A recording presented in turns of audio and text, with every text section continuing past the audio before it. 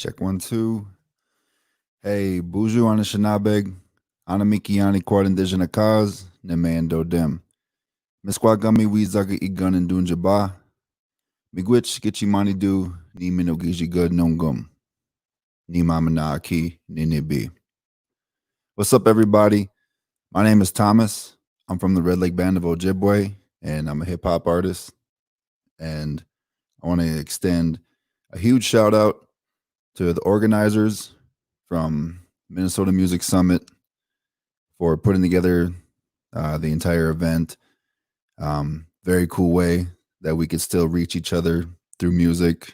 Very cool that they're giving artists a platform in these times where live shows are less frequent and tough to come by. So we could still come together and celebrate music this way. So I'm a Ojibwe hip hop artist. So I'm going to perform for about 20 minutes here. I got some rap songs. I got a unique style of, for one of my songs, it'll just be over the hand drum, and it'll feature an Anishinaabe hand drum singer. I'll get more into that when the song comes up, and also share a little bit of poetry. So my first song is called Can You Hear Me? And it's a song about the Red Lake Reservation, which is where I'm from. So it's a song to celebrate my community.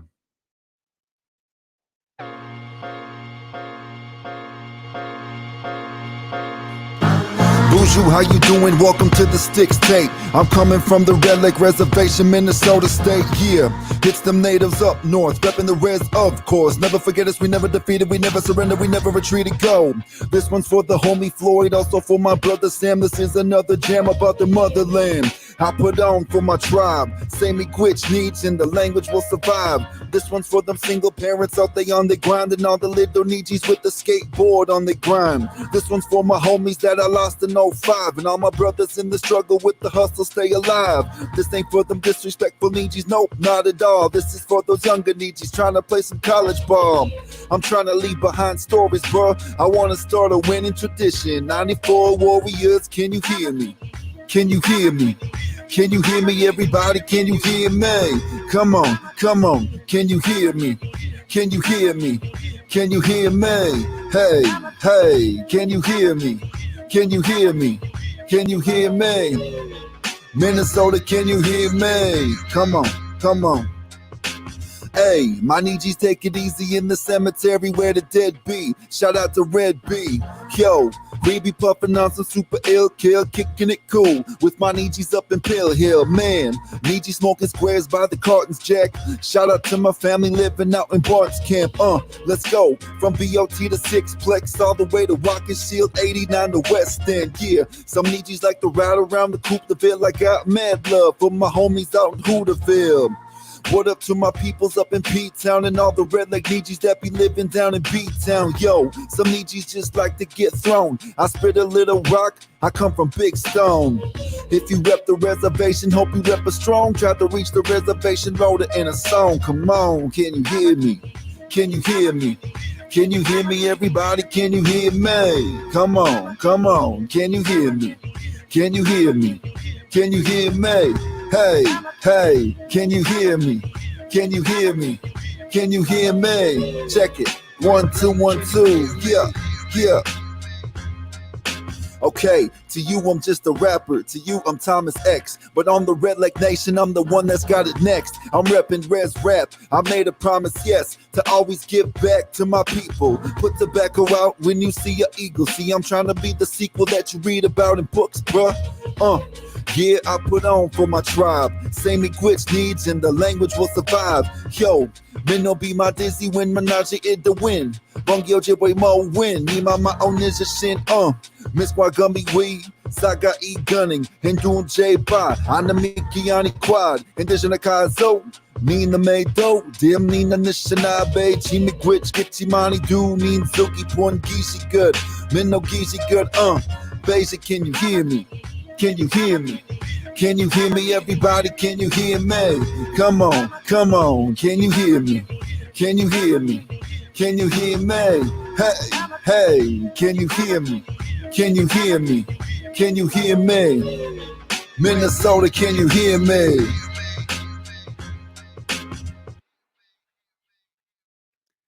Hey, Miigwech, thanks for tuning in.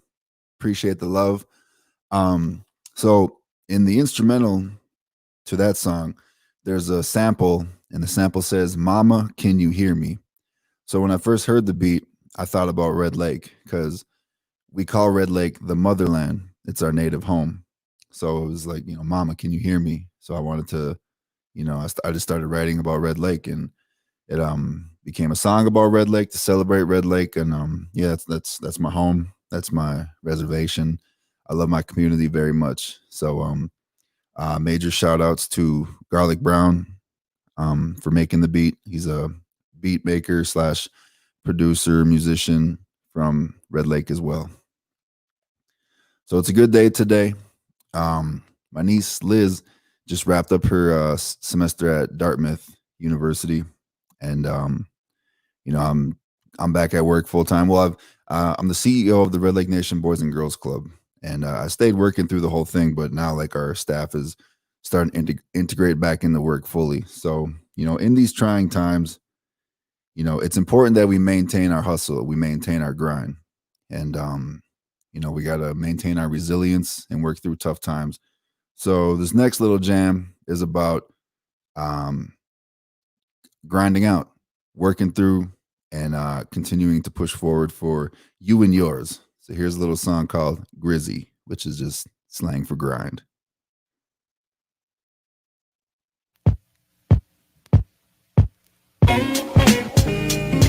Yo. Check it. It's a good day today, y'all. Let the la-la enhance our minds.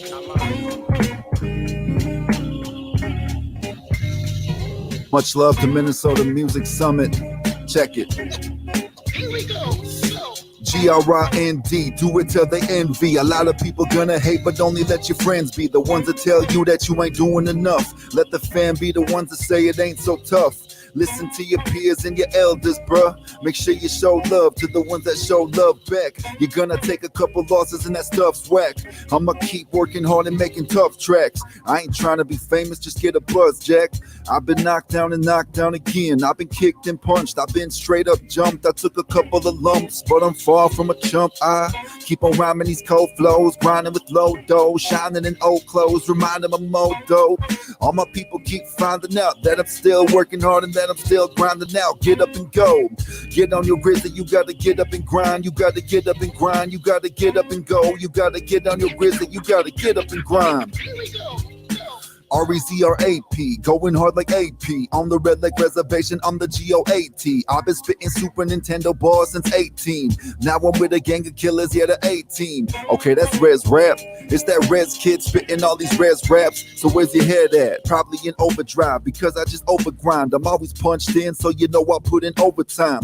Got some time to slack? Ain't no time for that. I'm trying to wrap my butt up until my concert's packed. So where the sponsors at? I want to stack ducats, but I'm still washing all my clothes at the laundromat. I'ma just rhyme hard until my brothers shine hard. You can see the work ethic, yeah, you know we grind hard. My people rise and go, get it and mind your own. So let's strive for goals. Go, get on your grizzly. You gotta get up and grind. You gotta get up and grind. You gotta get up and go. You gotta get on your grizzly. You gotta get up and grind. Here we go.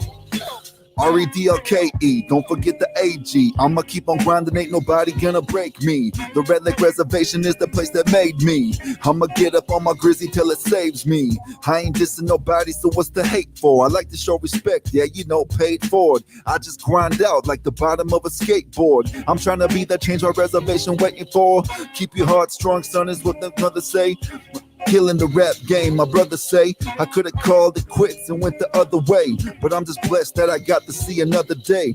If you open your eyes today, wake up to get your cake up. A lot of people like to make up things up in their head so they don't grind out. Say they living in the gutter and it's way too hard. Get up and go, you gotta get on your grizzly. You gotta get up and grind. You gotta get up and grind. You gotta get up and go. You gotta get on your grizzly. You gotta get up and grind.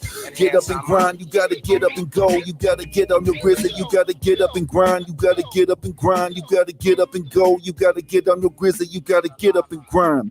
Get up and grind. You gotta get up and go. Get on your grizzy, get up and grind, stay on your grind. Hey, miigwech. Thank you so much. Once again, major shout outs to everybody part of the Minnesota Music Summit, Stephanie, the whole crew. So I'm reporting from the Red Lake Band of Ojibwe. Red Lake is a unique reservation. We're the only closed reservation in the state of Minnesota and one of two tribal nations that are closed reservations. So we're a reservation and a tribe that owns all the land intact within the reservation borders. So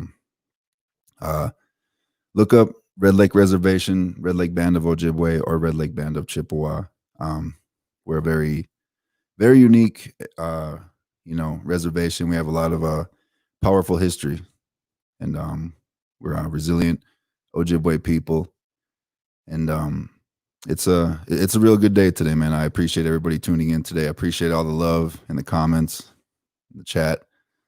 Yeah, man, it's cool to have a gig.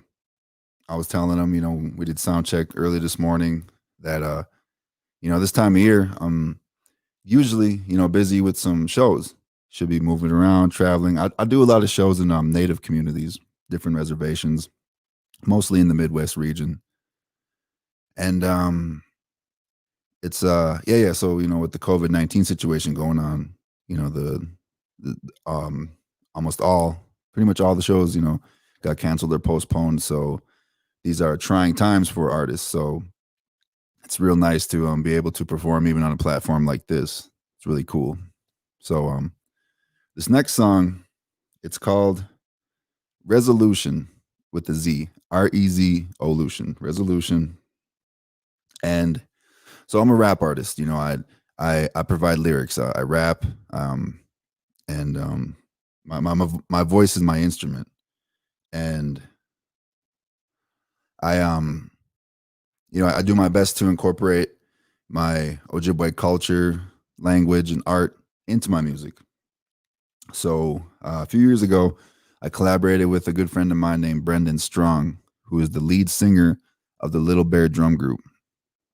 And for anybody tuning in, like if you ever been to or heard of powwows, it's the singers that sing harmonizing type music on a big drum, a traditional indigenous drum.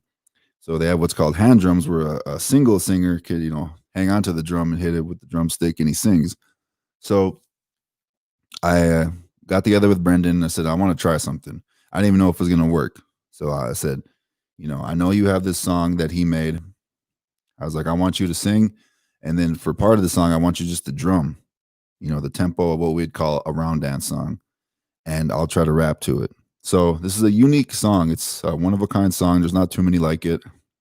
It's a combination of traditional Anishinaabe hand drum singing and rap lyricism. So the only instrument is the hand drum. So it's a different kind of song. I have a video for it. So look me up on Facebook, Thomas, letter X, Thomas X. And you can look me up on YouTube, Thomas X Resolution. Very powerful video. A lot of cool people involved. Shout out to Alex Alman, William Beaton, and New Era 4K. So this song is called Resolution.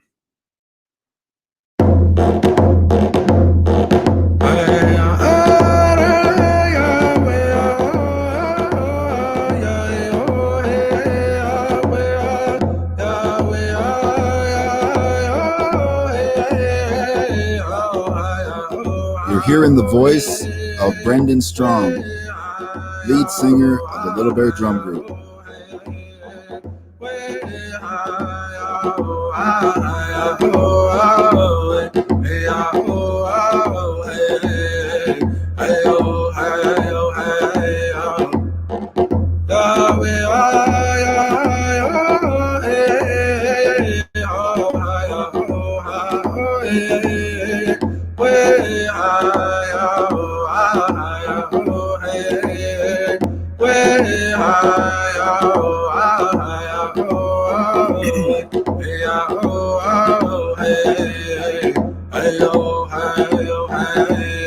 My people dying, suicide, and then they lying in the dirt upon the land that my ancestors fought for.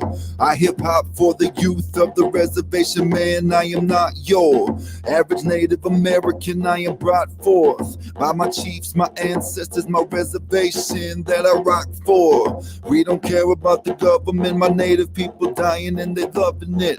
It's the bold truth, standing on the front lines against the oil pipelines like Chuck E. T. and Dallas Goldtooth.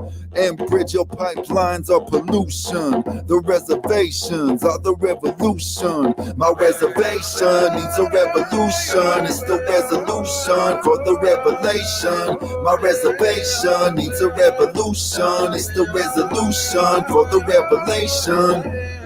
We need a revolution. We need a revolution.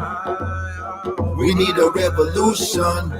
My reservation needs a revolution. This one's for the seventh generation, every reservation, every elder, every youth. We are here, living proof. Hear the sounds of the drums for our daughters and our sons. Come together, we are one nation under Gitchimani. Do it's time to come together forever with eagle feathers. We'll never be able to not weather the storm for better or more. We ready for war. I said we ready for war. We got the res upon our backs with our chiefs and our soul. Tobacco in our hands and the people gonna know this is the last stand. No more drugs, no more liquor, no more hate, no more losing. My reservation needs a revolution. My reservation needs a revolution. It's the resolution for the revelation. My reservation needs a revolution. It's the resolution for the revelation. We need a revolution. We need a revolution. We need a revolution. My reservation needs a revolution. We need a revolution. We are the seventh generation. We are the seventh generation. We are the seventh generation. We are the seventh generation.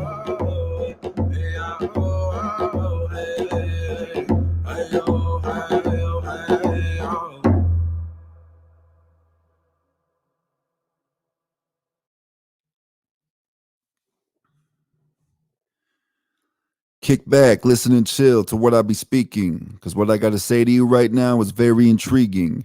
I'm talking about the ways of the Ojibwe people that seem to be leaving.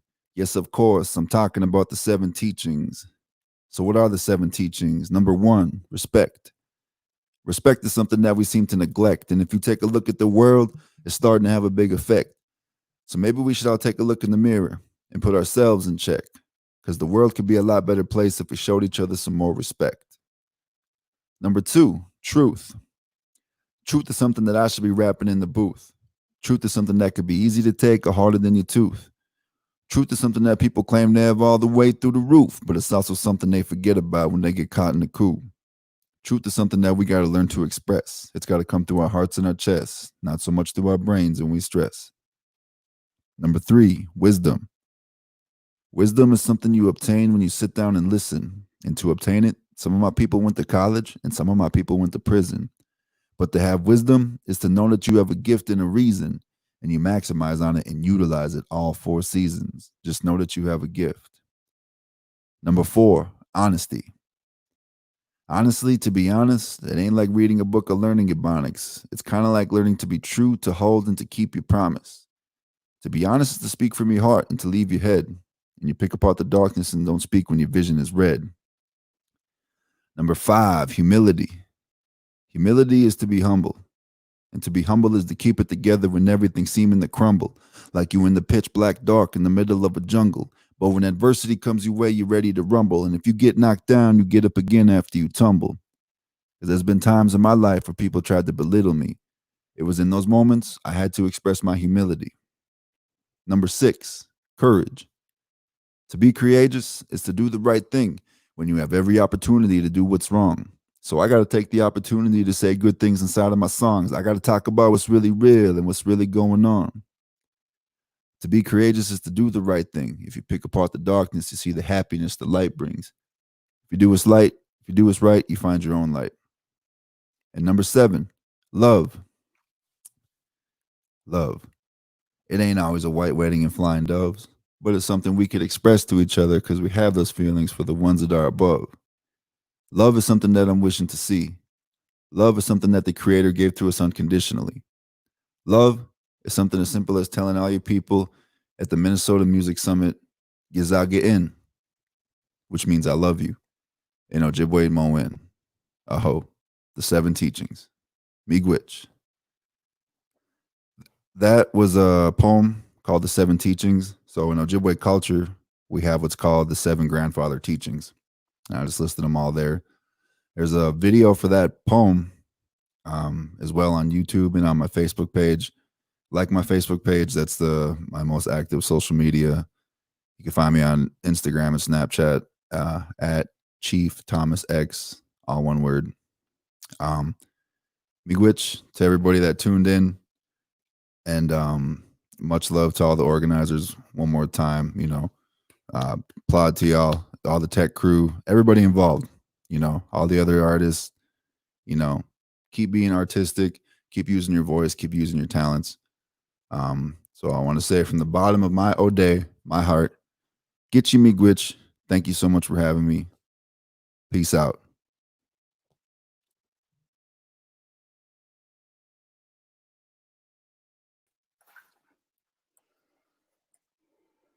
Okay, am I unmuted? Yeah, all right. Hi, everybody. Thank you, Thomas, so much. God, what a kickoff for this thing. And live music, so good to see some live music. And Thomas is amazing. I don't know if other states have the kind of music talent that Minnesota does. I assume they don't, and I feel sorry for them because I feel like we're really blessed with the crazy talent floating around this place. Hi, everyone. My name is Mary McCoskey. I am a volunteer and board member with the Minnesota Music Coalition. If you have been to our summit before, man, we miss seeing you in real life, and welcome back. And if you've never been here before and this is your first one, this is our first online one. And we hope you enjoy all the panels and the information and all the live music. And we hope you join us next year when we can be live and be all together and meet and have community as musicians, which the summit is really all about. Usually the summit is a 3-day event full of panels and info and discussions and happy hours and live music at venues with real people. So the staff did a pivot and turned this into a 2-day online event. It still has all the info and panels. We actually have more music since we didn't have to pay venues and we don't have to drive around. So, and you can please participate. We can't meet each other and be together, but we can participate in the chat. So if you have questions, please put them in the chat. If you have an idea or a suggestion to share, please put it in the chat. Because we can all learn from each other.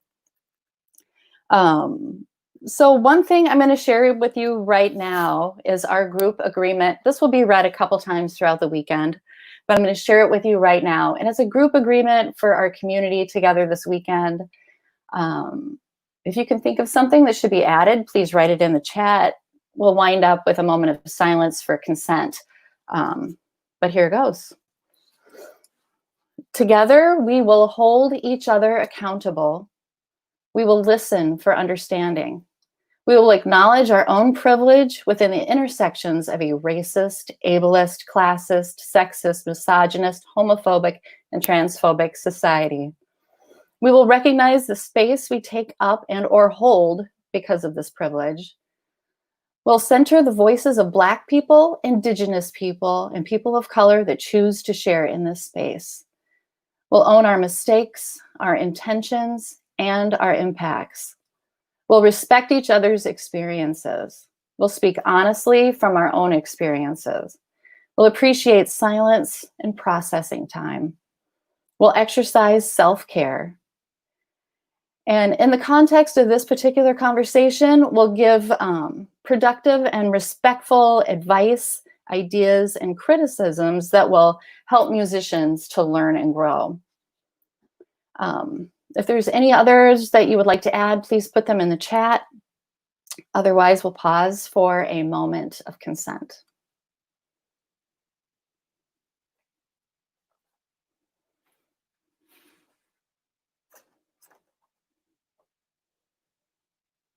Okay, thank you. There aren't any additions in the chat. However, it has been brought to my attention that the chat is a little laggy. So if something pops up, I'll share it. Right now, I would like to give a big fat thank you to a bunch of people. So big thanks go out to our new executive director, Joanna Schnedler, for steering this project. She's new. This project is new. It was a little bonkers. So thank you, Joanna. Thank you so much to our staff, Stephanie Hansen and David Ostrom, powerhouses that just work like crazy, and we're so lucky to have them. Thanks to Adam Maurer, our intern. Thanks to board member and musician and label owner Sarah Harishnik for building the Summit website and being our tech guru in general. Everybody needs one, and she's ours, so thank you so much, Sarah.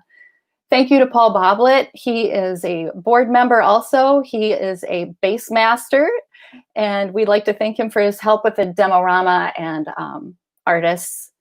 Thank you to all the panelists, moderators, and MMC member artists who are performing and participating in the summit this year. All their bios and stuff are on the MN Summit, mnmusicsummit.org website. If you want to check them all out, please do. Loads of talent and smarts. So we're very lucky to have everybody. So go see what you can see. I would like to also thank the following sponsors that make this whole thing possible.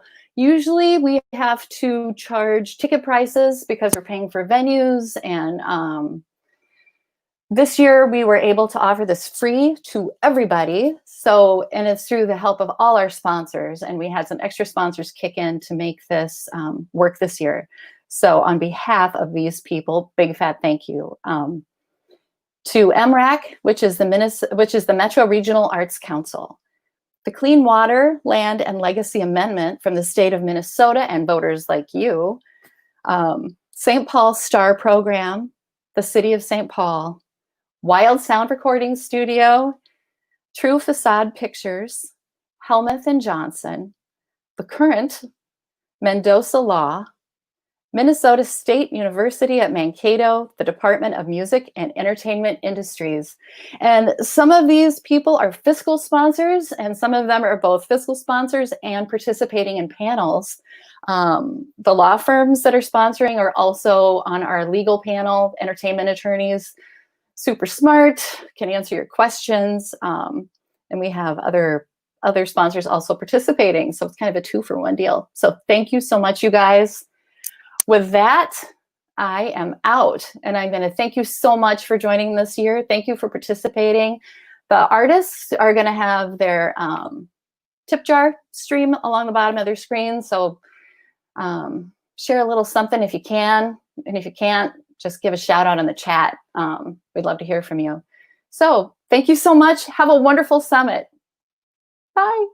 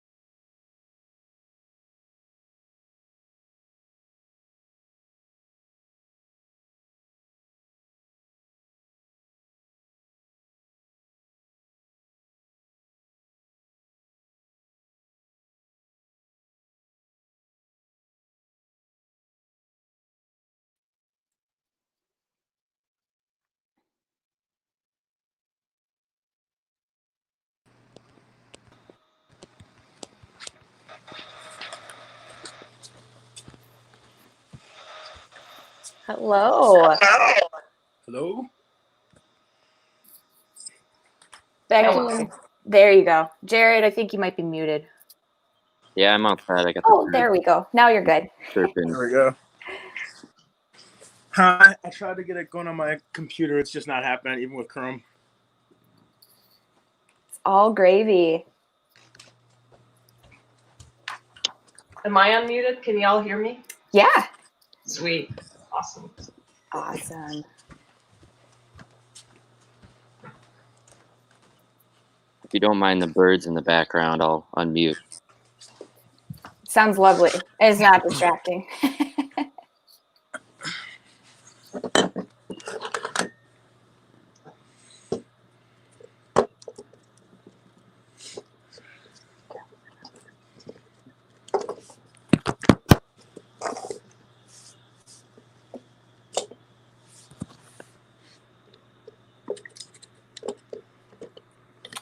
Should we do a quick round of introductions while everybody's getting settled? Sure. I'll start since I'm talking. My name is Becky Hoffman. I am an artist manager. I'm based in Minneapolis. I am currently in my bedroom. I have read all of these books except for this one. I work with 3 acts in town, the New Standards, a jazz rock trio, Jeremy Messersmith, and Dessa.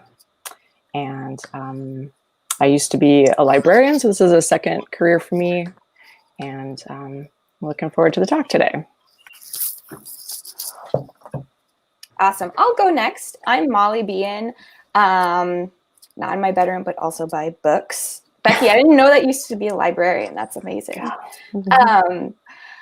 I work for Middle West, which is a management company that's based also in Minneapolis.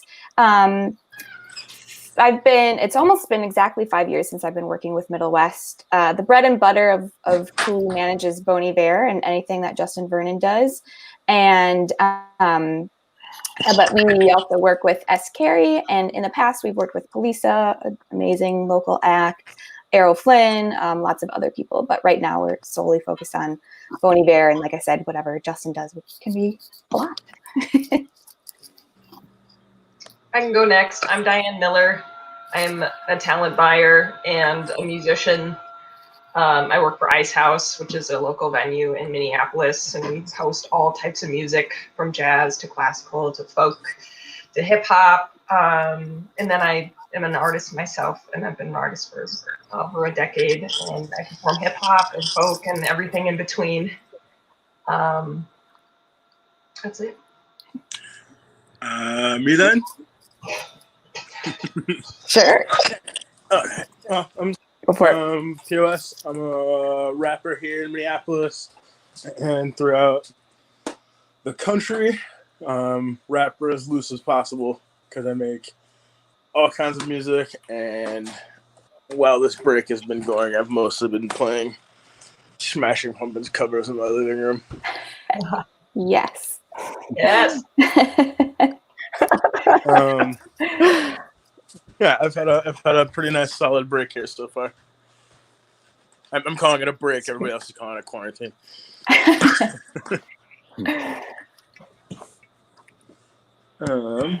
All right. Guess that leaves me. My name is Jared Hadaway. I founded the company Last Triumph. We're a booking and management company based in Northeast. We manage Raina Del Cid, Josh Turner, the other favorites, Carson McGee, and Nikki Jones. And I'm in my backyard, hanging out. Glad to be here. Nice. Let's get it.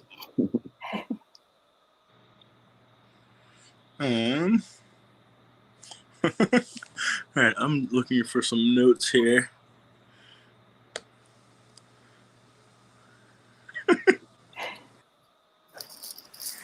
I'm also trying to, set up a better camera here. I wasn't able to get Chrome working until just now. Hey, look at that. Looking good. But there's two of me now. We just see one. Yeah, we just see. I think we just We just still see see one. his phone. Okay. Cool. I'm gonna drop out of here really quick and pop back in. I think it'll be easier if I do that. All good. I'll be right back.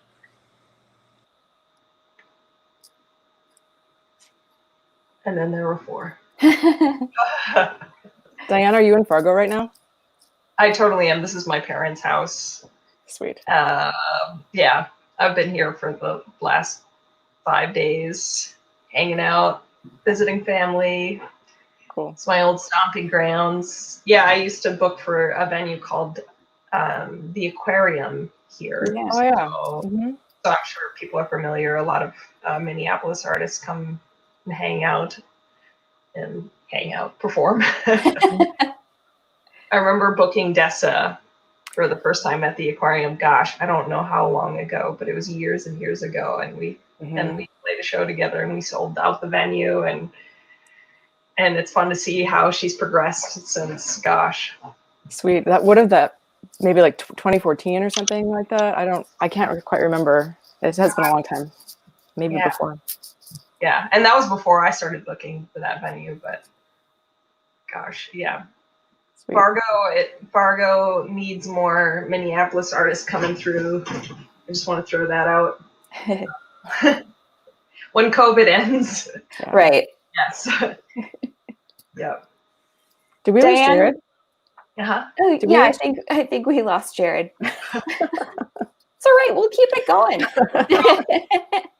Diane, how long have you been booking at Ice House? I've been booking there since September of 2018. Awesome. So, obviously things are a little different now because of COVID, but Right. But it's Yeah. a really awesome experience booking for Ice House for sure. Yeah. Sweet. It's a great venue. I love it. It's one of my favorites. Mhm. Mine too. Yeah. Yeah, and I'm sure we can all attest in different ways that even with COVID, and especially, venues and touring stuff being just essentially stopped, I certainly experience, at least, there's still a lot of work to do, even as people consider, like, how do we navigate this? How do we keep, top of people's minds in terms of continuing to support or doing things in new ways? Mm-hmm. Yeah. Or even just the emotional labor that you put into, like, oh my God, what's happening? Oh. Yeah. Mhm. There's a lot of things to consider right now. Yeah. Yeah. And every artist has different feelings about if they want to perform before there's a vaccine. Right. Mhm. Yeah, that's actually a thing. I'm having a hard time finding my notes because most of them are in my phone, and I can't get the computer to work for the part holding. But No worries. Don't sweat it. We'll keep it casual. We're Yeah. just chatting. that was the thing. That is the thing that I've been having the most conversations with, and the most concerns that I am hearing about and dealing with are people like me who are immunocompromised and don't know if I have a job anymore ever, because who knows when this will be safe or a reasonable thing to try anymore. Have you guys been dealing with a lot of that with your bands? Everybody trying to figure out what to do for... Yeah, trying to figure out, like, what is the performance model now? Are we going to be just trying to monetize a live stream? Are we going to try to find outdoor venues or other ways to perform? But are there other, I like working with like Dessa, for example, who's sort of like, a multidisciplinary artist. She does speaking and writing and things like that. Are there other parts of her career that she's focusing on right now? I think it's kind of the same for everybody, where everyone is just trying to cast a broader net and, like, figuring out, like, what else they can do. I know, like, for me, this has been sort of like, I've been calling it the continuing education part of my career, because I've just been, like, doing projects I haven't had time to do, but also, like, reading more books and, like, trying to figure out things like, how do royalty streams work, and like try to like, you know, really finally understand music licensing and things like that. So I suppose like the artist equivalent of that is just like practicing your craft and like trying to get better at what you're doing when you can't perform. Definitely. Yeah, I'm spending a lot of time playing guitar. That's what I just, because there's, I mean, I think one thing that's good about COVID is it's all causing us to like slow down and just be a lot more methodical, and because, yeah, especially being a musician, who has time to practice, you know? I mean, like one of the most necessary, essential parts of being a musician is actually sitting down and practicing and writing. Yeah. Time to do that. And being around, I feel like some of the magic and like golden bits of playing music is being around somebody else and having like a harmony, or having just any type of shared musical experience. I feel like is pretty important for staying and being creative. But that's part of my process. I'm in a crew with 1 million people because I like working with people. Yes. Yeah. I think Mary is asking, how established does a musician or a band have to be to need management, and how do you know when that next step is? I think that's a question that's trickier to answer right now, because I think a lot of times when a band reaches that point, it's because they're performing and touring a lot. So with that taken out of the equation, maybe it doesn't feel like as urgent of a thing. Like you need somebody to help outsource, you know, some of the management parts of the music business. But I think that the job description of a artist manager is so varied. It's not a clearly defined role like a booking agent is. And I mean, for me, like my role for the 3 acts that I work for are very different, even just, you know, for one person doing the different jobs with 3 different acts. So, I mean, it has to do with like, you know, the moment when you know you need a manager is when you feel like you're spending like more time on the business stuff, like the spreadsheets and things like that, as opposed to like actually making art. But it also has to do like with when can you afford it? That's also another part of the equation. So I think realistically, like an artist's first manager is going to be like a homie, like a friend, or a fan, or somebody who's in the band who maybe just gets a bigger cut of the guarantee because they're doing some of the administrative tasks. Definitely. Yeah, that's what I was thinking about this question even before today, like in the days leading up. And it's a good point that it's as a lot of things are adjusted because of COVID, that can be as well. But my first thought is like, it's not necessarily about how established an artist is or isn't. It also, as Becky said, is so based on personality and like what the artist or band's goals are. Because some bands could just be like, you know, it's more like they're like, we could use help with booking. Like that's the thing we want to focus on. We want to focus on shows. And so it could more be about like creating relationships with someone like Diane and like the people at actual venues and fostering those. But if you're kind of expanding beyond that, I totally agree with Becky. It's really like I, you know, in college, like managed a lot of like friends bands, which it was, you know, it might not have been like anything near what I'm doing now. But that's okay because that's what they needed. They weren't like, you know, going like Tony Bear touring around the world. It just was more about taking those first steps together. And if I think it's a lot more about finding someone, especially at the beginning stages, who's equally as passionate, not only about the work you're doing, but the work that they're going to be doing. That really makes a difference. That is where you put in just the work ethic and the willingness to be curious about how all that stuff works. I think also last thing I'll say is like stuff like this, you know, like if you're interested in how it works, it can be participating and watching things like this, but also just being curious about who the players are in your city or in your genre of music, and just getting to know them and just asking questions. Even though it's like you could look at like Middle West and you see that we probably aren't working with new people because we haven't taken on new artists in like several years, and we're kind of swamped. However, that doesn't mean that those people are closed off from offering advice and insight about just the role of management. That actually brings up something I was going to ask, is how do you go about getting a manager if you feel like you are ready? Like, how would somebody come and approach you guys, or maybe somebody that works with you, or, you know, somebody that feels like they are ready? Do they make a packet? Do they bring you a packet? Do they try to send you a demo? What's the best way to do Packet it? would be awesome. I want a packet.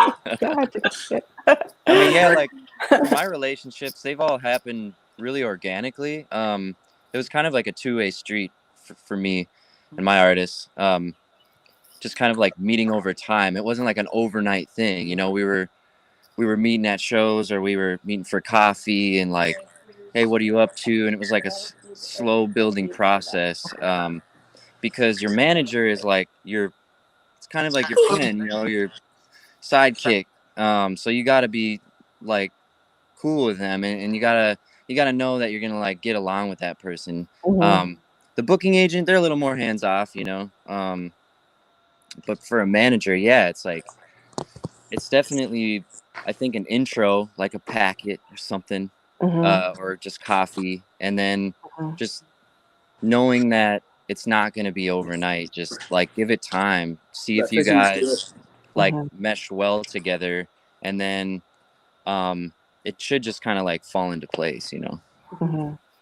Yeah, I would never underestimate the power of a cold call. If there's a band that you admire and you know who their manager is, I would just send them an email and just, you know, see what's up. Definitely, I'd agree, and it can be easy to be discouraged if you don't hear back. But simply sending a note, or like, hey, here's my website, which is built out and you know, shows tour dates or past tour dates, or has your music, a way for just a nice hub. It's like an online packet.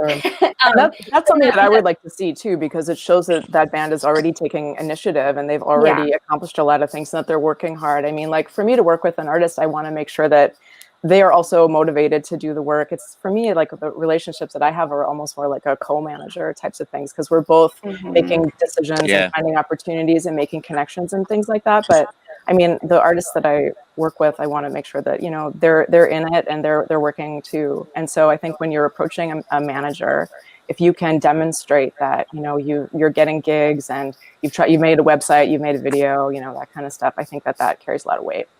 Yeah, definitely.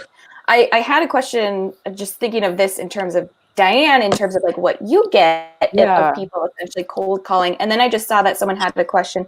Does a manager ever take on roles of booking agent as well? And I know obviously there's a difference. There can be a difference between a booking agent who works with the band and then you doing booking at a venue, but just kind of as we're approaching all the amalgamation of how that all works. Yeah. Well, I get approached by artists and I get approached by managers and booking agents and everything in between. And I mean, usually the bigger the artist, you know, the more you interact with an agent or a manager. And yeah, they play a very big role and they're really important as far as, because an artist has so much to handle already in itself. And so to have someone to actually deal with logistics and deal with advancing information and making sure everyone's in time and the structure. And then like, if you have a band, you have to communicate with so many different people. That's why having a manager and someone to kind of like point in the direction and rally together and be persistent, because one of the most important things is the emailing. That's such a big part of in the communications, and not artists don't always want to do that. Some artists are great with it, and I've I've never had a manager even myself. And so I've always kind of learned to do it myself. But I mean, if you're going to be touring, you really need that extra support. If you're going to be doing multiple shows, like all the little logistical details, like of having all of your equipment, having all of your, because it's so often you get to a show and you show up and you're like, oh shoot, I forgot this, or I don't have this, or so those are all little details you're going to want to bring to a manager. And that's a big reason why you want to have that support. I mean, gosh, artists will forget to get paid after shows, and having a manager to be on site and actually follow through, that those are all huge roles that managers play. And as someone who books for a venue, I interact with them a lot. And so for me, building that rapport with both the artists and the musicians and their agents, I seem to interact more with managers than I do with, and then I get to just hang out with artists here and there, just like have a beer at the bar and talk about I think that's a good point about like the manager for a lot of times is the most like public facing person that the fans deal with, that promoters deal with, that booking agents deal with. And so when you're choosing a manager, you have to make sure that you like their style, because they're representing you, and so you have to make sure that their tone is right. If they don't have to be like, I feel like my tone is pretty casual and pretty jokey a lot of the time, but maybe your style is that you want somebody who's really buttoned up and super pro in their email communication. You want to make sure that they're timely and getting back to people, because that that says a lot about how how into a gig you are and that kind of stuff as well. Those are great answers, guys. I've got one in the chat that says, are outdoor patio gigs being booked the same way as previous indoor gigs?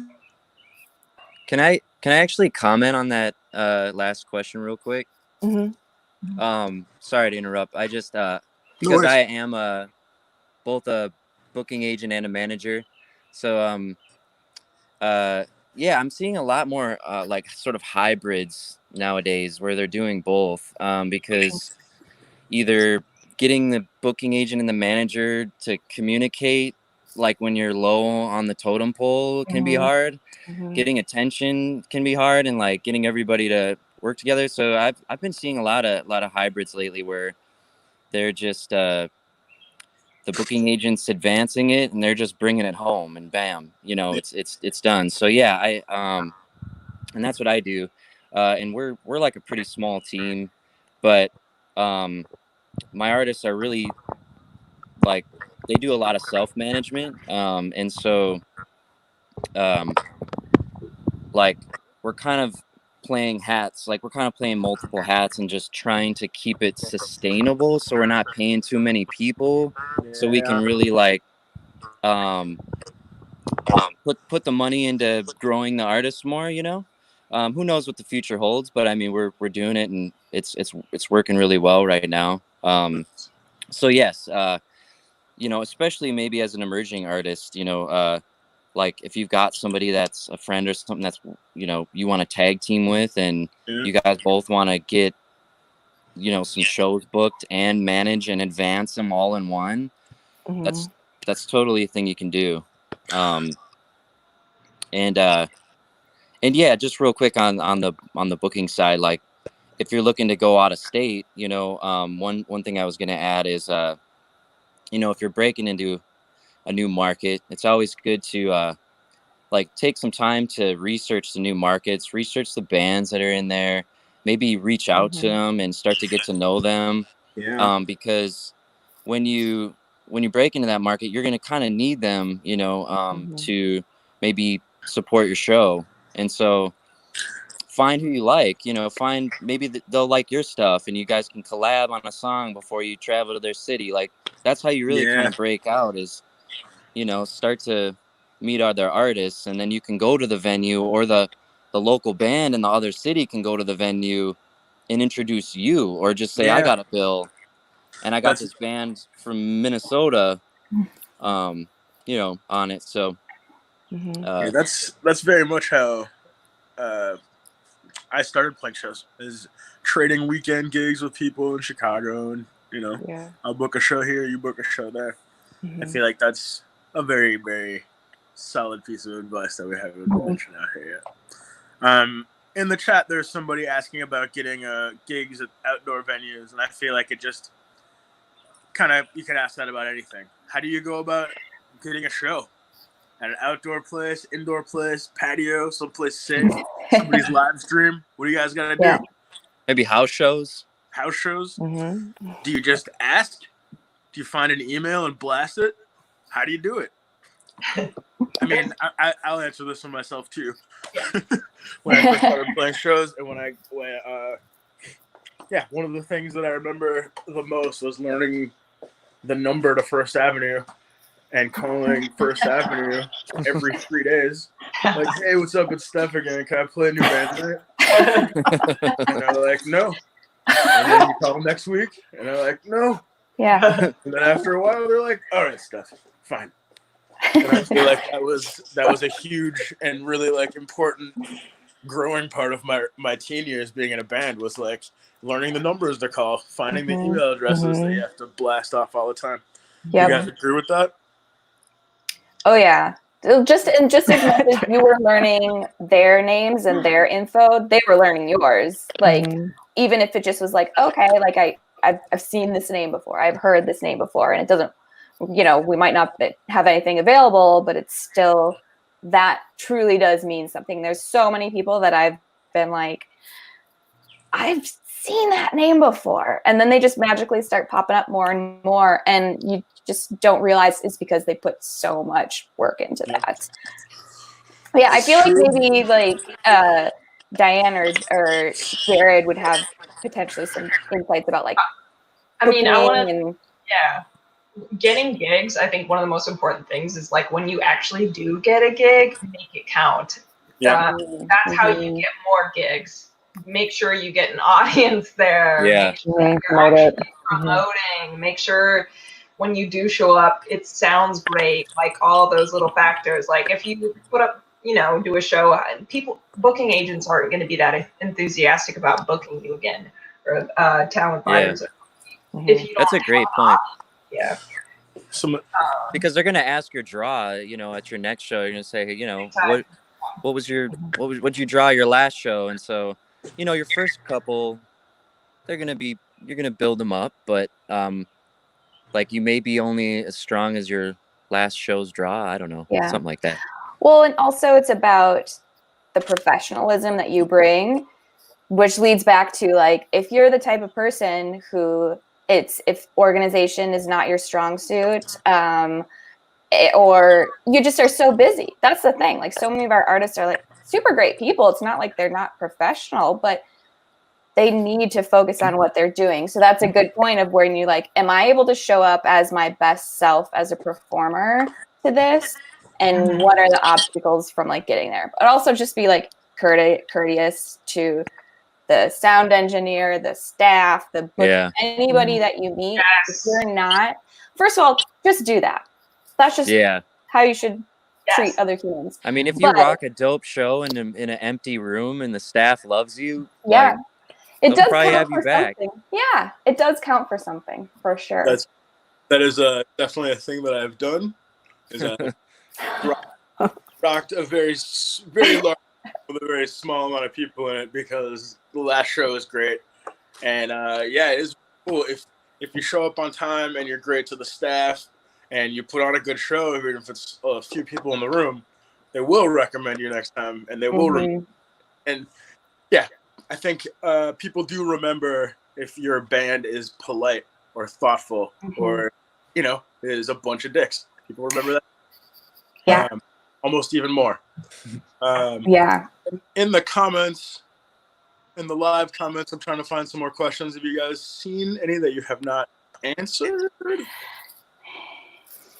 There was a question about booking agent or manager first. Yep. I feel like we covered that, but does anybody have thoughts on it? I know for me, the pestering question, did we cover that? Oh, no, we didn't. I mean, you know, like just think about how much would you like to be bugged, you know, like, you know, just leave some time in the middle between it. You're not going to call this person every day, but like you know, you could send a friendly check-in once a week or something like that, and just but yeah, you definitely, there's a fine line between like getting annoying and like sometimes you just gotta like wait it out. Um, but Yeah, I think like it's hard. I totally get it, and I think we can all say we've probably been there too. In whether it's someone you just want to meet, or whether it's professionally or personally, you know, you're just like, what level do I go at? I think that it's a balance, but also people can tell when you're just being sincere. And what I enjoy seeing is if someone hits me up for any reason, it's because they clearly are interested and curious about me and what I'm doing, as you know, and that's fine if that means because I manage, but it's not just like a kind of this blanket sort of like, and I'm like, oh, well, you are a metal band and love metal, but that's not really, I'm not going to be best suited for you. So it just is about like that as well, I think. I actually noticed an interesting question in the chat. I actually know this person. Hi, Isabel. But it was asking about, how do you see the changes Live Nation are making to how they book and pay artists will impact the industry? Do you think other companies will follow suit? She references an article from Variety talking about Live Nation reducing artist payments. And this kind of brings what we were talking about initially, but just about the pandemic specifically, and something that popped into my head as we were talking as well. Just, I think that this time is in our world in so many ways, but in the music industry as it relates to the pandemic, it has been just devastating to see how many people have just, you know, Steph, you mentioned this. It's just like, I don't have a job. I don't have income. If I don't play a show, I don't have income. Simple as that. That's crew, that's band, venue staff, just across any place that even touches touring, which is just, it's really terrible. And then it's terrible that, you know, there's these large, I see a lot of power in each and every person, but I see that power in being able to go to these larger companies and corporations and demanding something different. And that also for me includes, touring is huge. We all know touring is huge. Touring is fun. It's crazy. It's a way to like get out there in a new way. But my kind of thought lately has been also, why is it that we're so reliant solely on touring? Now, if you're an artist who wants to tour, that's what you want to focus on, great. But a lot of times it's more than that. It's putting out new music. It's taking the time to, you know, to do those things. And why is it that that side of things is not as sustainable for people? You know, our artists, we have an interesting thing where it's kind of like for Bon Iver, it's pretty even in terms of like where we're able to have impact. But for a lot of people, it's not. It's like, I go play a show, that's where I get money, because if I'm on Spotify, I get like 4/100ths of a cent for a stream or something, like, you know, something crazy like that. And so kind of on a broader spectrum, I'd love to hear what you guys think too, but I just think this is time now to, and especially as all you people, whether you're established artists or just getting out there, to like continue just having the conversation about how we can ask for more from these companies that are holding the power. That actually brings up a pretty great question too. Do you guys have any ideas on ways that we can break down some of the systemic racism in this part of the music industry? Are there any things that you think individual musicians can do to put their energy toward being allies, or any ways that people of color can kind of set themselves apart, or maybe get into places that they haven't been getting into easy before? You guys you got any tips on making this whole thing a little more inclusive?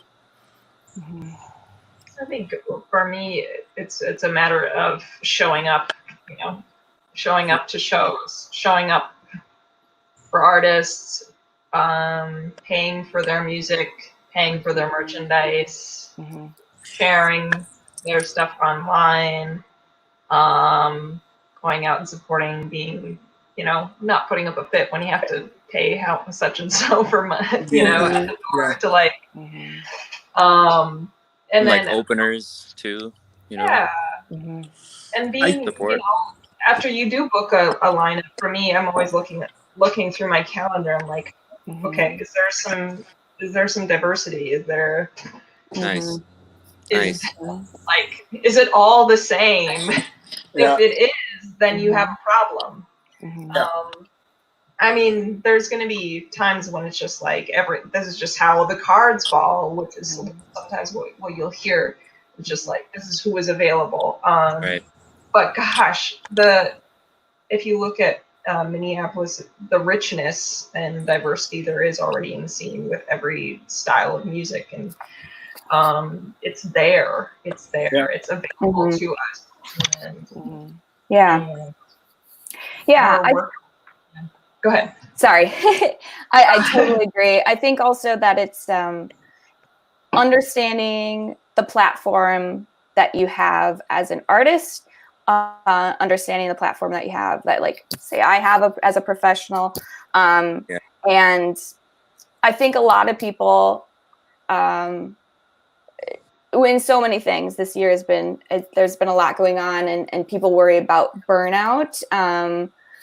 Which is like, we know, like I have learned and know as a white person that that's nothing compared to what people of color, Black people experience just day to day. And as I consider that in the industry, it's me, like, and my artists committing to doing things that are sustainable, not only for ourselves so we can like commit to it, but like really sustainable. So it's like, okay, we could have like this opening act. We could commit to having opening acts that are Black artists, that are female, that are, you know, LGBTQ community, and all these things, which is great. Absolutely.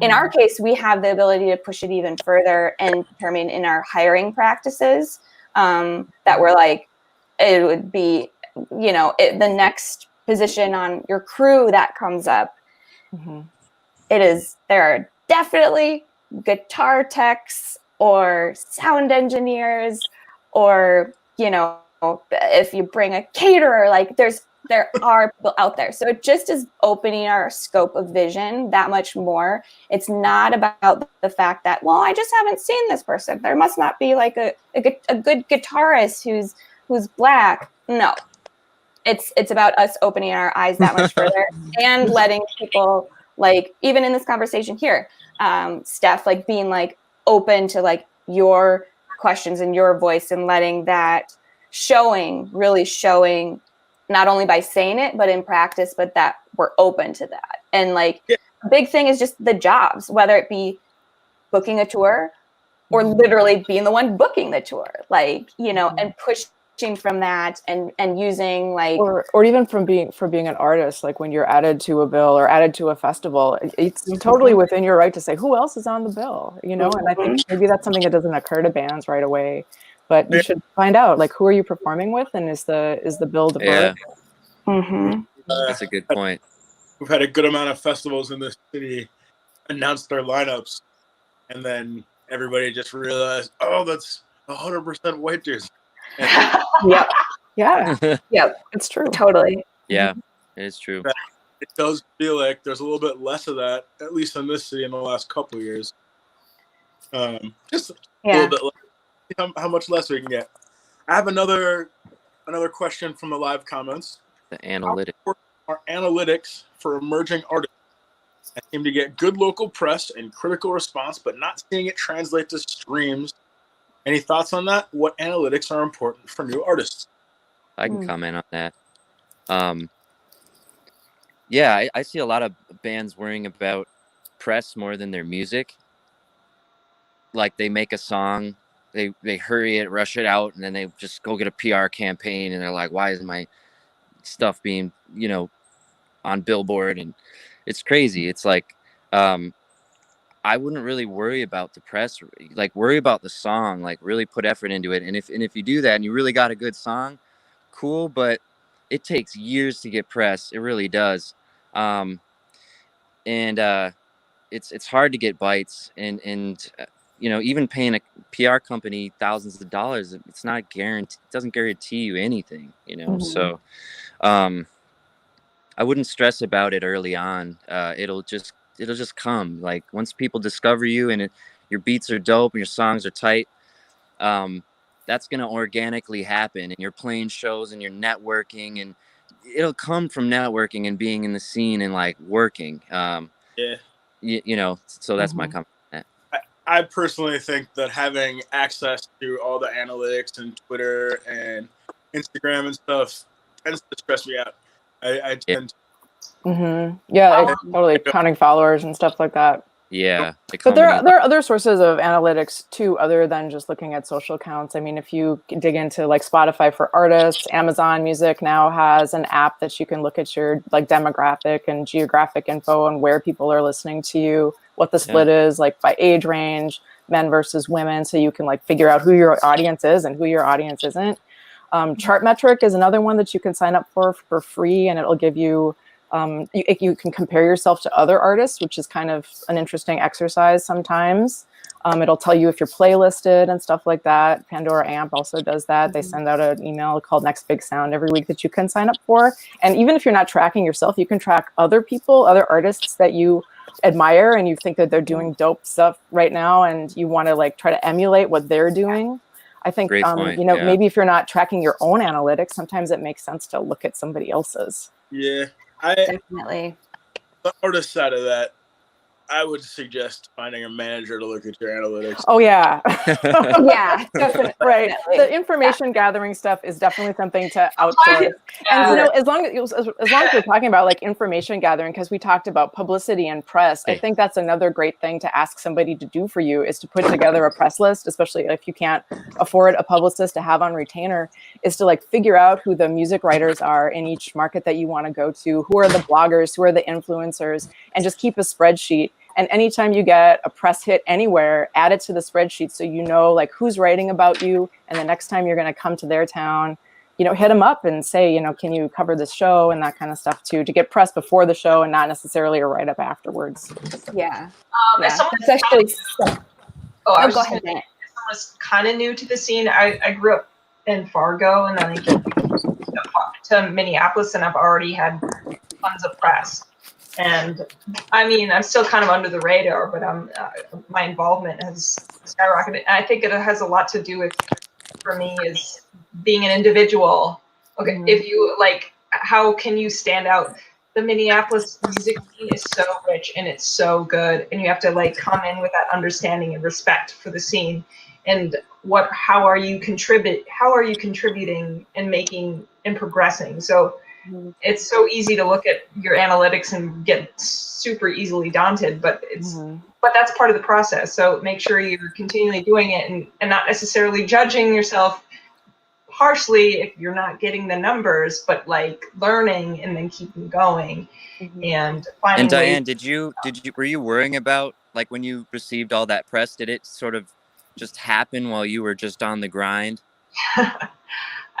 I don't know. Yeah, I just kind of like one of the big presses that happened was when Chris Raymond Schneider did a story on all like the female booker. Oh yeah.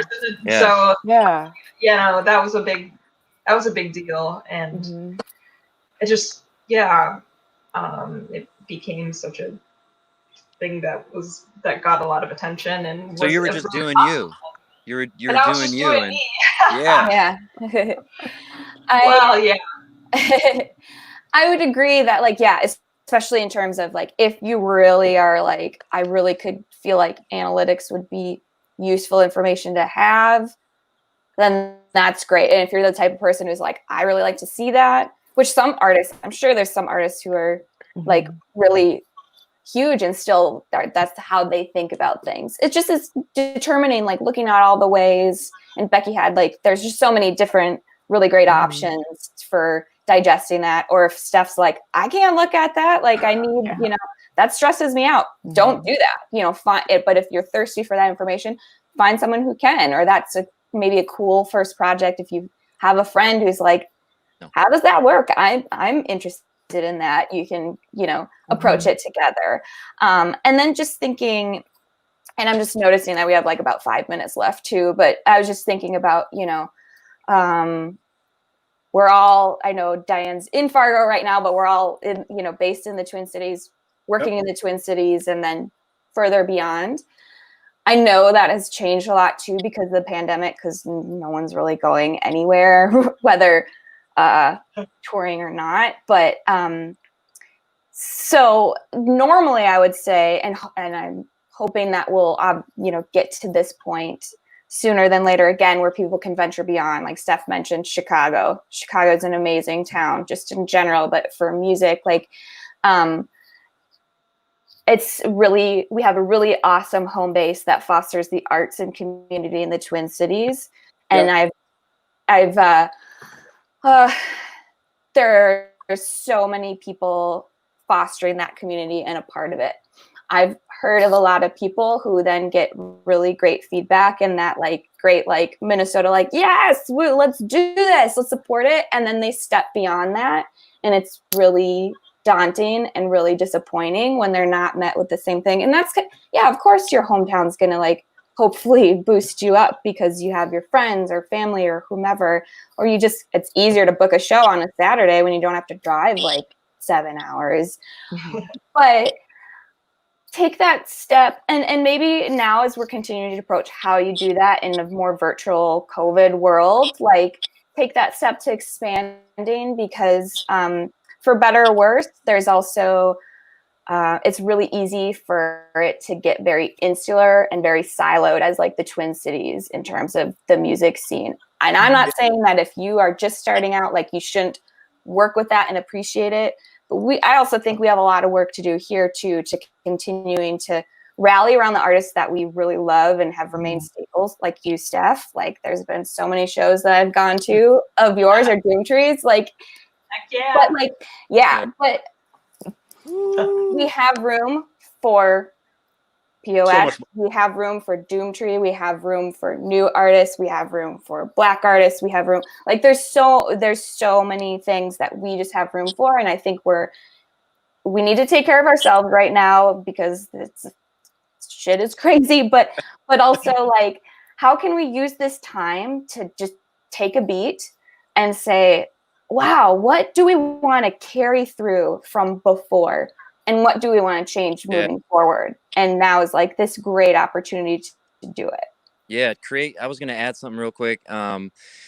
Like create content right now. It's a great time to build your online following from good content, like explore working with the camera, creating a YouTube and getting the ad revenue, Patreon, doing a ticketed live stream. I mean, there's so many things right now if you can't tour and can't play shows that you can do to try to keep things moving, which will in the end build your following outside of Minnesota too, which is great. So you know, while we're kind of, it's downtime right now, there's still a lot to be done, writing music, tons of stuff. I will real quick add before we wrap this up, just from the performer's experience and kind of drawing on what you guys were saying. There's room for everybody. Like there's room. People find sometimes other bands, other musicians to be competition, but that's really not how it works. There's nobody that only likes one band and won't listen to anything else. There's so many people that there's going to be room for everybody's voice to get in there. There's always going to be more people to listen. So I feel like one thing that people should try to do is forget the competition vibe of all of it and treat everything like everybody is there to help boost everybody else up, because it can work that way if you choose to work it that way. Like drop. Totally agree.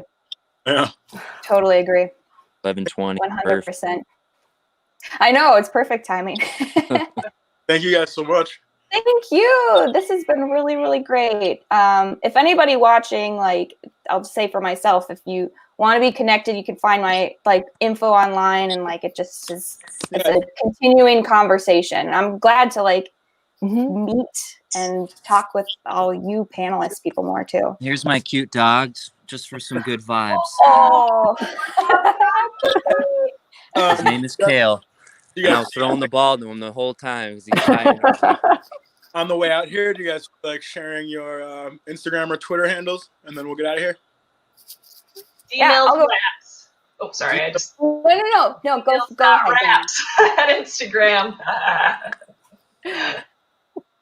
I'm Mom Farm on Instagram. I'm not on Twitter. My email's becky@doomtree.net. Oh. Yeah, I'm not on Twitter either, or maybe I'm, but not active. But my Instagram is molly-joe. And if you go to middlewestmgmt.com, that's our website, and I'm just Molly at our website. Hit me up anytime. Cool. Yeah, I'm Last Triumph. Everything.com, Instagram. Send me an email, Jared at lasttriumph.com. Happy to help. Awesome. I'm just POS on all the things, and you guys are great. Thank you so much. Yeah. Thanks, everybody. Hey guys. Thanks, y'all.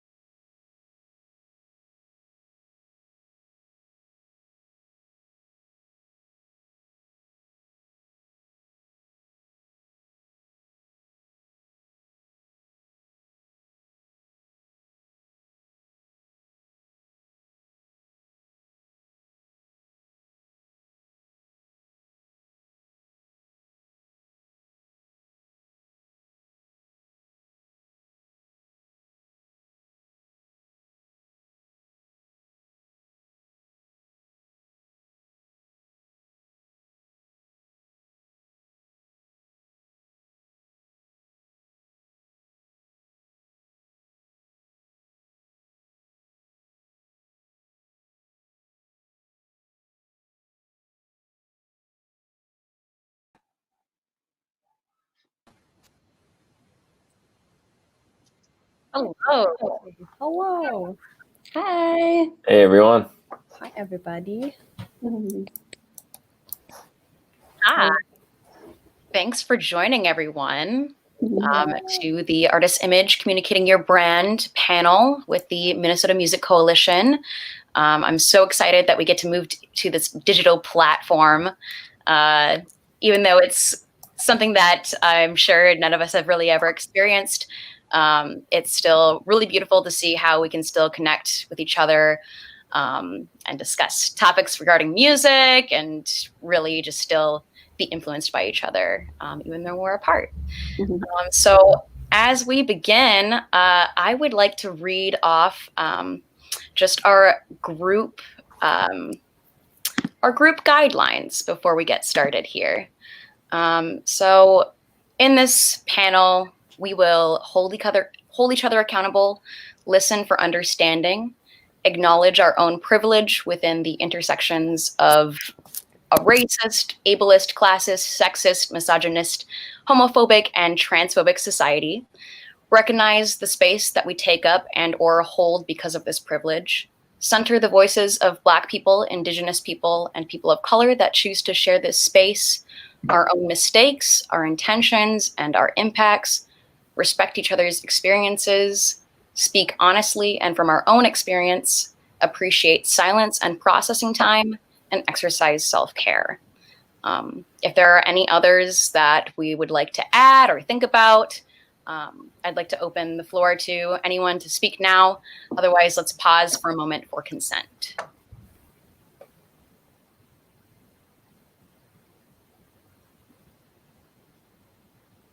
Awesome. So as we get started here, let's have everyone introduce ourselves. Let's talk about what excites us, about helping artists with their images, and just a little bit about our own personal careers. So whoever wants to get started, Alexis, you're right next to my little bubble here. You want to get started? For sure. Hey, y'all. My name is Alexis Politz. I do graphic design and illustration, so I'm more of like the visual part of communicating brands for people. I have a background in illustration, but I also work as a full-time graphic designer.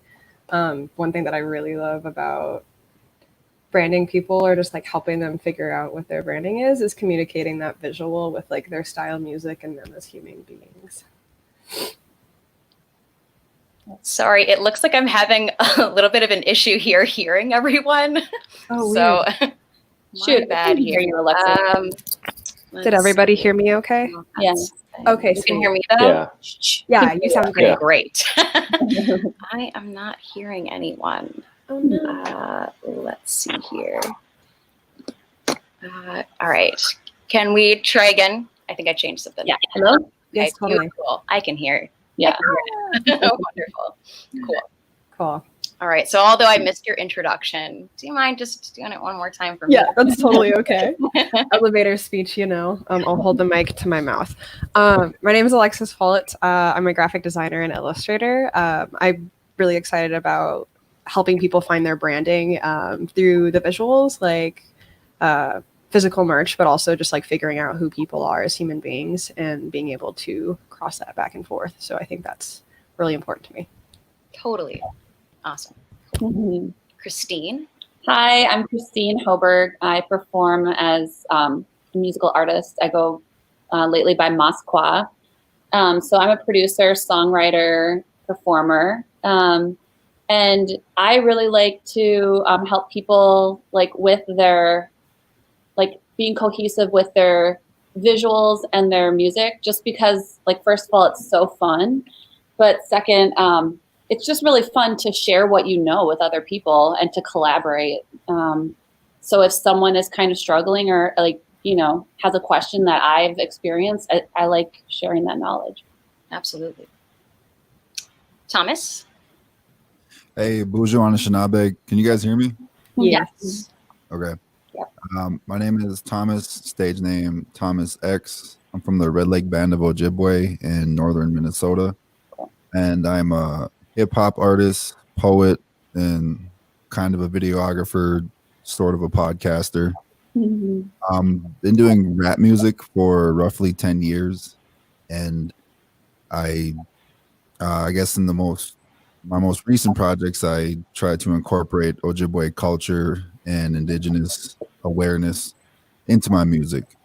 So I've performed all over the Midwest. I do a lot of native communities, different reservations, because I guess that's kind of the subgenre of rap that I do. I guess Native American rap music, if you were to give some kind of subgenre to it.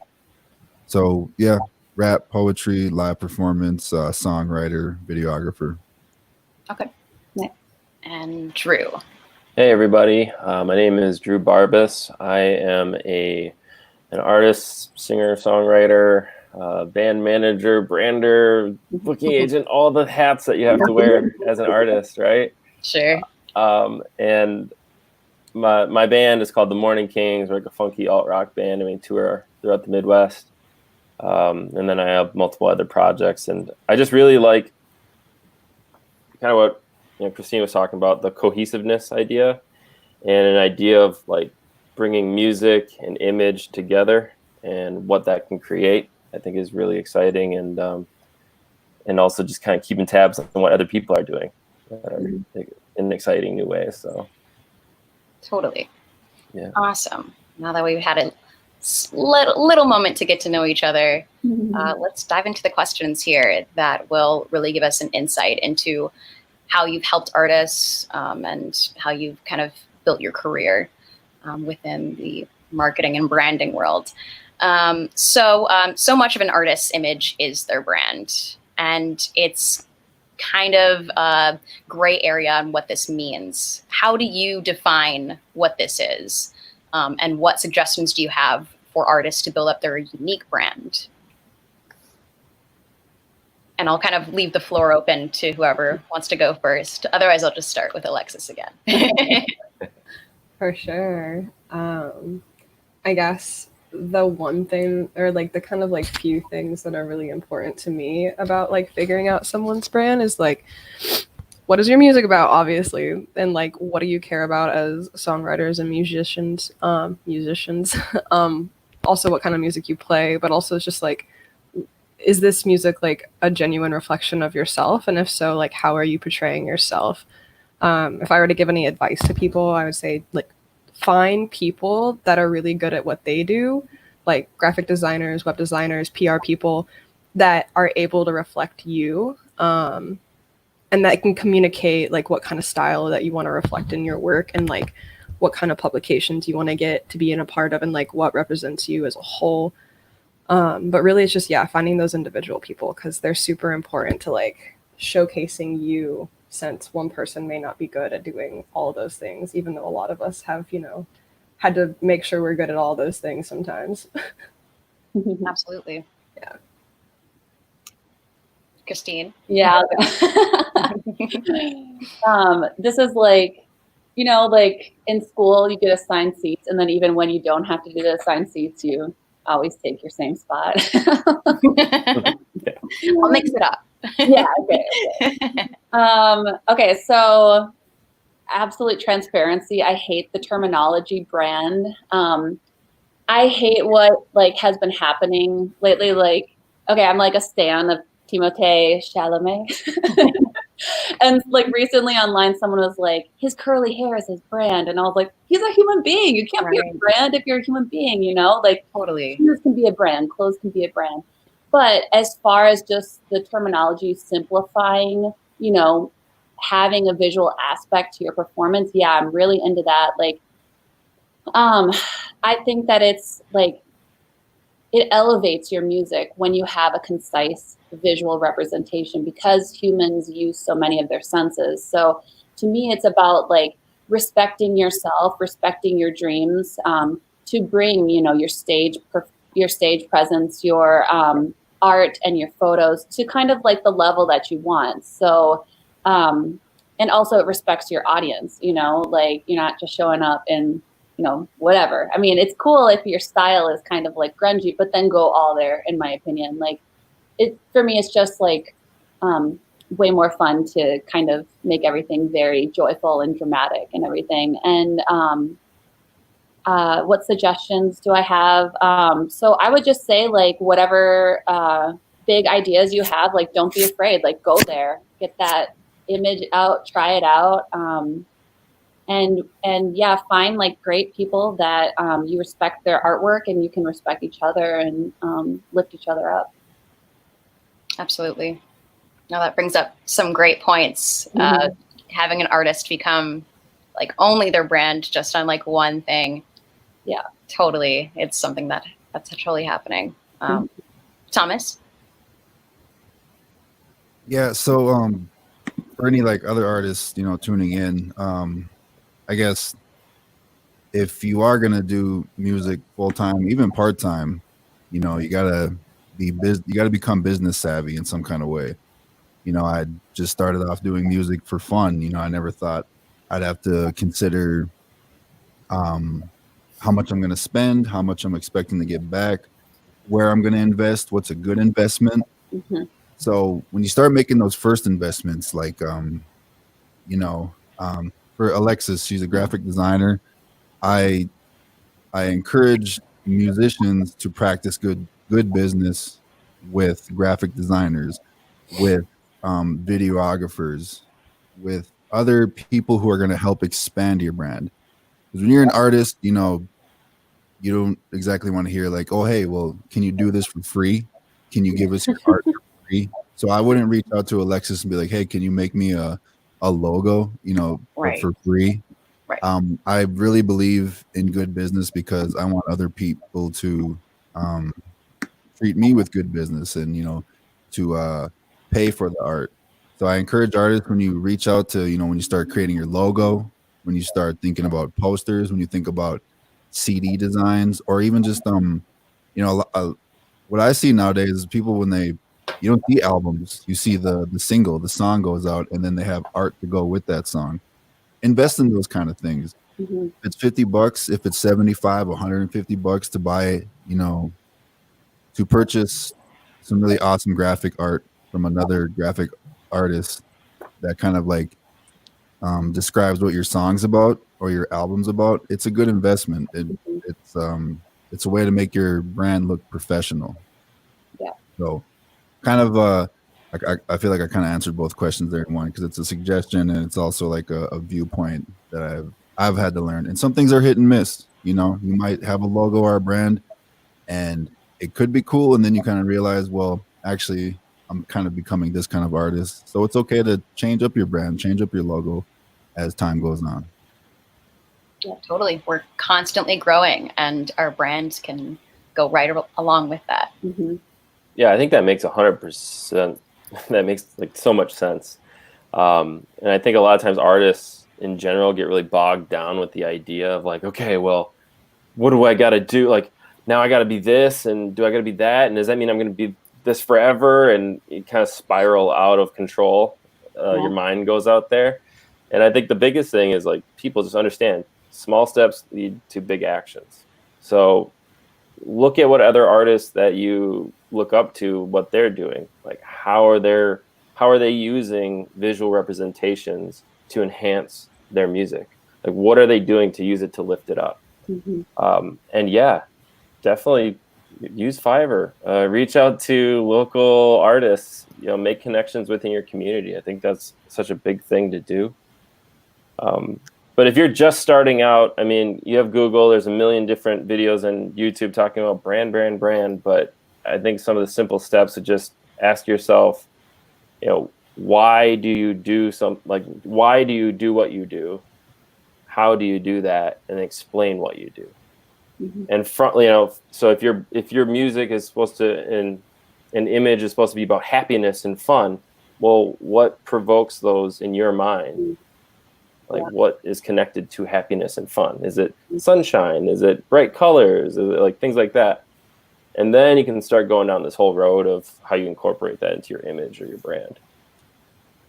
Sounds like kind of like creating like a whole world.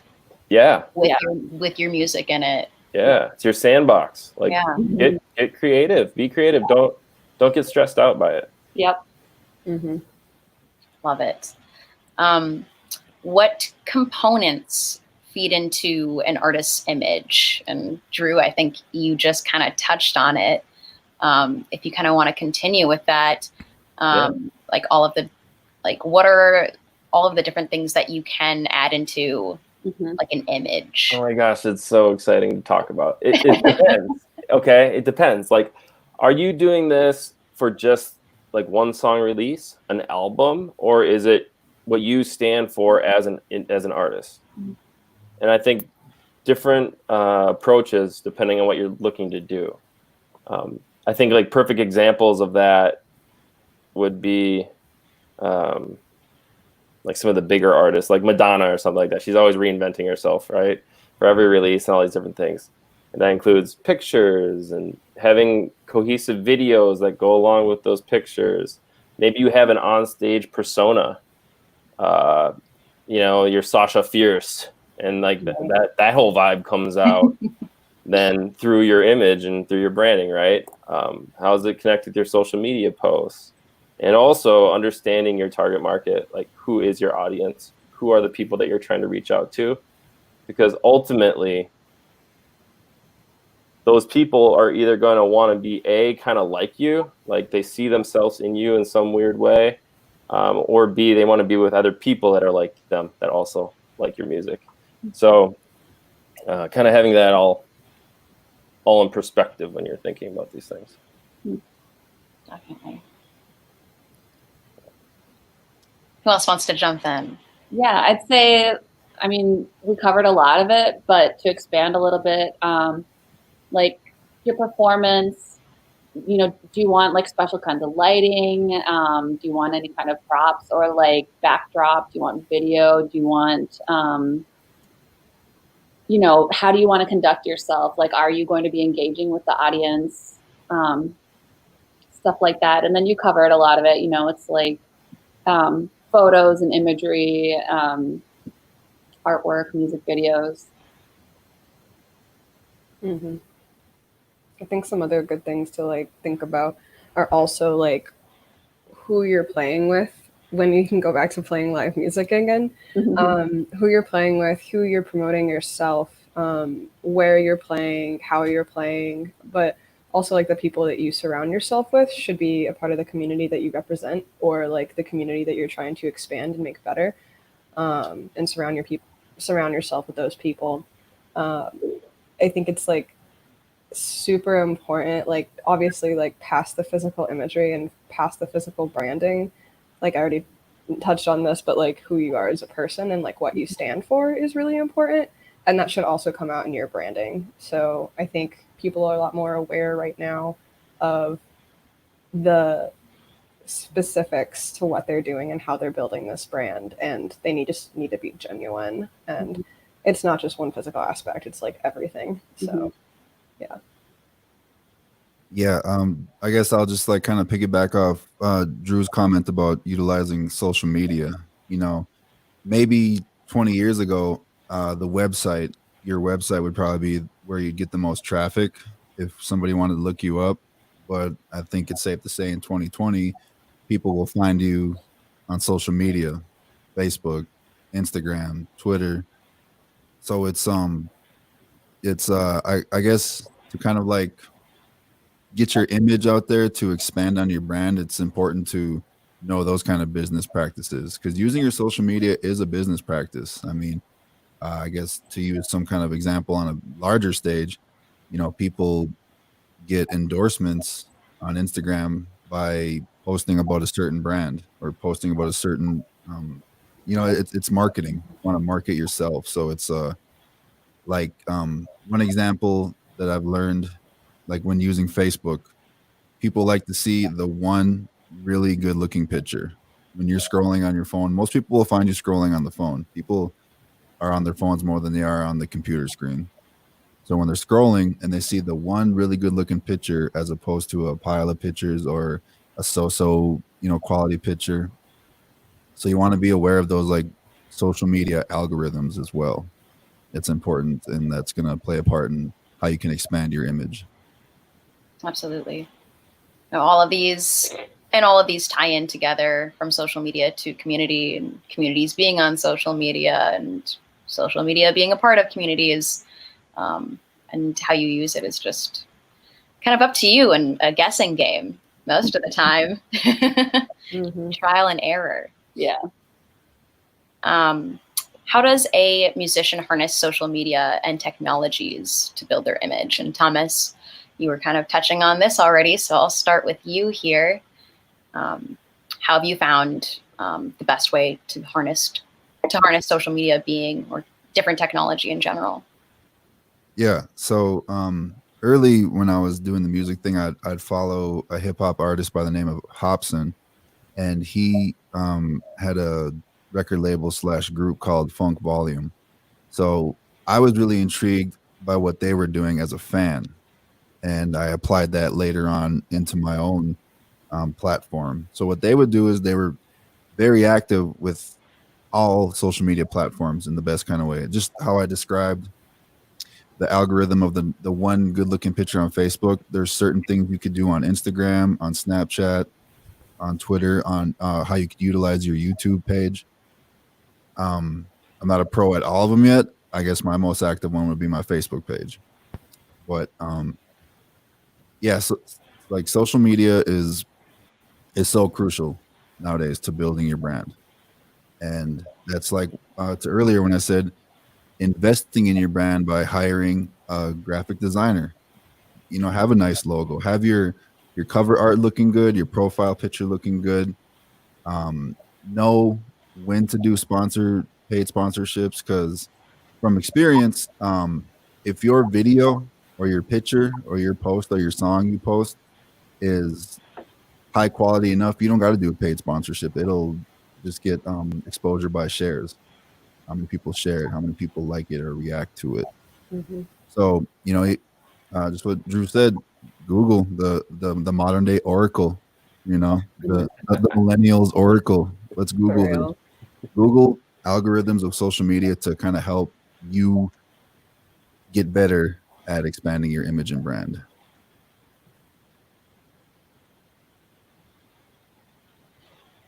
You want me to, can I chime in? Yeah, hop in next. All right, cool. I don't want to like take You're not over the messing the conversation. flow up of anything. All right, cool. Keep yeah. it. Yeah. I think social media is like this strange necessary evil, if that makes any sense. Yeah. And, you know, as an artist or a business,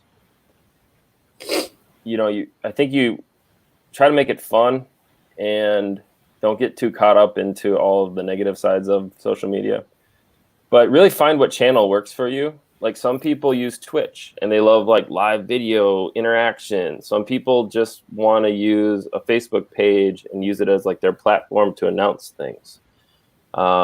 Really, I think what matters is that you stay consistent in what you do, so then people can start incorporating you into their lives on a regular basis. So for example, let's keep using Twitch as an example.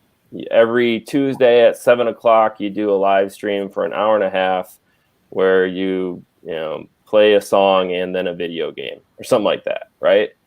But people will start just to tune in, like they look forward to it in their week. You become a part of, you're like their, you know, must-see TV of the, you know, long ago. You become that.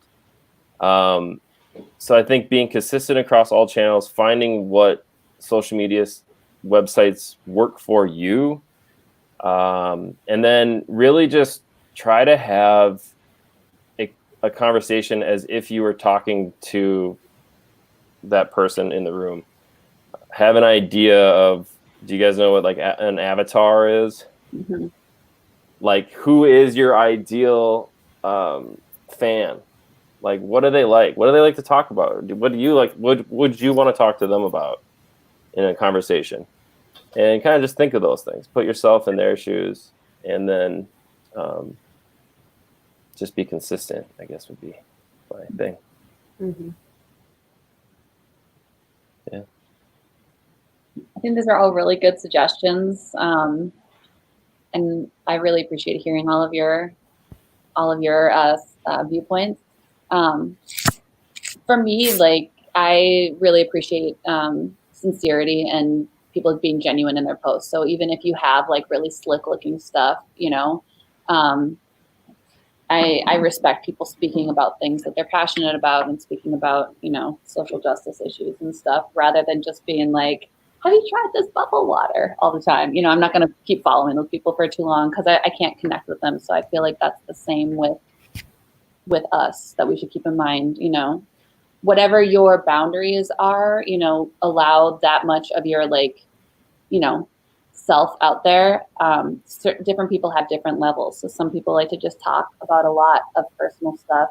And then I do think, like, especially like, I'm a millennial, but like people that are like millennials and younger, like, I think that it's good to be conscientious and aware of how much, where that boundary is, how much you want to share as well. Mm-hmm. I'm definitely somebody who, I wouldn't say I overshare on the internet, because I overshare a lot in real life too, but not to an uncomfortable rate, I like to think anyway. I'm definitely open and honest with people though, and I know that different platforms have different audiences for sure. Like, I agree with Facebook is really good for announcements. It's really good for event pages. That's the only reason I have Facebook anymore, is just to like promote things that I know a wide audience are going to see. Or on the other hand, more of like the leisure social media apps for me are like Twitter and Instagram. And I would say that I love them and I can connect with different people for different reasons. Like on Instagram, I use that as a platform to like find musicians and small businesses and organizations to work with. So that's like a great point, because it's almost like a website where you can showcase all of your work. Mm-hmm. You know, if you're a visual artist or like film or like photographer, it's really good to showcase your visuals, and that once again with the brand, because it's only images. And then Twitter is like really good to have those little communications and just I don't know, build community that way, even though I know it's somewhat superficial, but it's currently what we have to do right now too. So, you know, social media and live things are really important. But yeah, I think that like however you reflect online should how you should reflect in person. But then there is a thing to say that, like, I don't know, as long as you're genuine, but you can really build yourself up online. As long as you're genuine and you have like maybe like a physical appearance that's like really, really fun. You're not going to dress like that all day in real life, but maybe you do. So fuck it, like do that. I don't know, like a lot of my goth friends, they're like hella goth, and they're hella goth in real life and online. And I think that the internet can be a fun place to showcase that without totally disrepresenting, is that a word? Your image. It is now. Yeah. Thanks for your support. I don't know. But I'm definitely like, I try to be very clear about how I am in real life versus how I am in online. Yes. So I don't know. I think I represent myself well, and I think that other people that I follow, I can tell when they're being disingenuous. And that's also important to me too. Yeah, like I unfollow people all the time. I'm just like, why are you promoting this thing? Not great. Mm-hmm. But I'm also definitely very, very into high quality content, high quality, genuine content. But that just comes from a background of branding. So obviously why we're here. Right. Totally. Oh, and I'm sensing like just some values on social media that are kind of controversial, just even within this conversation. Like you can be genuine, or it can be just a sounding board for things you want to promote. Mm-hmm. And a lot of musicians, I know I didn't dive into like an introduction for myself because I was just so excited to get started. It's been so long since I've talked with anybody about music and marketing it. So I'm just really excited that you're all here today. But I work for the Minnesota Music Coalition as the mentorship program coordinator, connecting different musicians, as well as being a musician myself. And a lot of performers and artists and musicians always ask about like, how do I use social media correctly? And once they are using social media correctly, how do I balance it within my life? Because it can get to be a full-time job if you let it. Mm-hmm. And so an additional question I have for you on harnessing social media and different technology is, once you start getting into all of these different platforms and maybe using it in a variety of ways, like how are you managing it? So I think it's, well, what I've learned is treat it like you wanted to be good at your job. Say you had a job or you were in school, you got to have a schedule. You got to have priorities, or else you're just going to be like, scrolling on all 4, 5, 6 of your social medias endlessly. You're going to like wonder what to post. So like as far as a schedule for utilizing social media, every time you got a show, okay, make it a priority to promote the show by at least posting the flyer once on a certain day, a picture from the show, or some kind of post of an update about future projects or projects that are coming out soon or that are out. Yeah, just like having some kind of set schedule of the things that are going to happen. You got to post about it. You got to reach your audience. Your audience wants to know, what are you up to? What's these little things that kind of give a glimpse of your own personal lifestyle. They like you as an artist, and then they're intrigued by who you are as a person. So I would say to harness it without, letting it become, a double-edged sword by using it too much. Just make priorities, make a schedule of how you're going to utilize your business. Definitely. So, Thomas, I have a question. Like, do you think that there's a certain amount of posting that is like the right amount? I believe it's different for every level. Like, there is some people who are like, for example, on both sides of the spectrum, just larger than life artists.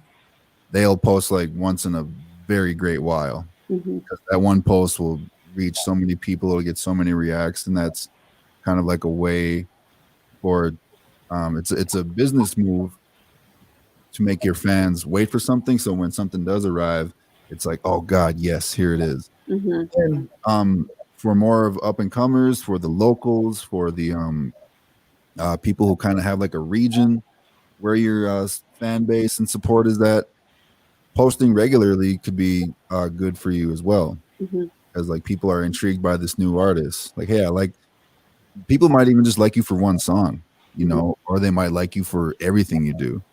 So, okay, so I'm a hip hop artist. So for musicians, yeah, a good amount of your posting has to be music wise, but then throw a little bit of, a glimpse of your personal life of who you are in there. So it's different.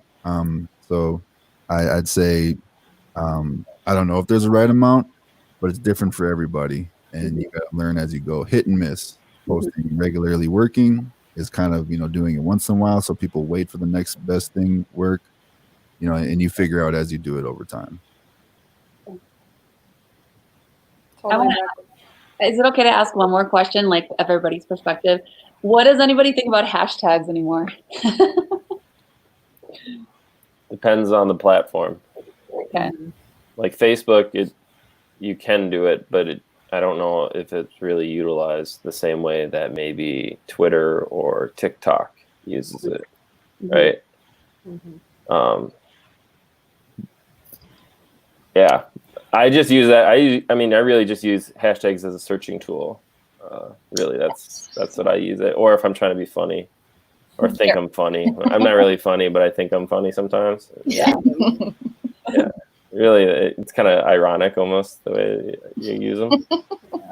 As long as you think you're funny, that's all that matters. I guess. Right? I make myself laugh and I chuckle.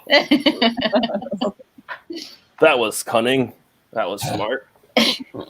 No, but I have to agree with Drew as well, that hashtags as a searching tool, or if you want other people to search for your hashtag, if you're hashtagging something, like going back to like creating that community kind of aspect, like I'm looking for people that are goth, so hashtag goth on this post, so that kind of thing. Yeah, I think the big thing with like balancing what Thomas was saying is there's a lot of tools out there that can help you do this too. Yeah. You could spend every month 2 hours on the first Monday of the month batching out posts and just have them automatically be sent out on your behalf.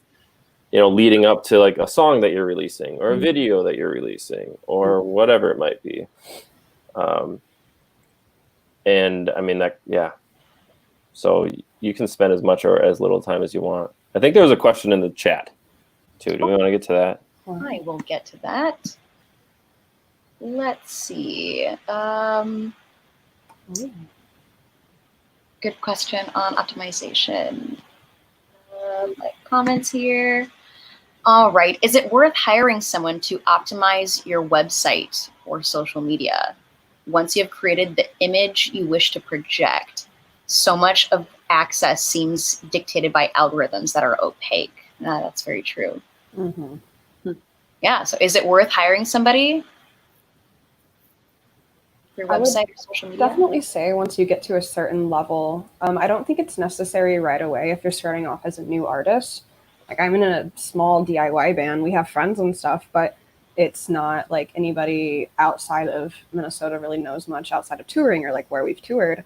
But as far as optimizing website and social media, SEO and like Google ads are important, but I don't think they're important at a smaller level. I think it gets important when you really start pushing that if it's your career, and you have already kind of created a following, because, optimizing and SEO and stuff like that, it costs money to hire somebody. So you have to look at it as if this is an investment you're willing to make, because it's not going to just be for a month. This is going to be ongoing, and it's going to be, targeting what you are looking at and what you want to achieve. And you'll be looking at statistics all the time to see who is going to your pages, what kind of people are going to your pages. Are they buying things? Are you downloading your music? What are they doing? So it really feels unnecessary unless you are a larger artist. And I guess that's kind of hard to dictate where that is. So if anybody wants to touch on that, like the kind of artist or how big of an artist you are, I suppose. Awesome. Yeah, I'm just scrolling here as well. I missed some of the questions as I was listening to everyone. I did also want to ask here, someone had a question about when dealing with social media, is there an issue considering how people are going to book you if you have maybe controversial topics, or worrying about like when you do take a stand on social media, or even with your brand, like worrying about being booked? Is that something that you've discussed with helping artists at all? Definitely. The answer is yes. Depending on, your genre of music you do, that right there will already start to narrow who's going to book you based on what kind of music you do or whatever your type of performance is. So I guess, that's a very personal decision you got to make with yourself. Am I going to hold back on personal views to try and to improve my business with my brand, or do I stay, true to myself and, be open about my personal views whenever I feel like it, and, knowing I might sacrifice some potential business. And, that's, I guess that at any level, it's a sacrifice. For some people, you could lose thousands. For some people, millions. For if you're on a growing level or a local level or regional level, it could be a double-edged sword. I'm speaking from personal experience. Some people will chastise you for those views, and some people will really appreciate you being so open, and that might actually open up another lane for people that want to book you. Definitely. Yeah. Absolutely. Yeah, I don't think it can be everything for everyone. You know what I mean? And if you feel very strong about maybe a social issue, or that you think, apples are the best fruit, whatever it might be, like if you think that's what you stand for and that's what you want to let out there, then that's fine. But yeah, I just don't think you can be everything for everyone, and you shouldn't be. You'll never get anywhere that way. Right. I think that it's really like, from my perspective, is that I think it's really important to be honest about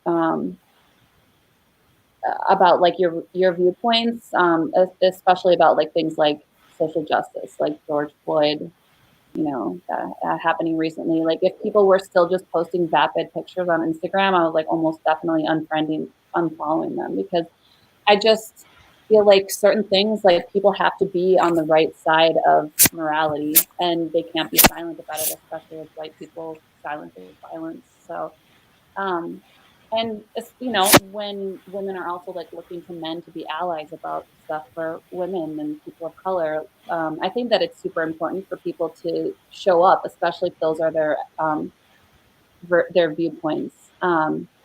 You don't have to share every single aspect of your life, but I do think that, especially the larger you're following, that you have like an ethical obligation. I know not everybody agrees with me, but that's just how I feel.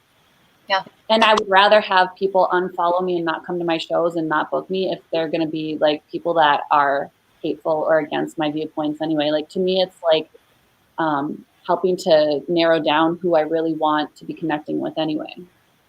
Absolutely. Definitely. Yeah.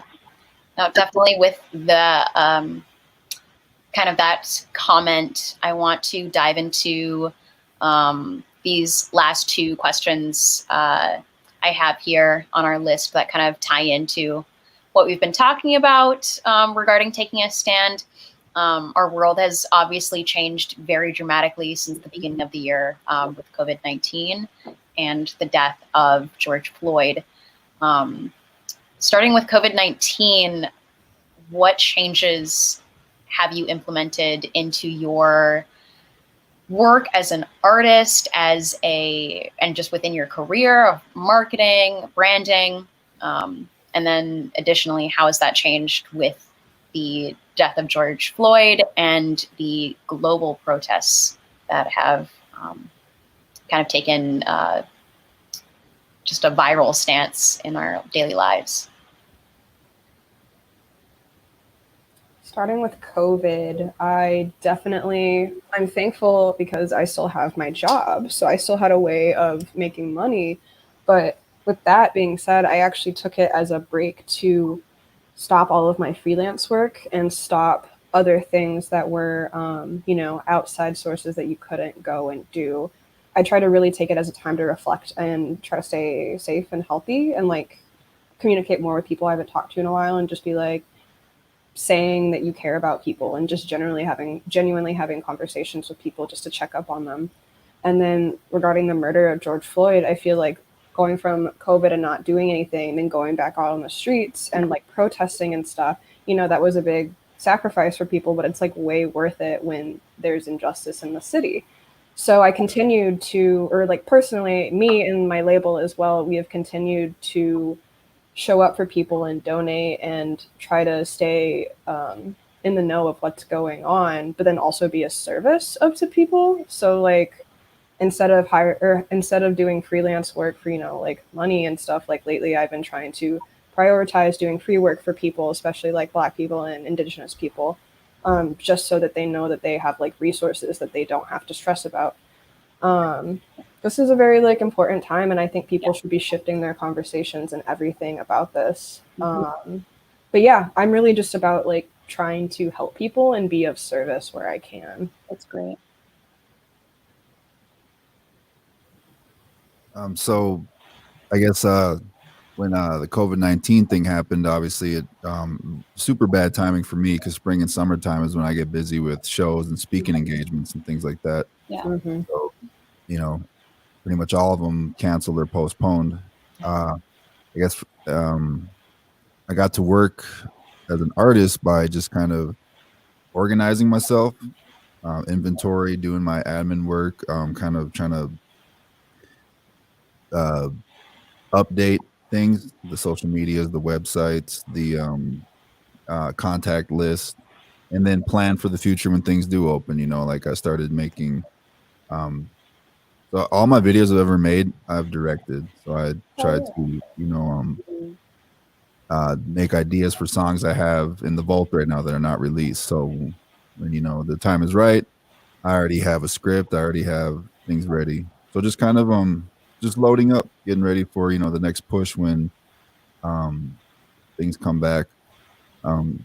With everything that's happened since the murder of George Floyd, it's I went through a lot of emotions, and then I felt those emotions, and I eventually came to a point where I was talking with one of my spiritual advisors because I have a family and a full-time job. So as bad as I wanted to be down there, because I had a lot of Ojibwe and Dakota friends, protecting businesses and things like that, indigenous-owned businesses, I wanted to help, and I was torn. And then my spiritual advisor told me, he's like, you could protest at home by making positive change in your community. You could protest the flaws of your environment by just going out and making positive change. That is also a form of protest. So I just tried to do something positive in my own community. And that was, I guess that kind of was a way for me to fill that void I was feeling. So, and I think because of that, that gave me a little bit of energy to get artistic as well. Oh yeah. We have about 4 minutes left here. So while we're on this topic, I want to kind of tie in with everything that's going on. What can you recommend to artists right now regarding branding, regarding how much they should be posting or using social media on top of what's going on in our world right now? What can you recommend next steps being for emerging artists, especially? So I'm seeing a lot of comments as well. Yeah. Regarding emerging artists. I think, again, I think it's important to use your voice to be on the right side of justice and to post about that and to share resources.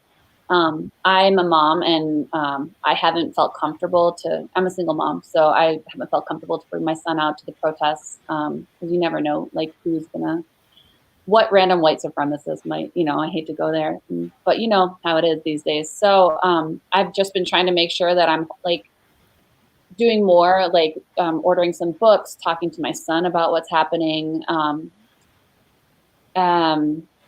and signing petitions, donating, things like that. I think there's lots of ways to use your power and especially your privilege to make more happen. And I was really excited about the question that, considering the lack of Black artist representation in the music industry, how can you personally and others in the industry work towards solving this issue? So I've had some thoughts about this that I wanted to do.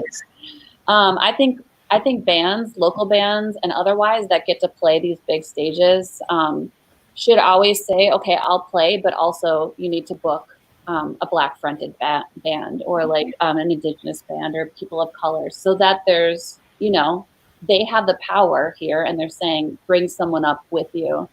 I think that venues should be held to a really high standard of accountability and should be transparent about how many Black people, people of color, trans people, women they're booking. And I think that big corporations like Spotify, Facebook should be increasing and changing their algorithms so that more Black and people of color, trans people can show up in people's searches. Yeah, I think that's a really cool idea. Saying hey, let's get diversity within this bill or whatever it might be. I think that makes a lot of sense. Right. And piggyback on what Thomas said, 100% correct. It's if you can't physically be there, it's not just in one block in Minneapolis. It's a worldwide, nationwide thing. Yeah. Absolutely. So look in your local community, be helpful, be nice. Whatever skills and tools that you have, see how other people can utilize them. Right. Right. And if you don't have all the money in the world, that's okay too. Barter. If you are a songwriter and you want to help a minority-owned business or something like that, maybe come up with music for their ad or vice versa. There's different ways to do that. to help people too. So it's not always necessarily money, but it could be volunteering too, time. For sure. Absolutely. And we've got some great comments coming through too, saying constantly asking who's not in the room. It's a question we should always be asking ourselves to, just constantly address ourselves and question, are we being truly welcoming for all people? Love that. Yeah, that's awesome. Well, we are at 12:20, the time that we are supposed to end at. So even though I'd love to continue this conversation all day, it's been a pleasure talking with everyone today. Thank you so much, Alexis, Christine, Thomas, Drew, for joining today and talking about art and branding and music, and just being a part of the music community here and really helping it to flourish and grow. Any final comments from anyone? It was really fun. Nice to meet you guys. Yeah, it's nice meeting all of you. And thanks. Really wonderful. You too. Keep the conversation going, everyone. Yes. Thank you, everyone, for watching. This has been the Minnesota Music Summit's art and branding panel. Stick around for the rest of the day for many other incredible panelists and conversations and performances. Thank you. Bye.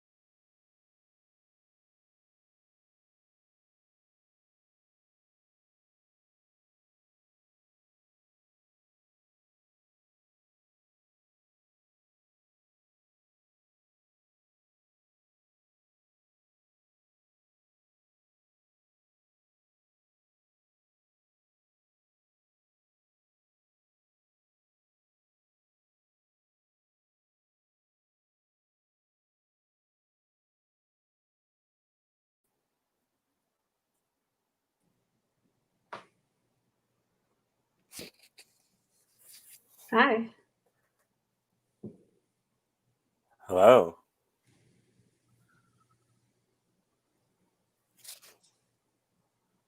Hi, Scott. Can't hear you, Scott. Hi, Steve. Hi, Ewa. Hi. Hi, everyone. Hello. Hello.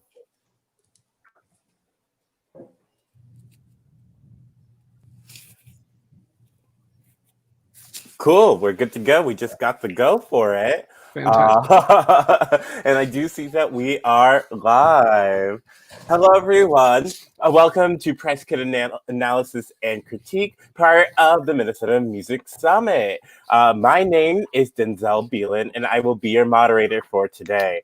I'm just going to turn on my light real quick because it is a cloudy day, and I'm getting a little bit washed out. And there we go here. And just a little bit about me, I serve as the Art Towns ambassador for Minnesota Public Radio News, and I also am the newsroom coordinator there. Outside of that, I'm a performer in my own right. I perform at the Brave New Workshop in downtown Minneapolis, and I write for a magazine called Off Magazine, which is based in New York City.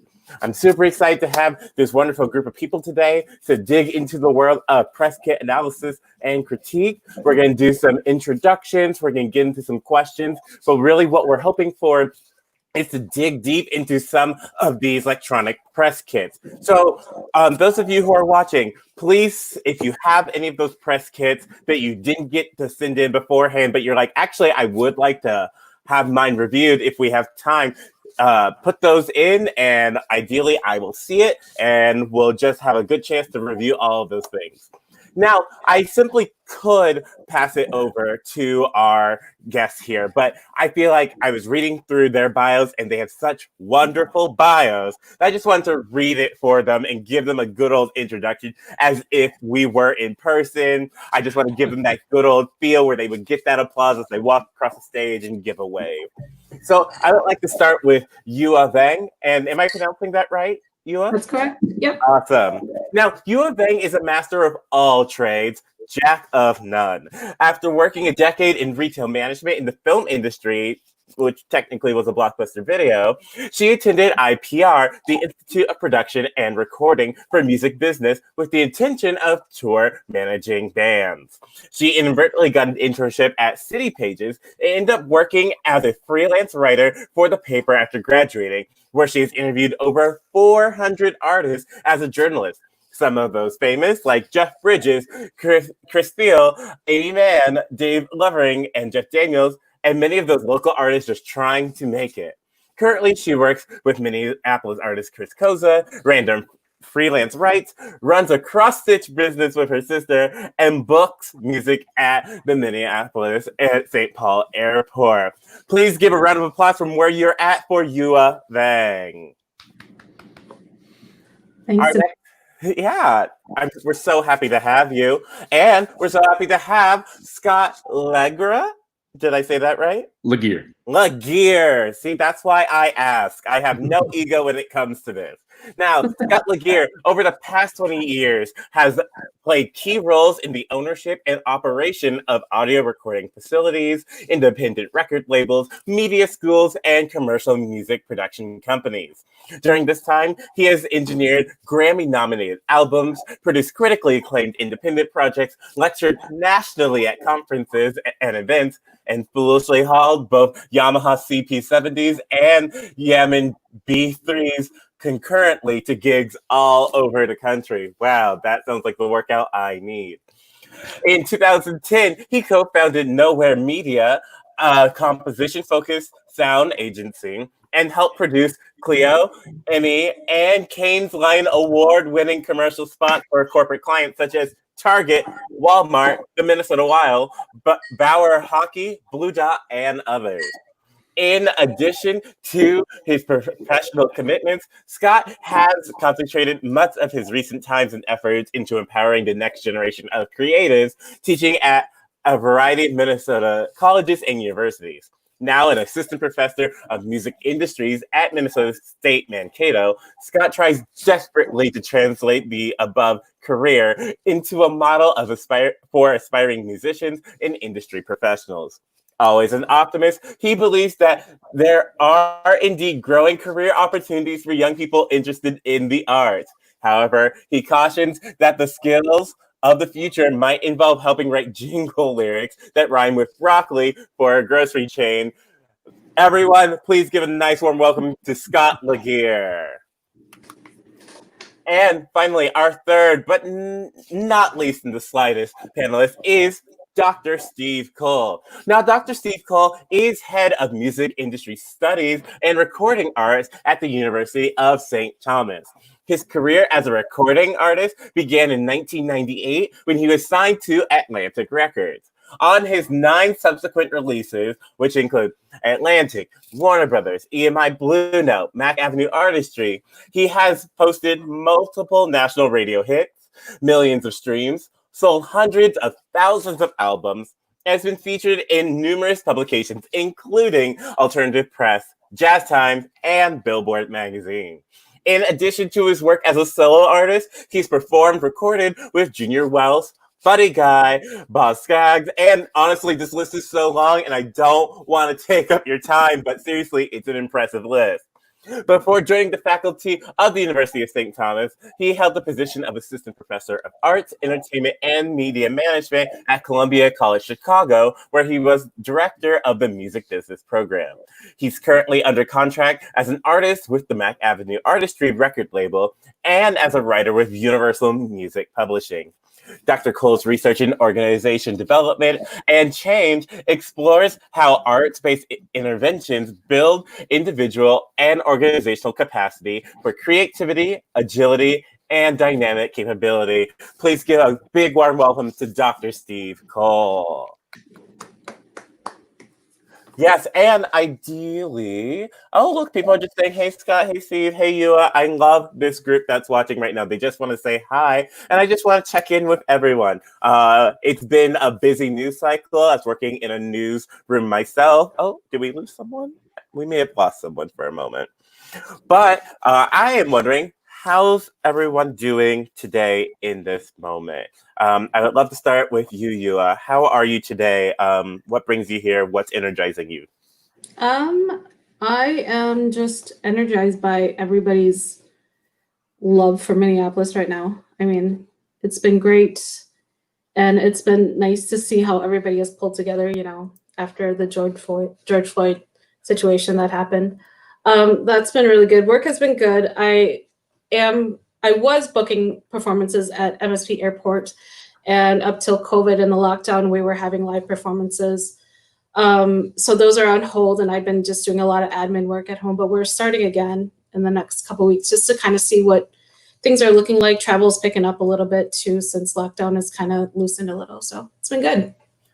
Good. I'm very happy to hear that. I'm happy that things are sort of gearing back up. Now, yes. Scott, how are you? What's kicking around in your mind? How's life changed?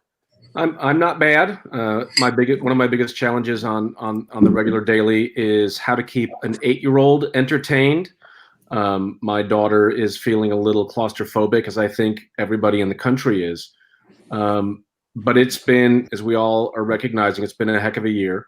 I've joked that it's a year to remember, and someone then yells, "It's a year I'd like to forget."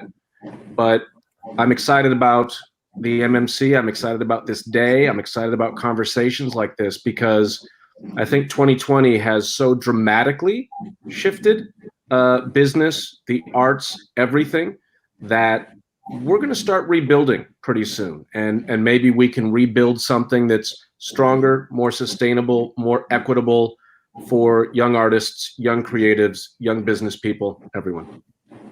Wonderful. That is super inspiring. As a young artist myself, who definitely faced some displacement from the COVID situation, as one can call it, it's a very complex thing. The fact that that hope is there is really just inspiring. Now, Dr. Cole, we are just checking in. How are you? What's inspiring you? How has life changed with all the wonderful things that have been happening and not so wonderful things that have been happening in the past few months? Yeah, it's just Steve. I can't cure anything. maybe an existential crisis, here and there. But so yeah, it's obviously a really interesting time for everyone. Lots of things that are going to be fundamentally life changing and that are going to endure. Certain things that are temporary, but I'm kind of on the same page with Scott, probably because we talk to each other a lot. But the thing that I keep my eye out for, and the things that have been inspiring me, are just the incredible amounts of innovation and entrepreneurship that artists are using and leveraging every day. I think that we've been faced with constraints that we simply don't normally have in life. The idea that we wouldn't be able to be in a social situation, or that people wouldn't be able to be in a room with one another, was just unforeseeable and unfathomable. And yet here we are. Hi, I'm a box on a screen now, and not sitting behind a table. But those constraints bring out the genius in artists. And I think some of the things that we see happening, some of the innovation that's happening with artists, I don't think that's going to go away when things get back to whatever normal is after this. I think we're learning so much about what we're capable of, and I really do think that some of the constraints that we're working under the auspices of are bringing out the genius in artists. So again, I'm a kind of a silver linings person, and so I'm just kind of in that space right now. It's a good space to be in, Scott. Steve, the first name, I just want to make sure I'm respecting everyone, and anyone who spent that much time getting a doctorate. I love saying doctor everything. To the chagrin of everyone. So we're here to talk about electronic press kits, press analysis and critiques. And I thought just a really simple question that any one of you could answer. Just like baseline, what is a press kit? Because I know it's one of those things that you hear and you're like, I gotta have it. And the first thing that I know as a young artist I would do is I'm trying to Google it and be like, 800 million things will pop up and I'm lost. So what is a press kit? I would say a press kit is something that is, I don't know if condense is the right word, but it contains everything that a publicist or a journalist, a booking agent, a talent buyer is going to need, that you don't have to, go to the website. You don't have to Google to find. It's all just living in one place. So when you're like, hey, here's all my stuff, nobody has to research anything about you. Yeah, there it is. I mean, it's, oh, go ahead. Oh no, I was just going to say, I completely agree. The thing that's interesting to me about a press kit or an EPK, or whatever format that takes, that what it is and what it's not. So that's what it's not is a website, right? It's right. It's a business to business platform. So it is going to be, it contain a lot of the same things that a website would contain, where you're kind of fan and public facing, but it's, in terms of the format, in terms of some of the content, I think it's, important to note that it is a kind of business facing platform. So, what all of those kind of stakeholders that you mentioned,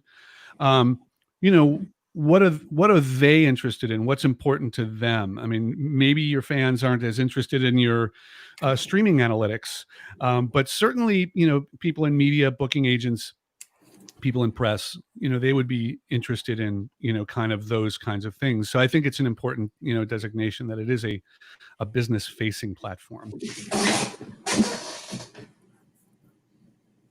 Excellent. And that leads brilliantly into the next thought. So you're saying it's this business-facing platform. We're trying to figure out what's important to them. What is that information? So what are those things? What are these necessary components of a press kit?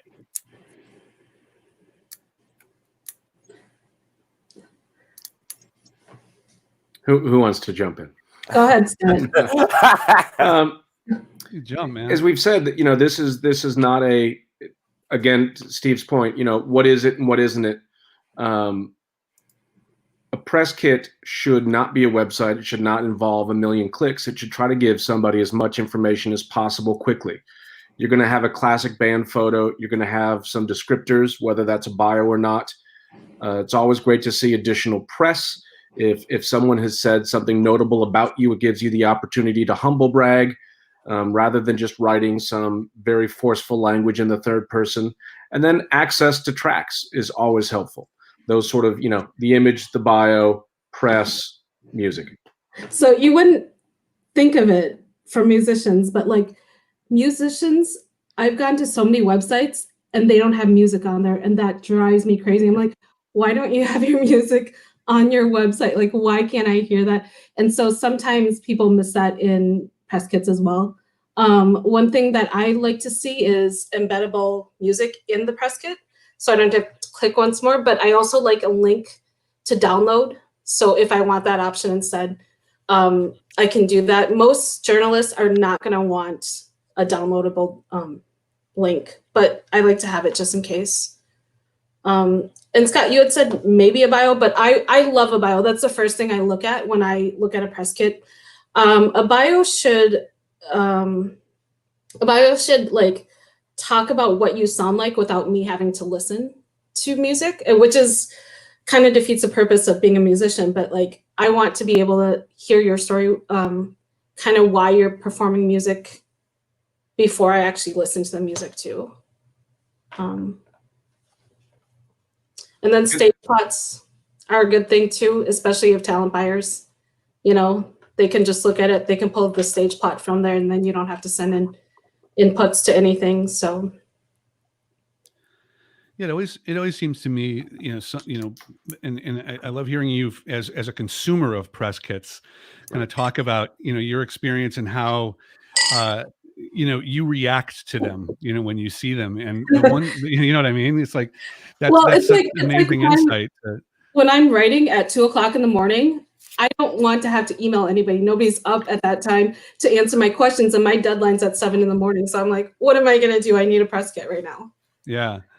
And making it easy for you, making it easy for the people who are consuming it. You probably don't want to figure out, do I have to like right mouse click, and am I going to drag this? Or, no, you want a link, or you want an embed code. You want enough bio, but not too much where you have to read too much of it because you want to, if you're interviewing someone, you want to save a little bit for the interview, right? You don't want, so yeah. And I think a lot of people think, I got to put everything in there, or they don't think that, they're putting enough in there. It's just kind of like, there's a sweet spot, right? Mm-hmm. There's a sweet spot. Can I ask a question on that for both you and Steve? I'm wondering, amidst everything that we're living through, I'm getting really tired of anyone telling me that they've got the greatest thing ever, the greatest app ever, the greatest record ever. And, we're now past 40,000 songs being uploaded to Spotify per day. My gut is that we need, or an artist might be better served today, being a little bit more personal, being a little bit more empathetic, being a little bit, hewing to that honesty thing, rather than, someone lands on a press kit or, gets a press release. I kind of don't see a value in press releases from any local artists. This is not going to get picked up by the Associated Press. Do you feel the same way, Yua? Well, coming from a journalist aspect, what I like is when people write to me, they usually know what I'm writing about, because I write about local music a lot. So if you're like, I have an album and I covered album releases, they'd send me album releases. But if you sent me something else that had nothing to do with it, I probably would never open up your press kit, your email. And I think that goes back to, so Spotify's been doing this thing where, like, if you like a musician, it recommends another musician. And we all know in music that we are more apt to listen to something that's familiar, or we're listening to something that somebody recommended that we know. So that helps with Spotify. But gosh, what was my response to that. Sorry. So, I mean, if you're pitching to the right person, somebody will open it. But if you're just pitching blindly, just be aware that you're going to get a lot less responses with that. And yeah, that's my take on it. So. What are the? I feel like we're just all interviewing you, which is But is it okay? Would it be all right if I asked a question? Yeah. So I kind of hear what Scott is saying. I think it's kind of along the lines of the very popular now and famous TED Talk by Simon Sinek and all of his work about people don't buy what you do, they buy why you do it. Right. And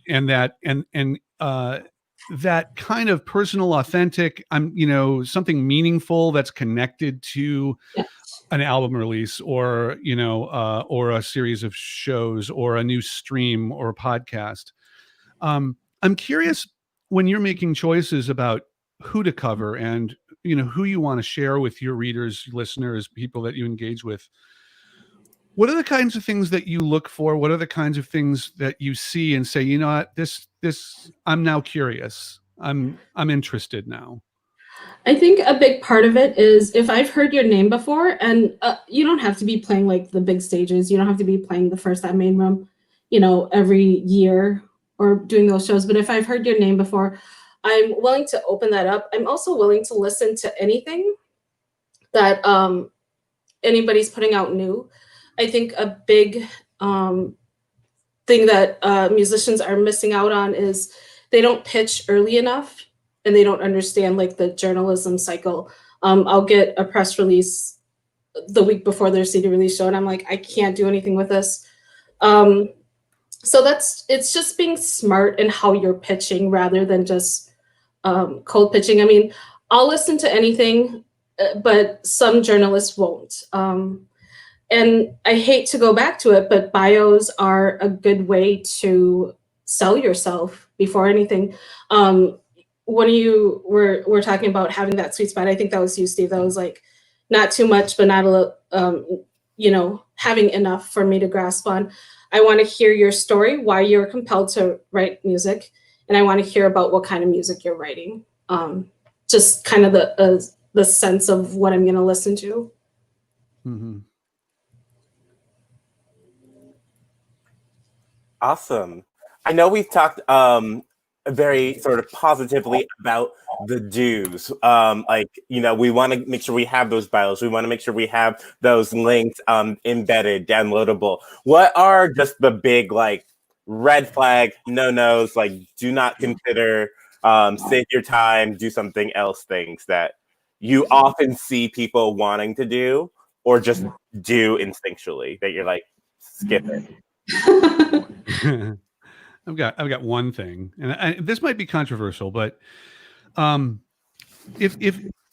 I when I see EPKs or even websites, and the first thing I notice is this was created on fill in the blank, I kind of know that you're using the basic kind of free template that is kind of unremarkable, and you may have all the stuff in there, but it's just like I'm just so distracted by the branding of the website you're using and I also am thinking it's like, come on, invest a little bit more, think a little bit more, make it a little bit more special, put some personality into it, make it your own. There's so many things that people might read in if you're just like, get rid of the branding, maybe pay the $9.95 a month. And do it right, so you can get the ease of use, so you can populate it the right way, so you can be consistent with your brand and your narrative, and that you can even make it consistent with your website and your other socials and other streaming platforms, so there's continuity in narrative and look and feel. And it also just shows, hey, these people are serious about what they're doing. Not that people who don't aren't, but I think that maybe we don't realize what might be construed by, your website or your EPK popping up with, the brand name of your free website app, Yeah. And on that, having taught now, I think for 20 years, I've heard the refrain from young artists saying, "Oh my gosh, there's too much to do now." Right? I need to understand how to make my art, but now I need to sell it. I need to understand streaming. I need to be my own producer. I need to be my own publishing company. I need to get into soft goods and have merch.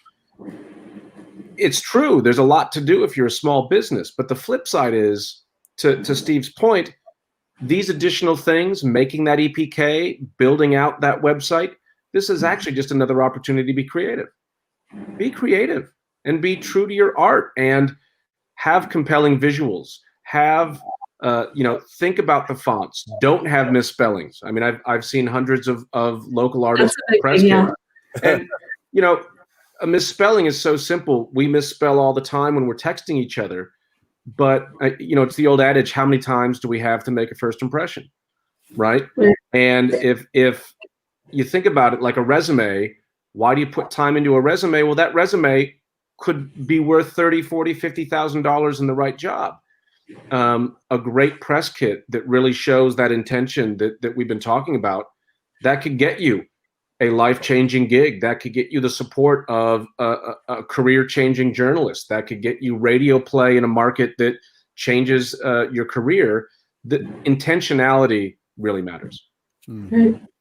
So one thing, to answer your question, Denzel, one thing that that's a big no-no for me is so what catches my eye first is a bio, and then I listen to the music after that. A big no-no for me is just to have bad recordings of the songs. If you're releasing stuff, to kind of touch on what Steve is saying, Scott is saying, is I always like to have a second set of eyes looking at the website to catch typos, to be like, hey, what's compelling in this press kit? What is going to draw you in?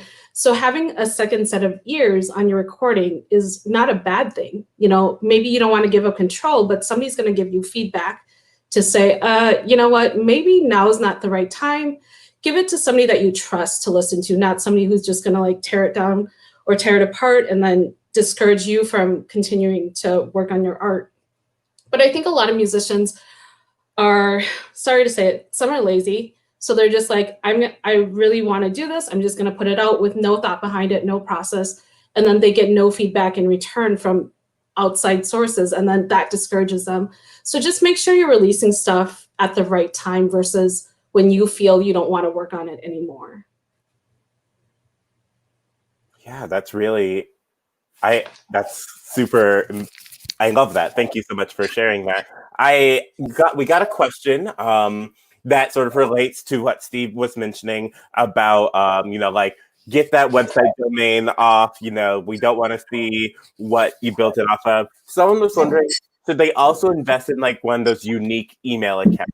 Like, is this, or does having like, your band at gmail.com, is that the wrong impression? Of course, I want to hear you weigh in on this.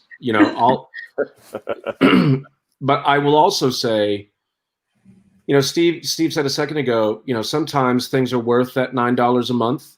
And I would say, if you're building a creative career, you want to own your own domain name. And I'd much rather email you at yourname.com rather than BigDaddy22 at Yahoo. Right? I mean, sure, band name at Gmail, that's not bad. That's not inherently a turnoff. But when you can afford to be able to take that ownership of your brand, it increases search engine optimization in the long run. There's so many things that you could do. You want to own that domain at some point. I mean, if your band gets famous, you want people to be able to land on your band domain, not your band /Wix /Weebly or whatever it might be. Awesome. I guess the short answer for me would be, it doesn't turn me off, but when I see at so-and-so at artistname.com is better. So I'll answer to whatever people will respond back to me with. That's all. I like that. If you're emailing you as a very nice person to email. It's what we are. I'm actually not. I'm kidding. I know. You're like, I'll listen to everything, and then immediately no. I don't say I like it. I'll just listen to it. That is fair. That's fair. Got to give everyone a shot, and hopefully you don't blow it. We did have another question from our audience. Should all albums or songs be included on the EPK, or is it better to just push the most recent release? Most recent. For me. Go ahead, Steve. Oh, no, I'm sorry. I missed what you said, actually. I think you have said most recent. I would have to agree. Yeah, have your track list and just asterisk the ones that you think are your singles. So. Yeah, kind of the overarching theme, ease of use, right? Mm-hmm. If it, it was really easy when we had, only 150 channels. Now that we have, 7,000 channels, it's really difficult to figure out what to watch. Same thing with your playlists on your EPK. Put your best foot forward. Maybe provide links to your streaming platform. So if someone's curious to go deep into your catalog, they can do that. But make it easy and put your most whatever it is that you feel really represents who you are, and that a lot of that is usually the most recent stuff, the best most recent stuff, hopefully.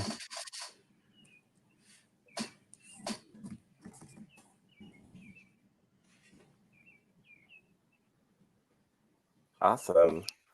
All right. We do have another question that just popped in. What service to share unreleased songs with? One thing that I've always appreciated is when an artist simply uses a hidden link on their website. And so you basically create another page on your website. Don't, activate any button to that. But that landing page has all of the content that we're talking about that could be in an EPK. I'm not going through shows and listen and bio. I can go to one place. It's all there. And I can click a button and it's an offloadable PDF. So your website would just have all that content in there. And are you saying no link, that should only be the link sent out, or would you want a tab in the top so it would be listen by EPK or? You could do that. Although if you're gonna, Yua had mentioned, and I've heard other journalists say that they do often appreciate having downloads, right? You listen when you go for a walk or whatever it might be. Some people might want to download music, or especially have the ability to download high res photos if they're going to be included in any print materials. So you might not want to advertise that this is your EPK where you're allowing downloadable content or something else, but you don't create a link. You don't create a button on the website to get to this page, right. But it's a page that hosts all of the content of an EPK in one place. I think the most for my benefit too, especially if a band is sending a advance release for an album, then it's not live on their website. So that's a benefit of the EPK. So you're not like, oh, here's music, but how are people going to access it if everybody can access it? Personally, so for my artists that I work with, I just use SoundCloud, because you can make those, and that's free, obviously, but those can be private links that people can stream still. Cool. Speaking of the different services, a question came in. You mentioned SoundCloud. Someone was wondering, would a Google Drive link be faster or easier or look clean for that matter? You know what? That's a good question. I mean, Google, Cloud, Dropbox, Box, the Microsoft products, they're all great. I know that, in different circles, like for music supervision, people like, to be able to, have, that kind of hierarchy. But I think that, embedding it in your EPK, kind of hosting it separately, in terms of, files and things like that, and just having downloadable links. It keeps you on brand, and it also is just, I think sometimes when you link to a different service, that's more of a hierarchical folder kind of cloud thing, you think you open yourself up potentially to some landmines. Like, did you actually grant the right permissions, and is the file still there, and did you by mistake copy a link that's allowing them to edit and not just download? And it's really easy to make a mistake because there's so many different things and so many different parameters that you can adjust on these on cloud services. And I can't tell you how many times I've maybe I'm just a little distracted at times, but downloaded the wrong link. Somebody, a band member or somebody who wants music, they get a link where they can edit. They grab everything off of the folder and drag it down to their desktop, and guess what? It's all gone. It's now not in the folder anymore. So as much as you can avoid the landmines, making sure that it's easy, it's quick, it makes sense, and you don't open yourself up to potential catastrophe. That would be my recommendation. I use Dropbox too, so I think if you want to avoid some of that stuff, Dropbox doesn't allow outward facing. They just allow people to download. So yeah. But there's also so I don't know, maybe I'm just really good at doing the wrong thing, but I've like toxic traits. Maybe that's why I became a musician. I've downloaded like Dropbox links, and because you can select share only or edit and share, or edit and download. I don't know. It could be just me, so I'm just speaking from experience. Well, I think all advice is good advice. So even if it's just you, you do matter in the conversation. Dr. Download here. Yeah. Something that I was thinking of in regards to electronic press kits and just sort of the industry as a whole, we're seeing so many rapid changes happening with even the past 5 years to the past year to like the current moment that we are in. Are there any things that maybe you are predicting will shift that you might want to like give us the heads up about? And it could be any process. It could be how we're building our EPKs, how we're distributing it. What are some things that you're like, I think this is going to be one of those helpful things, or what I'm looking forward to as we sort of get back into things, as you start looking to book more things? What are those things? Yes, Scott. One thing that I think is getting interesting. Well, first off, Steve, you said earlier in the conversation, as it relates to COVID and all the challenges that we're facing, some of the stop gaps that we're using now with live streams and all kinds of different experiences, many of those won't go away. I mean, I don't think, one thing we should acknowledge, we're never going back to March 1st, and that's how things would be. And I think in light of recent unrest in our state and our city, we should understand that we shouldn't go back to the way things were, right? But I think one thing that's interesting as it relates to branding and press, there's now 34% of American homes have a smart speaker or device, and almost any new car rolling off the lot now has voice control built into the car. You better have a pronounceable band name. And that plays into what's the strategy that you're going to use. You said earlier, I'm going to write about things that I've heard about before. Do you have a creative, clever, memorable band name that people talk about, that you're not going to forget, that has, speaks to who and what you are in some creative way? My daughter is growing up knowing that she can speak to the speaker and have music play. So you don't want your band name confused with other band names. And I've heard from a lot of label reps that this is actually a huge nightmare in back rooms as they try to figure out, if someone thinks they know how to pronounce it and they say it, what's the correction going to be? So voice control of listening is going to only increase in the coming years. So we should be prepared for it. That's one. There's a joke that says you should name your next single Alexa by that album. And then it'll just continue to play. I love that. You had said something about creating an industry that's more sustainable before. Like, what do you guys have in mind? Or I just feel like I've been writing about music for the last 10 years, but I slowed down on that. So I'm booking more, and I feel like I'm a little bit out of the loop with that kind of stuff. Like, what is changing, do you feel like we should be doing? Well, I think, Denzel was just saying, what's changed in the last 5 years versus the last year versus, holy crap, what something has happened during this call that we all need to catch up on, right? Right. I mean, like, even being an artist before this was not sustainable because musicians had to have day jobs, Right. Most of them. So Right. I think, this is almost too hallmarky, but we need community more than ever before. There's no way that tomorrow's next great talent sitting in his or her bedroom is going to figure this out by themselves. We need more systems like the Minnesota Music Coalition. We need more open sourced portals of information and learning. We need to find more ways to come together to really help each other.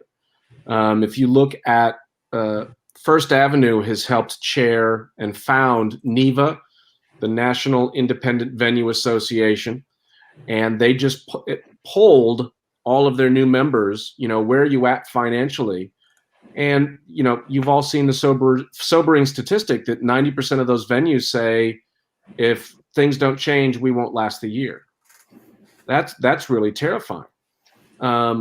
So how do I think whatever we do in the future, we need to have a much more intimate understanding that we're an ecosystem and that the artist is related to the press. I mean, for some of the people on the call today, someone like Yua isn't an asset that you're trying to convert.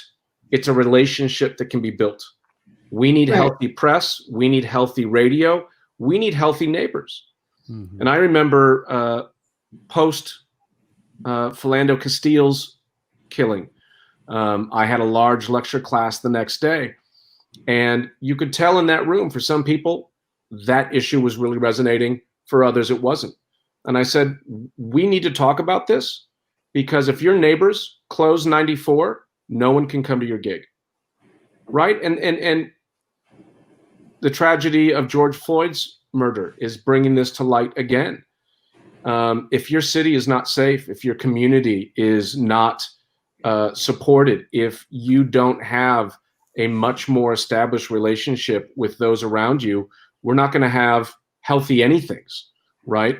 And I think, we could spend, a year trying to figure out how to solve the world's issues. But, how do we keep venues healthy? How do we keep record stores healthy? How do we all support each other?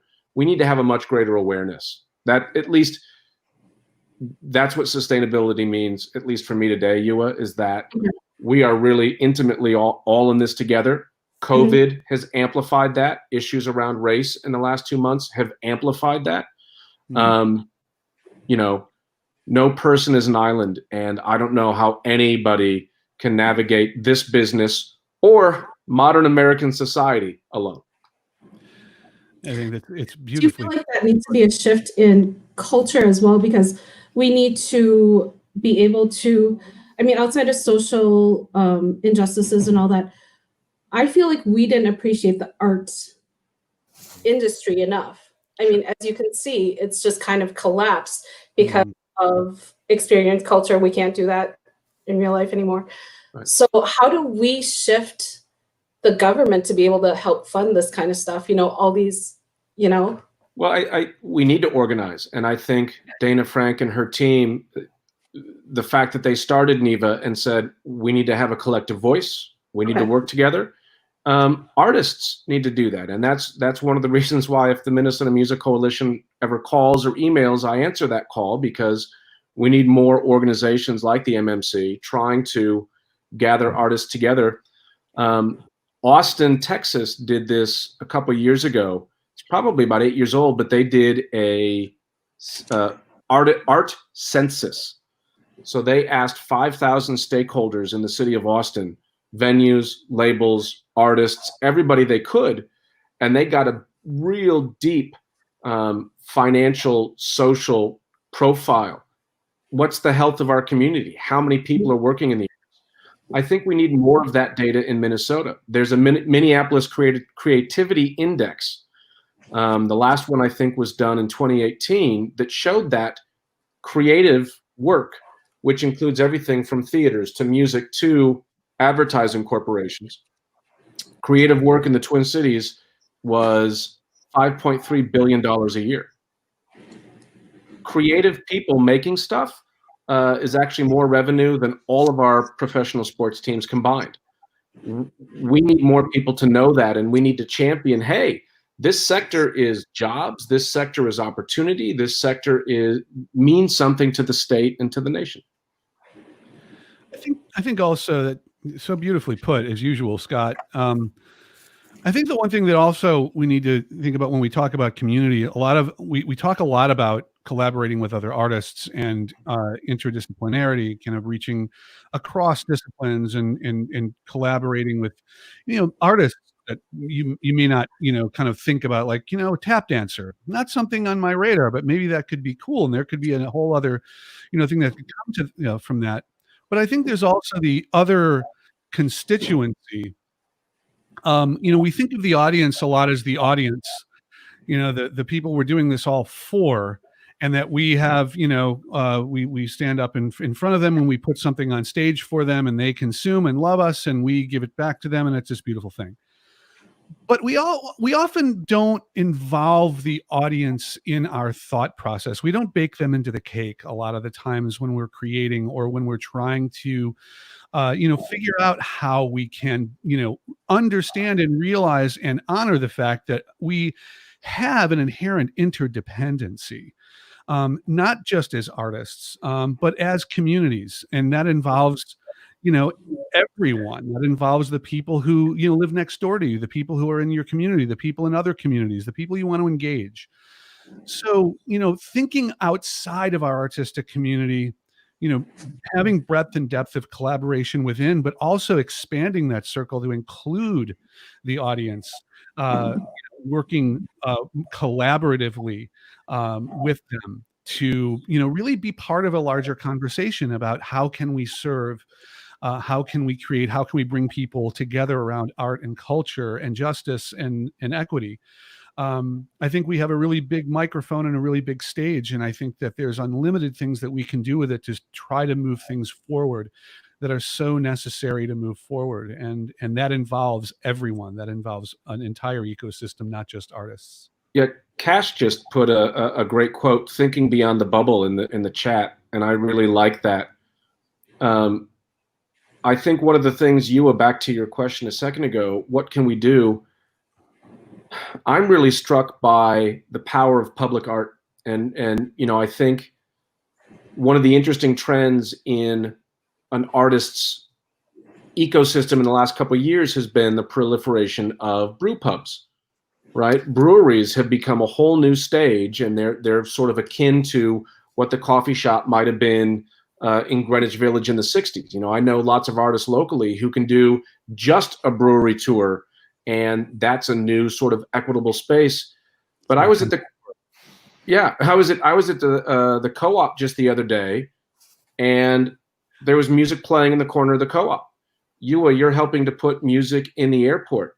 I think there's a tremendous opportunity to move music out of the bar at 1 a.m. and to get it into our communities where it's needed most. And There's been lots of examples in the past couple of weeks where people performing at 38th in Chicago to even small audiences might have a much bigger impact than if you sold out a stadium down the street. Now, there's obviously a financial disparity between having a full stadium and playing the grocery store, but I'm really excited to see how more and more painting and art and theater and all of those things can go deeper and further to impact more people, and also create more opportunities for previously marginalized artists to have a stage, right? I love First Avenue. I love the Dakota. I love so many of our hallowed venues in the Twin Cities. But we're finding through COVID that your front step can be a great venue, and that should be celebrated and to remind people how powerful and important music is. Would it be okay if I addressed one thing about back to the press and publicity thing? And it just, I think about it as all this conversation was going on, there's like a million, little synapses going on in my brain, which is why I love these panels. But in terms of kind of getting exposure, building engagement, finding audiences, we talked a lot about kind of the constraints are, breeding some kind of, innovation and genius in creatives. And the thing that's really interesting, and I'm hearing this a lot, which I think is really encouraging. We're not on the road right now, right? I mean, in certain states, they're kind of, putting their toe on the water in the water, but I mean, we're pretty much, not on stage, and we're not traveling, and we're not touring, and all of the infrastructure that goes with that. And I'm not talking about, clubs and things like that. And, I'm not for one second, saying that those are no longer going to be relevant. We need to fight tirelessly for their survival, all of us. But the infrastructure that goes with it, the gatekeepers, the promoters, the people who, kind of stand between an artist and the audience at times, because we place such a huge emphasis on touring. Well, they're on hiatus for a minute, and we now have kind of a whole reset with regard to what does it take to reach an audience? What does it take to promote? What does it take to engage? What does it take to build followership? Because now it's kind of like the internet is our venue. That's our venue. And there are fascinating and creative and incredible, ways to craft your show, your stream, your point of view, what you're about, what you're doing, how you're doing it, what's your creative process, how can you engage with people, and how can you get people to remark on what you're doing. And so I think that in terms of promotion, publicity, I think this is a really interesting time, because I think the people who you normally would say, well, they're the ones who are going to own this space now, this virtual space, are not owning that space. The people who may have been not, underrepresented on the live stage, or didn't have the relationships with booking agents, or didn't have the touring infrastructure, are now able to find significant audiences because the playing field is kind of leveled out.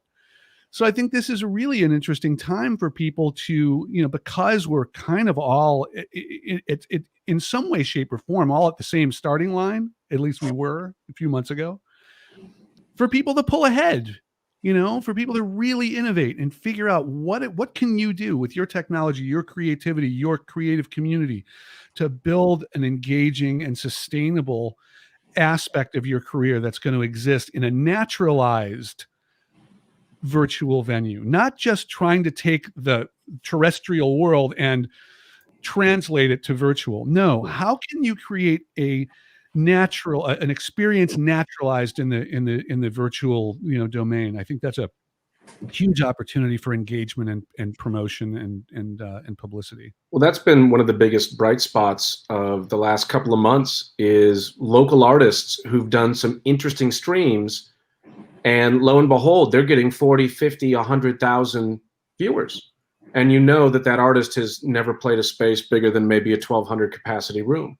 So there really is some excitement there. And Steve, I've written down the internet is the venue today, and you'll be sure that I'll be repeating that over and over and over again. I like that.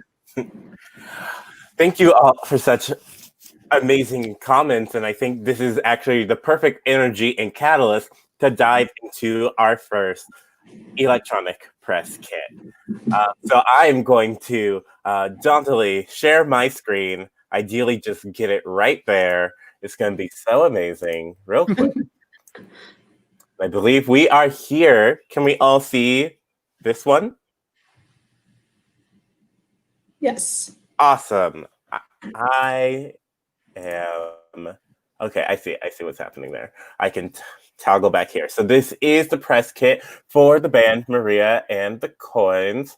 Fun personal fact: I went to college with these people, and I remember when they formed. So to see them with their press kit is really exciting for me. And I didn't plan it. It is just a small world that we have here. So I would like to just say right off the bat, what are we noticing just from this sort of top half? If you I clicked the link and this is what it got me. What's exciting you? What's cautioning us? Let's dive into our critique and go. I'll jump in real quick. There's a lot that I liked about this press kit, and I checked it out quickly before our call started. And all of the things that Steve and Yua have done a great job of pointing out are important. They're in here. And I also like that I land and boom, I can click here and get a PDF of it.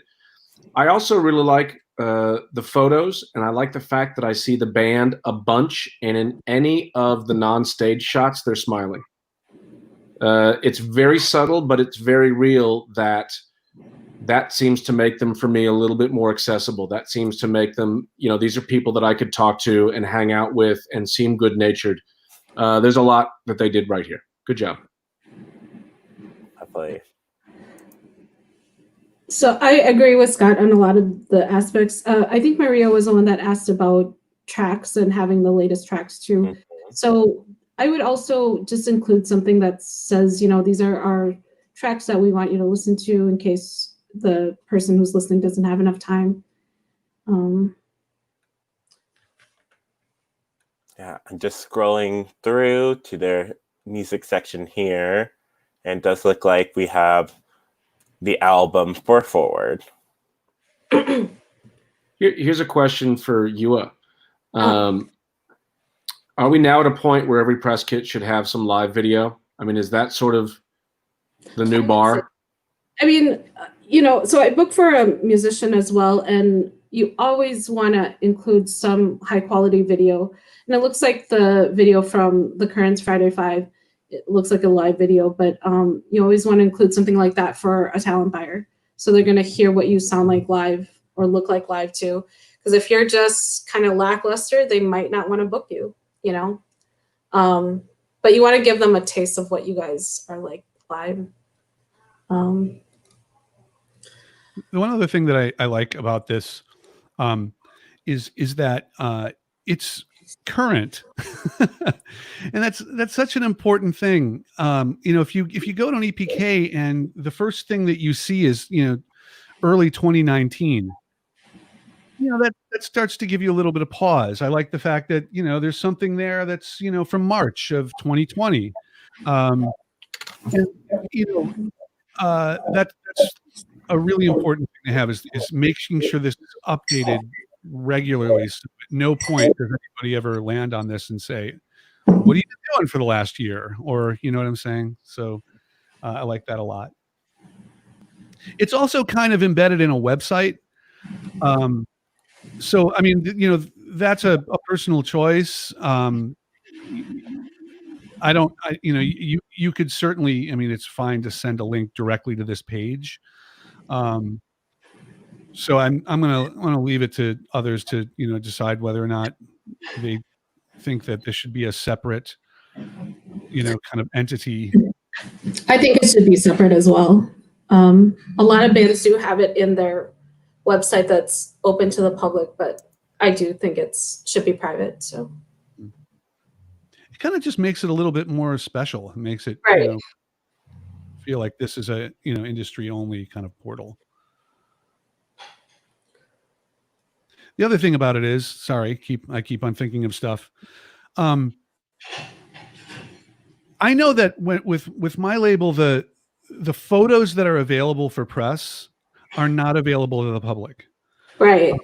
And I think that a lot of a lot of press like to have different collateral, not the stuff that's everywhere, but that Right. could be exclusive to and available only to a smaller kind of universe. So that's one of the dangers of having a public facing EPK, is that it, you know, it becomes all public, like anyone has access to this collateral. Right.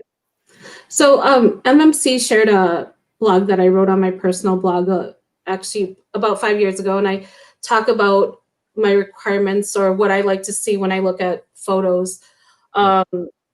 And I mean, the scrolling is great and fine on this website, but I didn't understand that that was where the press photos lived.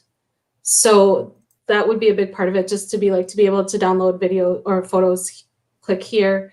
Press photos, I like vertical and also a horizontal. Most journalists are going to use a horizontal photo. Just be aware of that. It's rare that they're going to use vertical, just because it's always going to be at the header, and that doesn't fit right usually in a blog. So that's something that people didn't realize. This is the ninja level advice that we need from you, Vu. Good job. Yeah, because you get that piece of information, and then when you do your photo shoot, you're telling your photographer or friend or whoever that I need I need landscape exactly. shot. And always credit your photo as you save it or name it, band name underscore credit, and then just also the date or the year on there. Because if I'm looking for a photo, I could be like, oh, this was the most recent one. And credit is also great for journalists, because if they're at the top, I want to be able to credit the photographers. I've run into issues sometimes where I've used a photo that I wasn't allowed to, and I've gotten into trouble, so I've had to go back and change. So if I can credit the photographer, that's always great. Excellent. In reviewing this EPK, we did have a few questions that came in. One of which is, so we had mentioned that like seeing something current, fresh, that feels really nice. But if you had been taking a break and you still want to book, how do you craft your EPK without lying?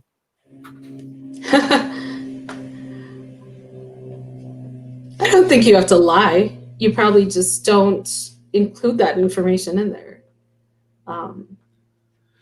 Yeah, or there could be something that you maybe it's just updating your bio and having making sure that that's current, or if you have a blog that you're writing that that you have access to, that make sure that your last blog post is within the last I don't know, make sure it says 2020 on it, certainly, but make sure it's current. So just ways to just make sure that when people land there, that they see that you're currently engaged. Some of the content, even if it's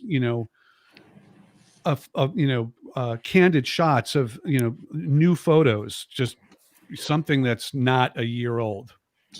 And honesty can go a long way on that. Your press kit is likely going to accompany an email, a pitch, a phone call, something, and you can probably explain. You're not going to just send out a press kit and somebody's like, "What's this?" Right. So there's a reason that you took a break. There's a reason that you're back performing, and those might be compelling elements. I mean, I think one thing that's been really exciting in the last couple of years is artists are being honest about, what are their streaming royalties. There are lots of bands now that will publish their royalty statements to say, hey, this is, here's what I'm really making, to start conversations, to drive fans to merch. There's a whole bunch of reasons to do it, but I think we serve all of our community better by being honest. Why are you gigging? Why are you back on the road? Why is there a new record? Why are you back from a hiatus? That could all be compelling for someone to hear. Wonderful. That's really great and powerful advice. We had another question. Would you have more than one EPK to cater to different audiences?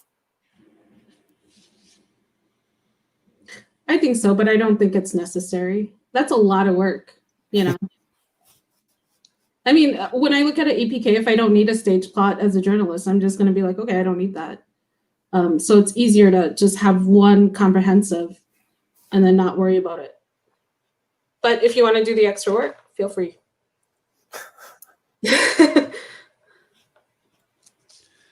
Yeah, I would tend to agree. I mean, and it all depends on what you mean by separate audiences. I mean, if you're a,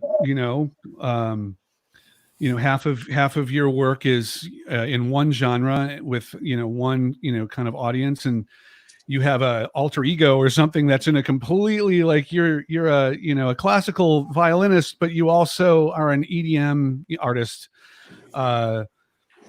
Maybe you would want different, profiles facing different audiences if it's that disparate, but that's the only situation where I would say that maybe you would want to do, completely separate platforms. Unless you're just talking about what you were, thinking that was, like more tech, more press, more bookers, more, that kind of thing.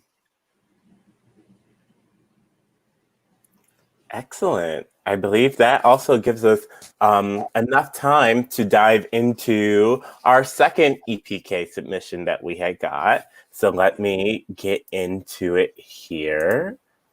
And oh no, I don't know. Both of them have the same name. I just need to pop in here real quick. It's the one with the space. And here we go. So we are looking at Alec, John, and the Sky Surfers. And I'll just take a little scroll down here real quick. Try not to go too fast. We've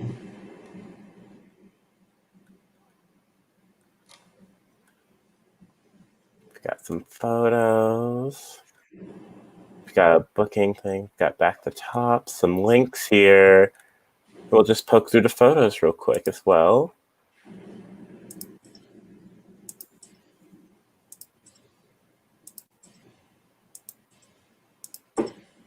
All right. So what are we thinking? What are we feeling? What are some initial impressions?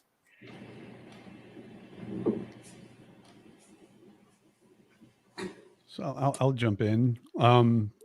So, it starts to approach the kind of content that is important to have. I think that the first thing that strikes me, of course, is I know which website you're using, because your EPK is really a big advertisement for Wix.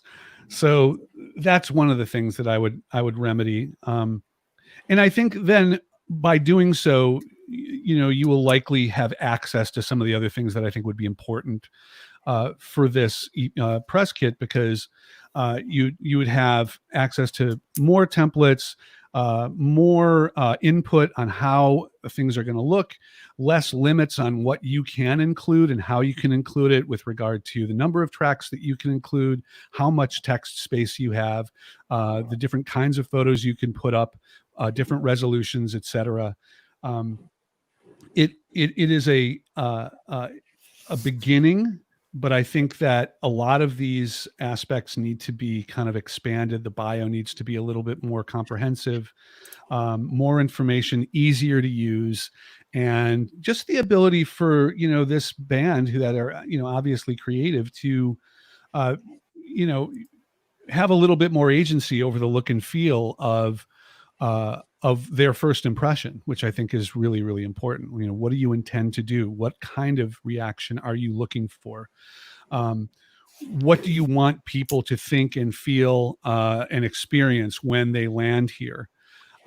Just having that intentionality and really thinking about what are you trying to accomplish, and then being able to have access to the tools to actually manifest that in your own voice and with your own narrative and your own kind of production values, and tell your story in a more compelling and comprehensive way. An angle I want to add to that, and this relates to any sort of band with aspirations of trying to launch and build on a career. A lot of my work in the last decade has been in music supervision. which means I'm actually aggressively going out and finding things and researching things. So I want anyone who's on the call to realize, you know, okay, we're not playing gigs right now. We're not doing a lot of things right now. Maybe I don't need to have this flushed out EPK yet. You might. Someone might be looking for you right now because they've been tasked to find something awesome from Michigan, or find something awesome from Minnesota, or from a region, or in a style. They find out about you through a streaming platform or something, and then they go to the website. People might be looking for you, and they do want as much comprehensive information as they can get. One thing I notice is that, or a common frustration for me when I've been searching for things, is if someone doesn't have a website, I don't know how to contact them.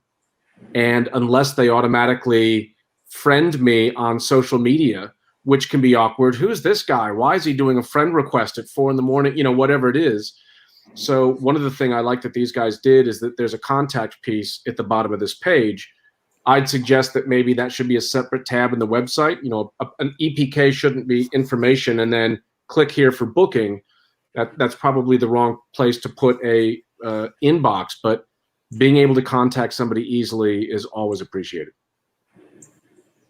One thing I just want to make sure I say, when you were talking about music supervision, and also to kind of loop back to kind of separate website for different, you know, audiences or different constituencies. I think, you know, placements, syncs are a thing that are really, you know, not out of the realm of possibility for independent bands. I mean, it's you know, it happens. It's a thing. So again, back to the ease of use. What are music supervisors looking for? They're looking for easily licensable. They want to make sure that, you know, they could very easily license this. They don't have to go to a million different people and get a bunch of, you know, different agreements. They also want to know what it is, what it sounds like, and instrumental version. And, you know, ability to put up your tracks with you know, stems. No lead vocal, background vocals only, vocal and background vocal only, band only. You know, if you want to have a website that's focused on a particular constituency that you want people to be able to link to, do that for music supervisors, and make sure your metadata is really, really solid, so everybody knows who the writers are, who owns the copyrights, how to license it, how to contact you, and that there's a band only track. There's, you know, you split those tracks out into component parts, because some music supervisors will only want the band only, you know, of this track, or they might want just band only and background vocals, but no lead vocal. So having that all available easily with descriptions, and also making sure that everybody knows how to license it. So, you know, just little yellow brick road to licensing your track. Yeah, and if there's, so in a more flushed out website, if there's a tab that has music, and then just any little asterisk that says stems and -1s available on request, just to echo Steve's point. So I like their logo and how it connects to what kind of music they perform as well. But the bio, I would flesh that out a little bit more. I want to know how you guys met. Why do you guys play music? Along with, you know, they described what kind of music they perform. But I think a lot of musicians just don't like writing. You can have a friend write something for you, or else look up bands that you like and read a really good bio. Look for bios from bands, find one that you really like, and kind of model it after that. I mean, it sounds bad to say that you're gonna take something else, but you're gonna also put your filter on it. So it's not like you're stealing somebody else's bio, and you're not, you know, you have to put your information in there.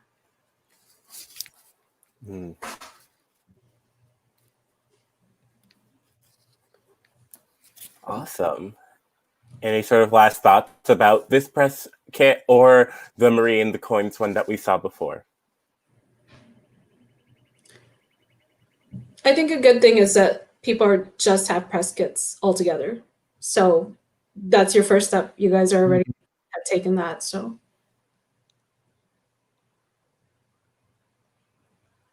I think if I was going to add anything, to echo, your last statement about, the logo is really cool. I mean, it starts out really strong, and kind of, if that's your thing, where is it throughout the rest of all of this? That continuity of the visual and kind of the consistency throughout, I think is important, and I think it's a really great start. But I think a lot of it, again, is just the limitations of what you're able to work with in this kind of level of this application.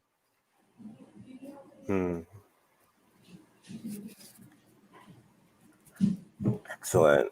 I'm gonna pop out of the sharing video for a moment, and with our remaining 5 minutes, I'm just like let's do a parting thoughts. Let's do some things that you're like takeaways that you either got, or you're like, if you just tuned in for these last 5 minutes because you had to go take care of a relative who was having dating drama, still want to know what are those things? What are things that you're like, please leave here remembering these things?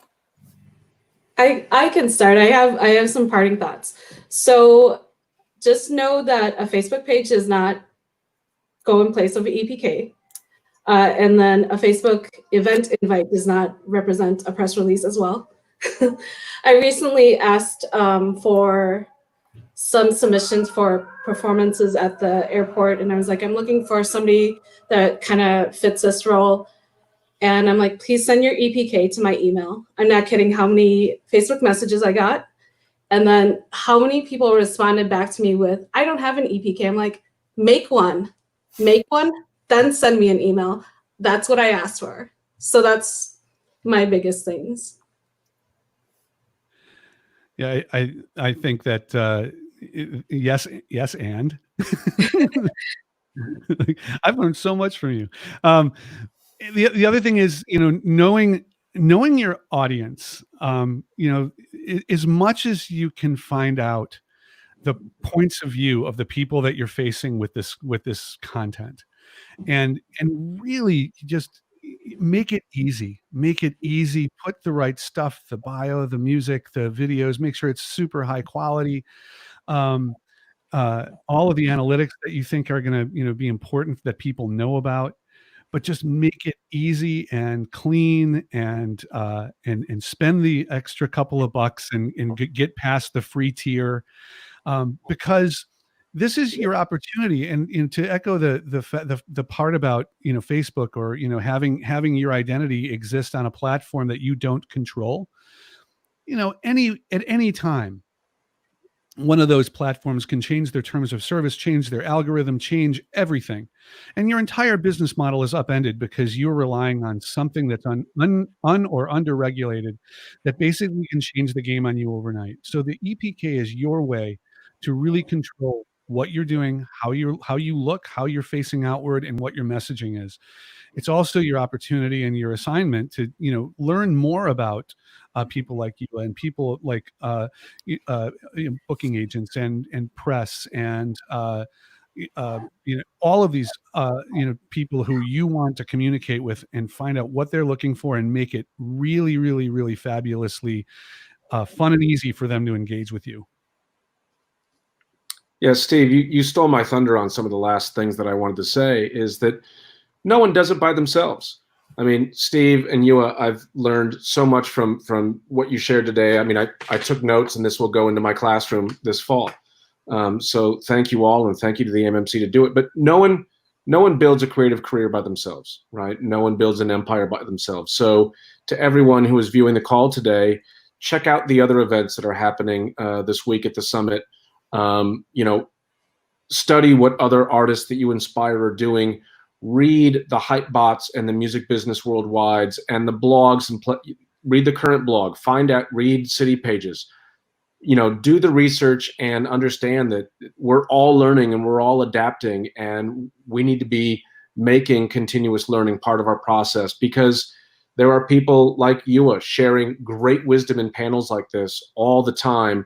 Go and seek out that information to put yourself as far along as you can. But thank you all for today. This was great. Yeah.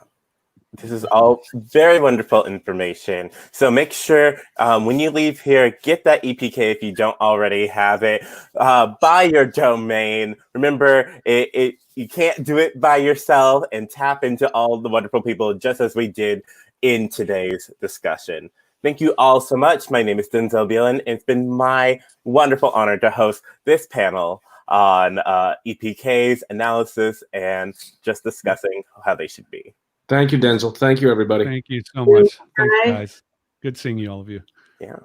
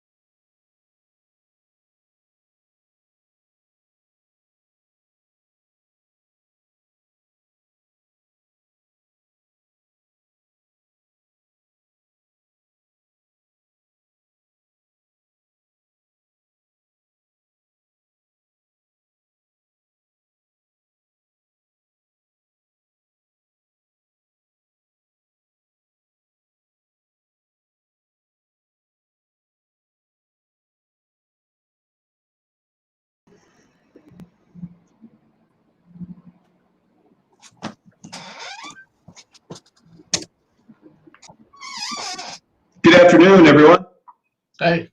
Hey, Walt. Hi, how are you guys? Can you hear me okay? Yeah. Alex? Hi. How's everybody doing? Good. Good. Good.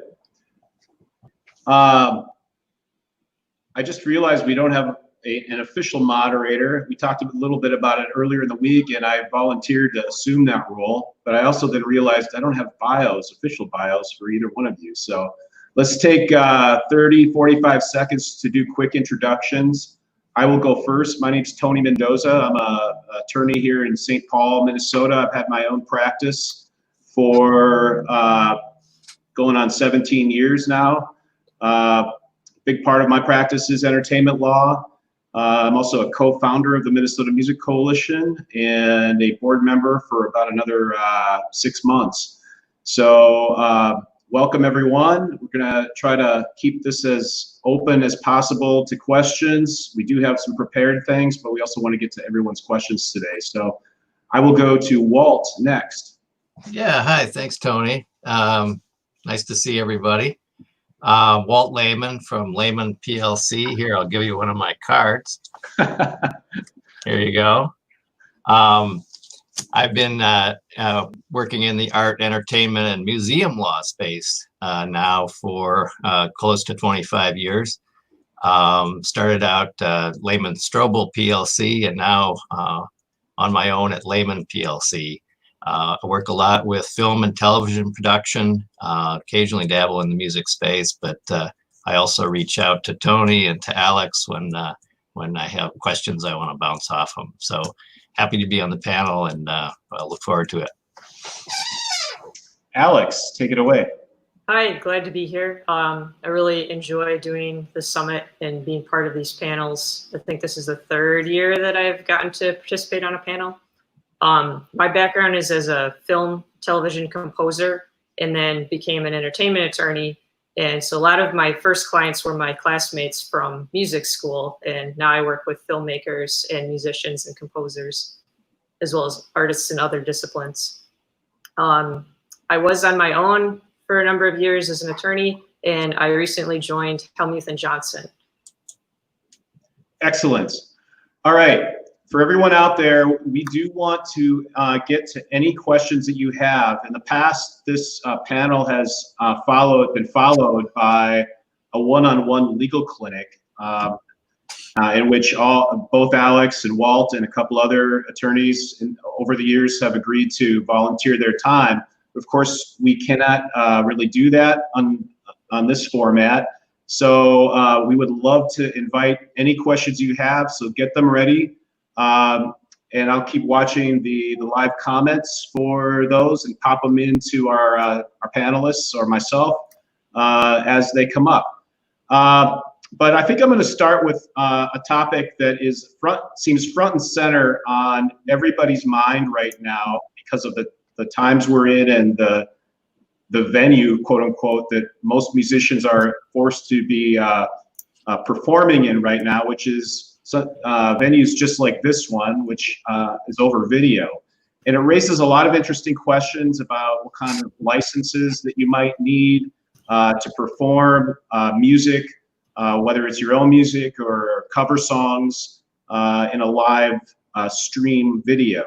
And I'm going to talk to Alex, or have Alex talk a little bit about that.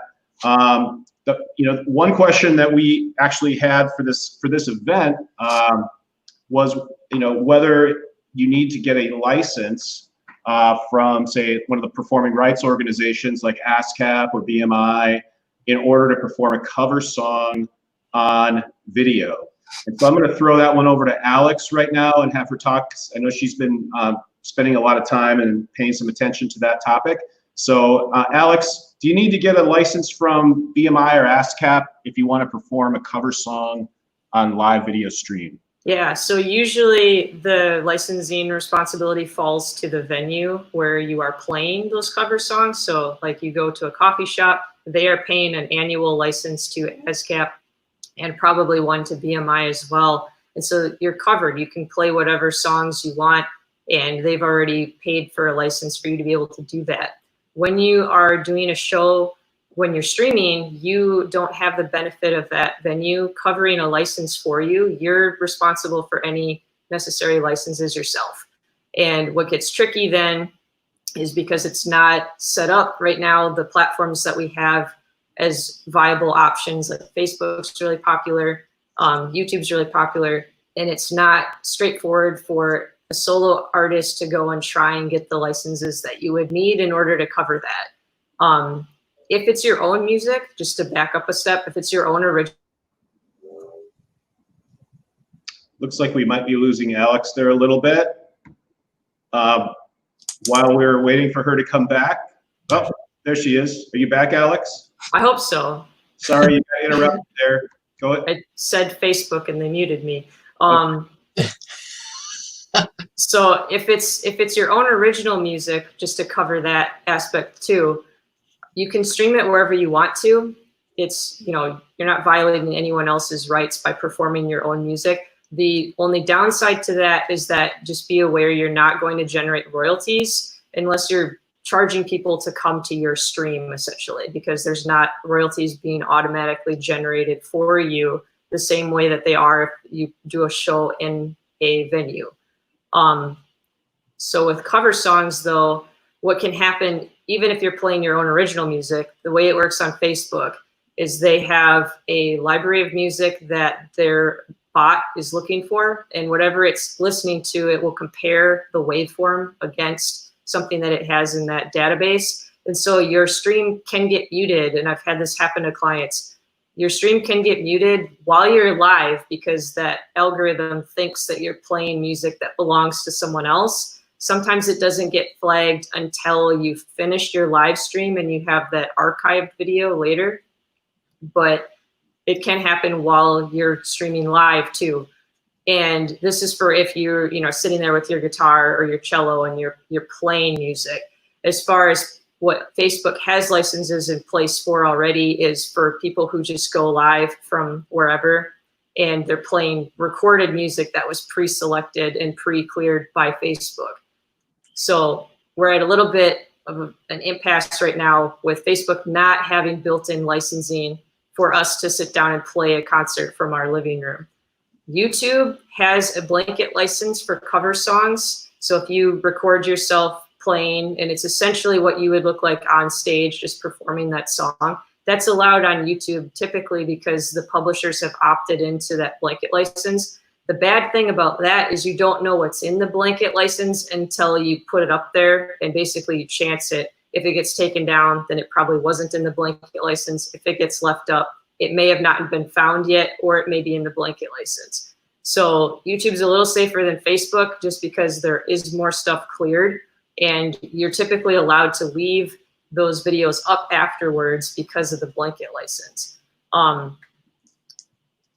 usually check and look to see if there's other videos of the song already, and if there are, then it's pretty good idea that they're already in the blanket license, and know the difference between copyright claims on YouTube and copyright strikes. So if their algorithm finds your recording and you get a copyright claim, that just means that they found it and they recognize it as belonging to a different rights holder. That's not the same thing as a strike.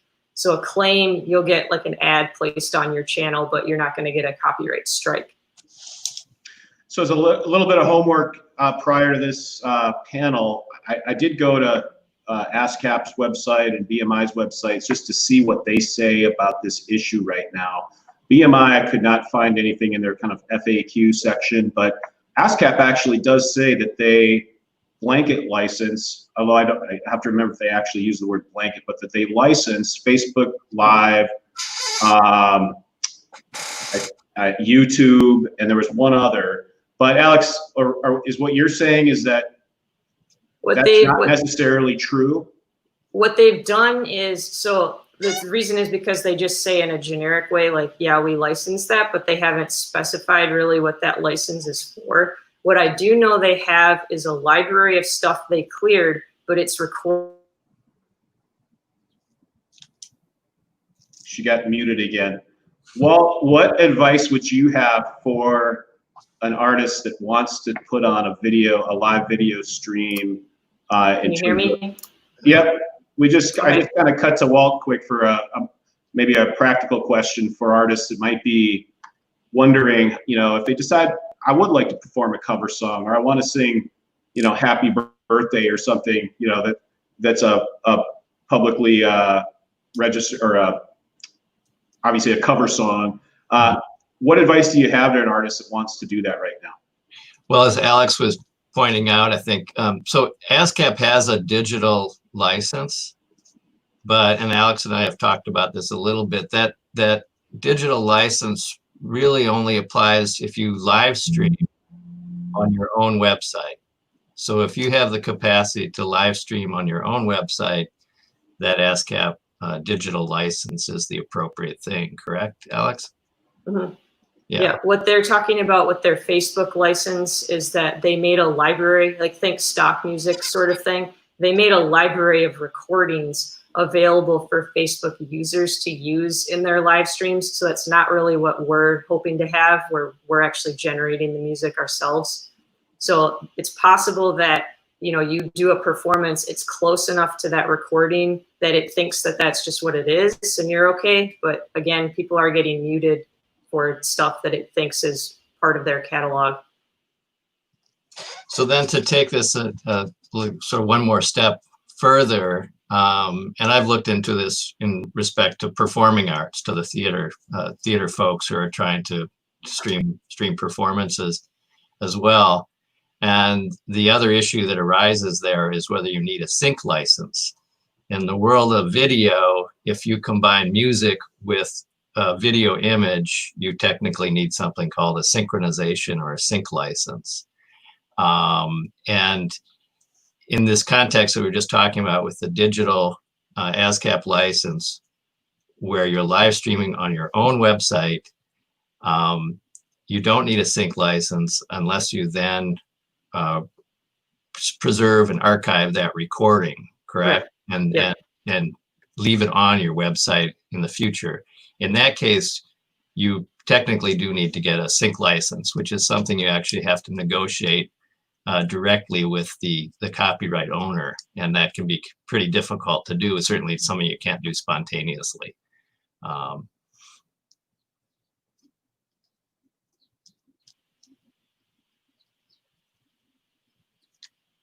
It was Tony. I guess so. Another thought I had, again, because I looked at these things through a filmmaking lens, as you say, is that when you're setting up your live stream and your performance, you need to think about what's behind you, what images are being displayed. You need to be cognizant about what things are appearing in the view as well. So, T-shirt logos, cap logos, things like that. I think you need to be more sensitive in the world of recorded internet broadcast than you would on a live stage performance. So I get picked on for my blank wall, really. Right, but you got a nice viola. Is it a viola or a violin? That's a cello. Cello. The viola is sitting over there too, but it's much smaller. There you go. Yeah. Yeah. So when you are live streaming, you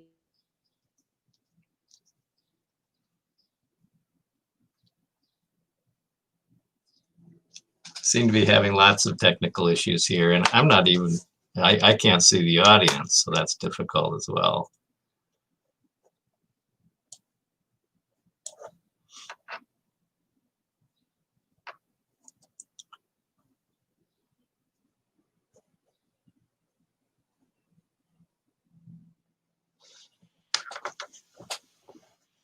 We still don't have Tony, and I don't know. I got a spinning wheel, so I wasn't sure what was going on. Right.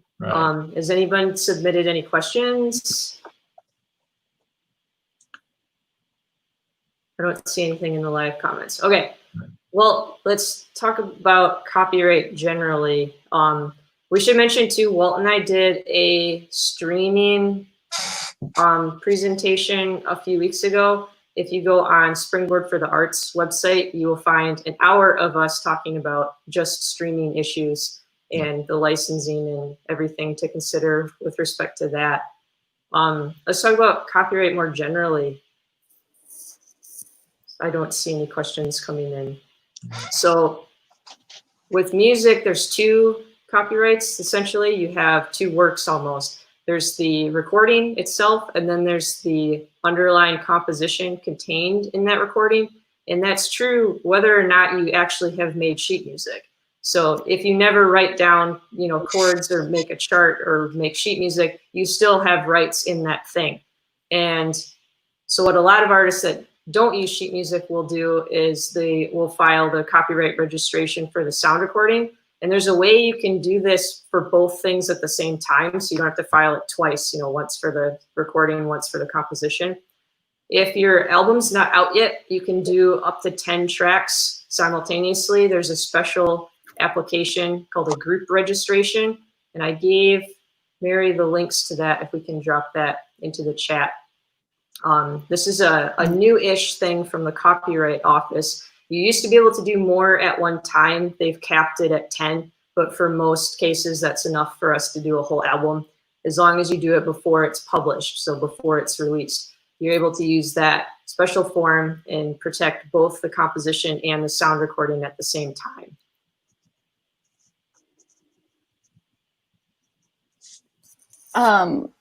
I hopped in because we lost Tony. If you don't mind me joining your panel, because I have a million questions. Sure. So my question is, let's say an artist is new. They are listening to this licensing stuff and going, holy crap, I don't know anything about any of this. Where do they start? What is the first step to, you know, do they reach out to an attorney first? Is there a baby step to take before they're ready for that? In what context? Like if I'm an artist and I write and perform my own music and I'm looking at doing a streaming show, you should just do it. Like understand you're not going to make money and royalties from that probably anyway, whether or not the track's registered, but just go ahead and do it. Because early in the game, like it's cliche, but you are interested in exposure and fan engagement, and the risks of people taking your stuff are pretty low. It does happen, but it's pretty low, and copyright's automatic in the United States, whether or not you register it. The reason you want to register it is because you can't sue someone for copyright infringement until you have the registration in hand. But in a lot of instances, unfortunately, like this just happened again last week, someone called me and they're like, I think this guy ripped off my song. Like, we can send him a letter, but unless you've got $10,000 to start a copyright lawsuit, there's not a lot we can do to stop it. Right, right. It's very hard to enforce those, and but it is important to know that you do have copyright. It rises on creation, and so when you put that down, then you have copyrights in it, and you don't have to take another step. Yeah, I see a question in the bottom here. So composition is the same as publishing rights. Publishing rights refer to the composition, yes. So sometimes you have two different entities have an interest in the same song. One of them's the record label, one of them's the publisher. Those might be the same company, they might be two different companies. There's another question here, Alex. At what point should a band set up songwriting splits between members? Right away, right away, before there's any money. Yep. Even hypothetically. What happens if you don't have a split in writing is the default rule under the copyright law is that you're joint authors, and so you all own it equally, and that means none of you can do anything with it or much with it without getting everyone else on board. So you can't do exclusive licenses, and that will preclude you from getting any sync deals. So as far as non-exclusive opportunities, any one of you can agree to that. But if you get approached for a commercial or a TV show or something, and they have to ask 4 people for permission, you've lost the gig just because you don't have one person that can give yes or no. Right. Yeah, it's really important when you set out, if you're going to do any kind of collaborative work, to figure out what your relationship is going to be before you do that. And if you are going to collaborate, you may want to think about setting up an entity, a business entity, to pass that through. But in any event, even if you don't set up a formal business entity, you're creating a partnership, and you need to be aware of that copyright issue in particular, because the joint copyright relationship means that anybody who's involved in that collaboration can exploit the work. Their only obligation to the other parties is to share any revenues. So I've seen wacky situations where you got, a playwright who writes a play with someone else. They both perform it on different sides of the city, on different stages. So it's important to clarify where the copyright is going to rest, and that might mean you want to think about setting up a business entity to work through that. So. Yeah, and for bands, you want to really, even if you're splitting the copyright evenly, like say there's 4 of you, you want to have one person that's administering that right, so that a music supervisor makes one phone call and they get yes or no, they can clear the song. Another thing to consider as bands, you might have different members who are writers at different points, and so you can decide amongst yourselves whether you're splitting everything the same way each time or whether you're splitting it based on who actually works on which track. I've seen both. And so the splits can be done kind of at the top, at the entity level, and then they're the same for any music created by the band, or it can be set up where you're each an owner of the company, but then the copyrights are on a case-by-case basis for each track that you create. So either way, there's options. So for the splits, would that have to be a formal contract? Can that be just a document that you've all crafted together and signed? It's not super formal. It doesn't have to be very complex. Like one piece of paper that says the name of the song and who the writers are and their appropriate splits is perfectly fine. You do want to have it in writing because as you create more work, it's a lot to keep track of. And you don't want disputes later, especially if you're doing that second situation I talked about where it's per song, you're deciding who owns what. You don't want to question later, I only own 10% of that one, but I own 30% of this other one, and nobody remembers for sure. Walter was saying about setting up a business entity. My son's band, there's only 4 guys in the band, and they set up an LLC for themselves. And so, because they bought a van together as a band, they have a couple of shared assets that way. What kind of entity do you recommend for? They're young and they're not huge. They tour, so they wanted to have something legal in place. So when they're on the road, they're protecting themselves. But Right. what do you recommend for a band? Yeah, so when you're thinking about what form your entity should take, I think there's 3 key things to think about. One is liability. Is your business involving risks that you can't cover with insurance, for example? Does the owner or the owners have substantial personal assets that they want to protect and make sure they're protected from any kind of lawsuit against the business? So that's the liability side. Administratively, how complex an organization do you want to set up and what are your goals with that? Do you have 1 or more owners? Does the business plan to raise capital? Is it going to be soliciting investments? Will it have donors? Will the assets be owned by the business, or are they going to be owned by the individuals? Questions about succession planning. Are you concerned that if you die, where does your share in the business go? So those are the kind of the 3 key considerations. And there are a number of forms of business entities. Anyone who starts out working for themselves, even without knowing it, you become a sole proprietor. So all of a sudden you are a formal entity in a way as a sole proprietorship. And a group of people who get together and say, start a band, are actually creating something called a general partnership. The risk with the general partnership is you don't have any kind of formalized understanding between the members unless you sit down and do that. And just to piggyback off of that, in Minnesota, there's a default law. If you are a group of people carrying on as business, you're going to be considered a general partnership, whether or not you have taken steps to formally create an entity. And so that means that every one of you is liable for every other member of your band. So right. And so that liability then raises the question, isn't there a better way to do this? And certainly the other way is to shift liability, or either to incorporate a formal business structure or form a limited liability company.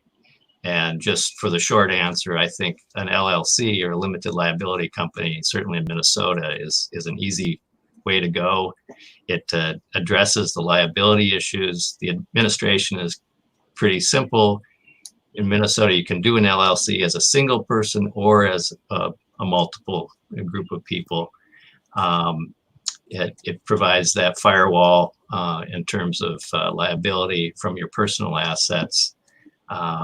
There isn't an express need for an internal agreement between the parties, but I think it's certainly in a business situation like a band, I would want to spell out what the relationship is internally between the parties as well. Usually something called a articles of organization. So how much, let's say it's a young band, they have lost their jobs. How much does it cost to form an LLC? Do you need an attorney for that? Can you just? No, you don't. No. We used It's on the Secretary of State website. Yep. And it's $155. As long as you remember to renew it each year, it's free. You don't have to pay anything. You're going to get postcards from companies that are like, oh, we'll renew your LLC for $35. Don't fall for that. As long as you remember to do it, it's free. Yeah. In Minnesota, it's very user-friendly. You go on the website, there's actually a step-by-step prompt that asks you a series of questions that you need to answer. And yeah, I've worked in other states where you have an annual fee that's pretty high. But here in Minnesota, as long as you continually renew it, there's no cost. And which website is that? It's the Minnesota Secretary of State. Secretary of State. I'm going to add that. And they have a business services division. So you go to the business services division, and there's lots of really good information there on how to set up your. Yep. It's $155 the first time you do it, and then after that, just remember to renew it each year by December, and it will not cost you anything beyond that. And you can do it as an individual or as a group. So I for example, I'm an LLC. Don't I look like one, right? And then it also allows you to open up bank accounts, and your accountant is happy with it because it's a way of formalizing your business and keeping it separate from your home. And it doesn't, if you're individual, it doesn't affect your tax returns really. There's one separate form. If you're a multiple member, you're going to file a informational tax return as well, but it's a pretty minimal thing to do. So I would recommend that just to shift the liability and make sure that you've got that in mind. Yeah, and then in order to, sorry, go ahead. I was just going to say, when you said your accountant will be happy, you probably made a lot of little bands cry. I don't want an accountant. So. Oh, I have a theory about accountants. You hire them for 1 year and then you copy their homework. Well, that's interesting. Yeah. You did it and then, yeah. Accountants out there, plug your ears. Yeah, sorry. Accounting for an LLC is really straightforward. It's one additional paper on your individual tax returns. So once you see how it's done, you can probably handle it from that point on.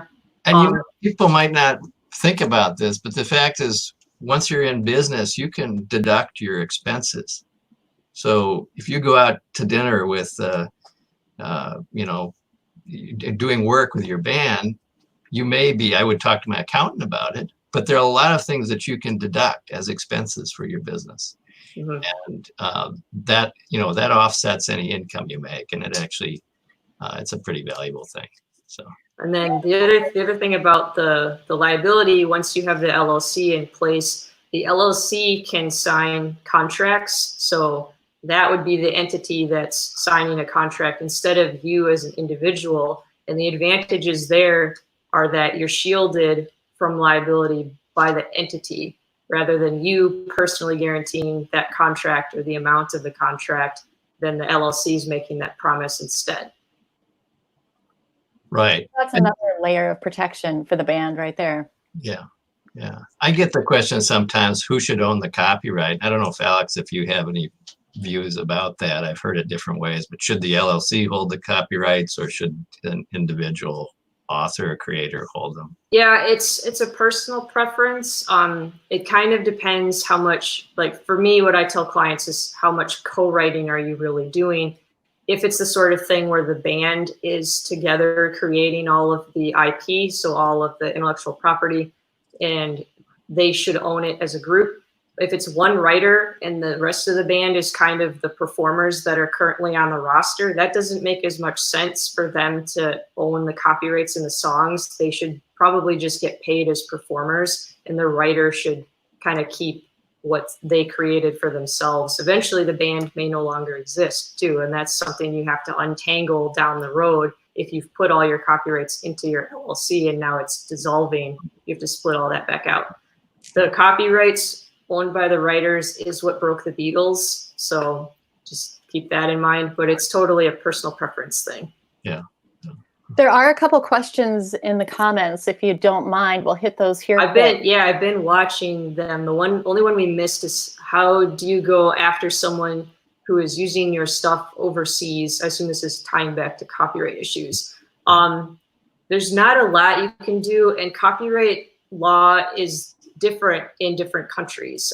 There's a whole complicated discussion we could get into about treaties and which countries are members and who actually believes that you have copyrights, because that's an issue.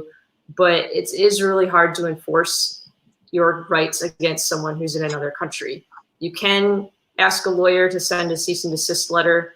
There's sometimes tools on the website itself to try and get that removed, where you make a copyright complaint.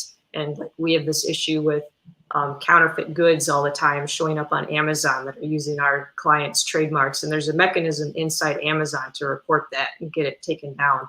But ultimately, you're probably not going to have a good time trying to enforce your copyrights, because it's so expensive to start a lawsuit here. It's in federal court.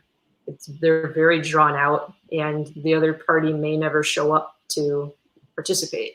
Right. This is the weak point of our copyright law right now. And there are conversations, and have been for some time, about establishing what's called a small claims copyright court, which would streamline the process and allow people to file copyright infringement claims at a much lower cost. But whether that ever will get enacted, it's something that is proposed every year. And copyright reform has been proposed for a while. The former Copyright Register describes our current copyright law as great for the 1950s. So maybe, right. So that's a real frustration in the enforcement part of this.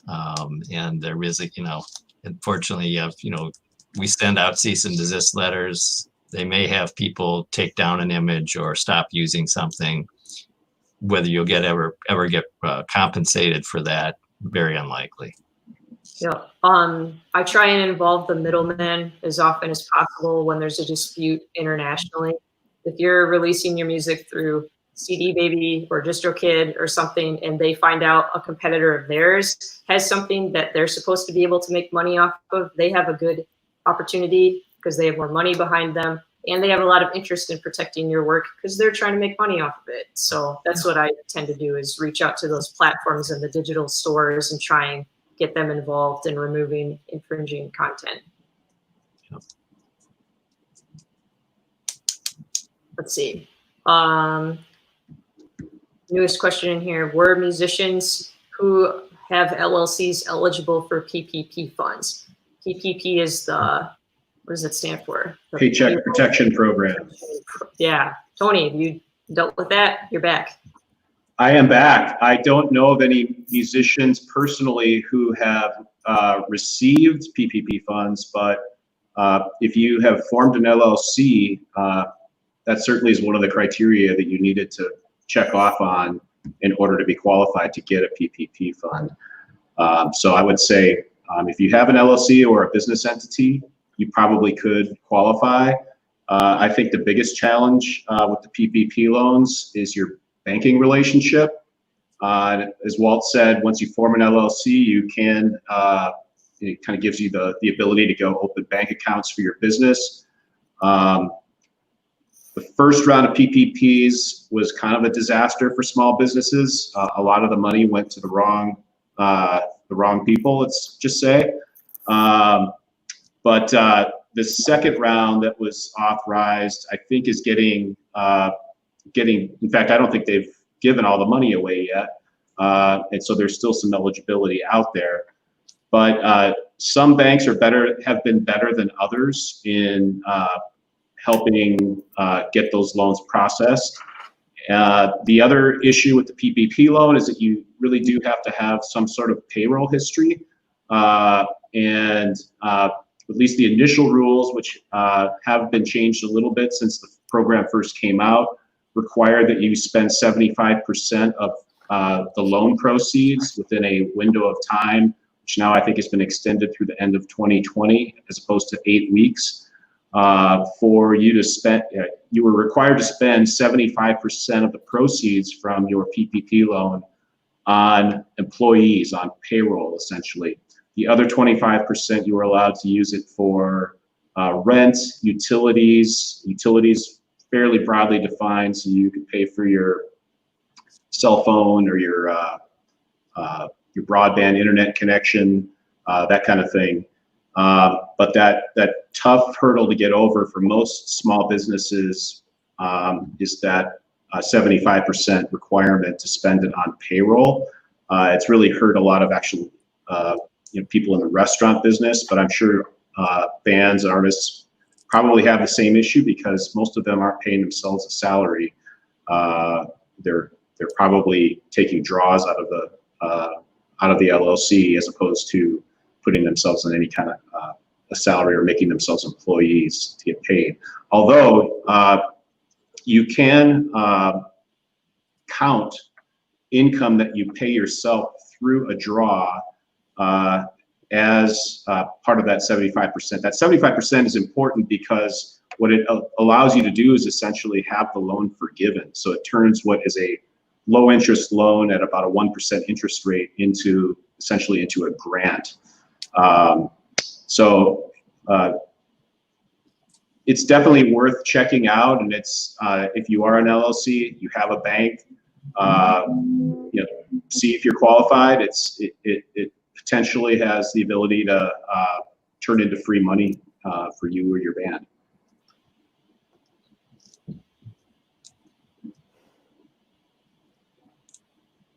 Yeah, I don't see any other questions in the chat. Mary, did you have any others? I don't. I just was trying to think of when a band is just starting out. What do they need to know to protect themselves? I think LLC was the big answer to that. That's the big one. Yeah, and bands when they're starting out are always trying to triage too because there's limited funding. And you know, maybe not making a lot at first off your gigs, so you have to look at things that are going to be an investment. The LLC is the most important thing to do first because you want everything that you're doing to fall under that.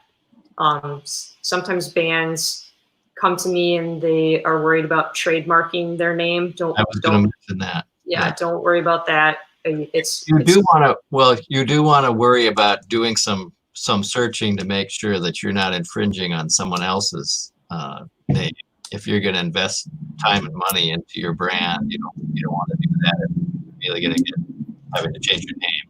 Yep. It's worth doing some searching, and you can do free searches and things like that. The U.S. PTO, the U.S. Patent and Trademark Office website, the trademark section has a search engine called TESS that you can search and see if there are other bands that have already registered a name. So you can do those kind of vetting practices. But I agree with Alex, until you really want to invest in that name, going down the road of formally trademarking is it's not onerous, but it's an expense that you probably don't need to incur. Yeah, I wouldn't put it on the list of the first 10 things you need to do as a new band. I would put LLC as number one and worry about trademark sometime later. Another thing to check is the domain names. If you can get the .com, pounce on it so no one else takes it before you get to it. Other than that, you can start a company for pretty cheaply.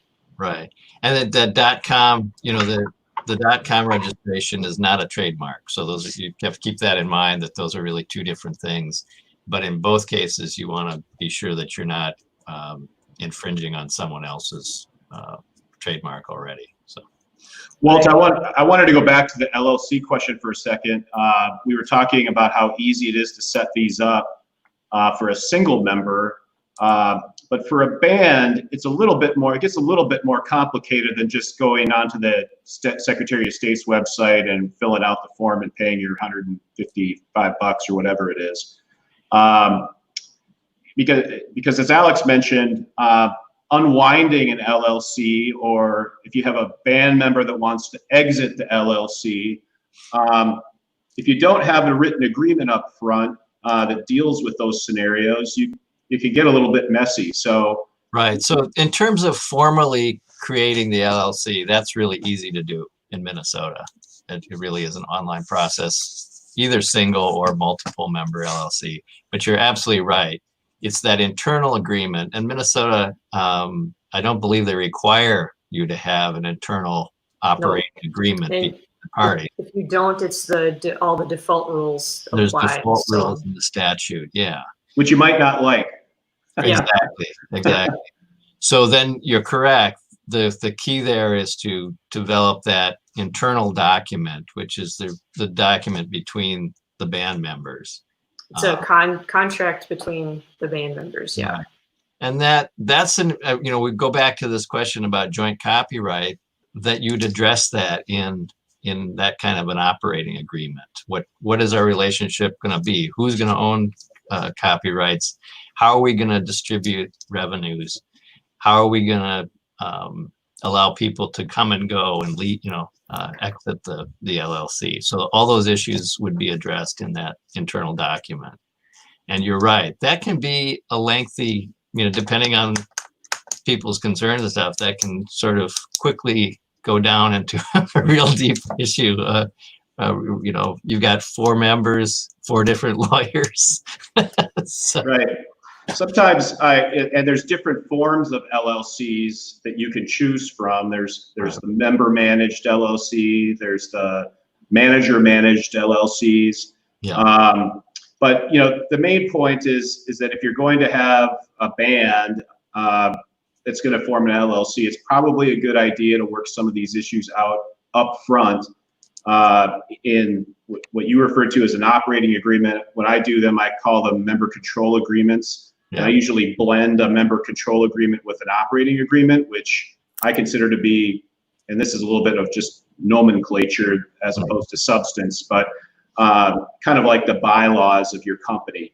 How do you meet? How do you make decisions?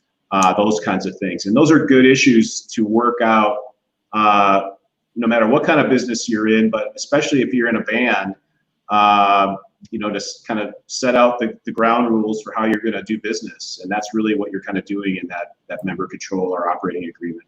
Yeah. Another thing to look at with these, you'll see them in textbooks. Sometimes they're just called band agreements, and almost all the provisions that are in an example band agreement can go into your operating agreement in some form or fashion. So if you're wondering what questions to ask and how to have this conversation with your band, like the NOLO book, your band as a business, that is a good place to start in there. Just go through that agreement, the sample one that's in there.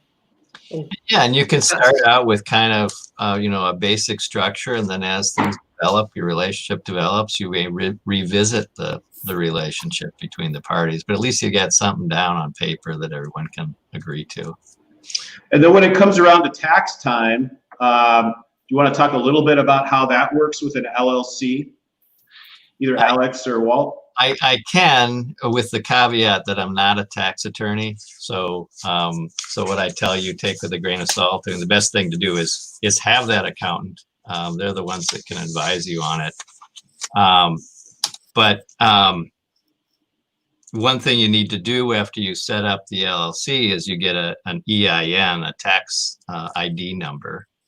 And then if you're an LLC with 2 or more members, you're going to file both a federal and a state return.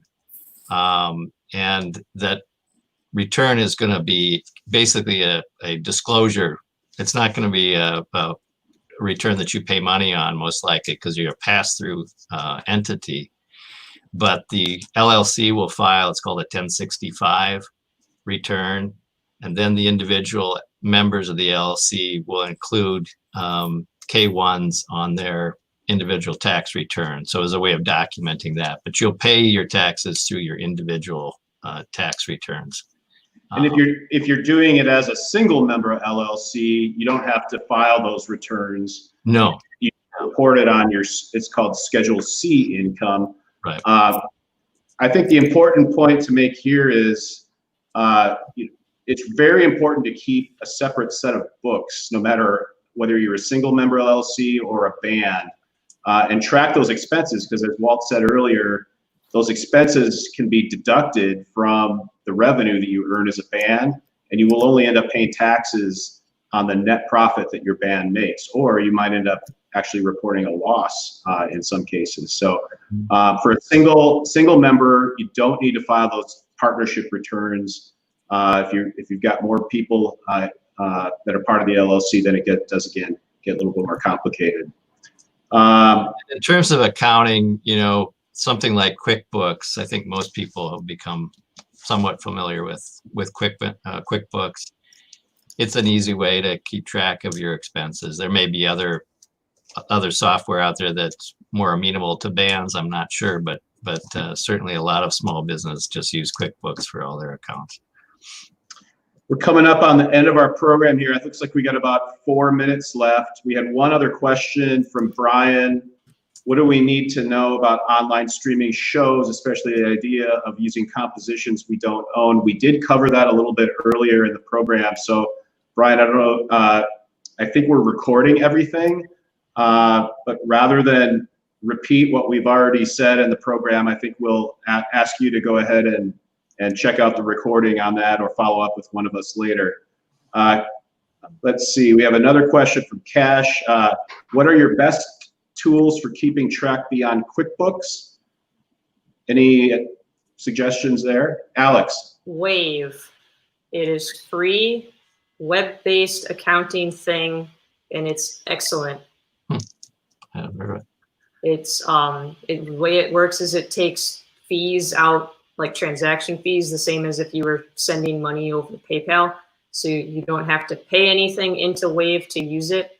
The other thing that's really cool is you can make a login. If you're having an accountant help you with taxes, you can give, Waves. You can give them a login, their own login. They can go in there and look at all your stuff and tell you whether you're doing bookkeeping correct or not. Let me see if I can get the link to that. All right.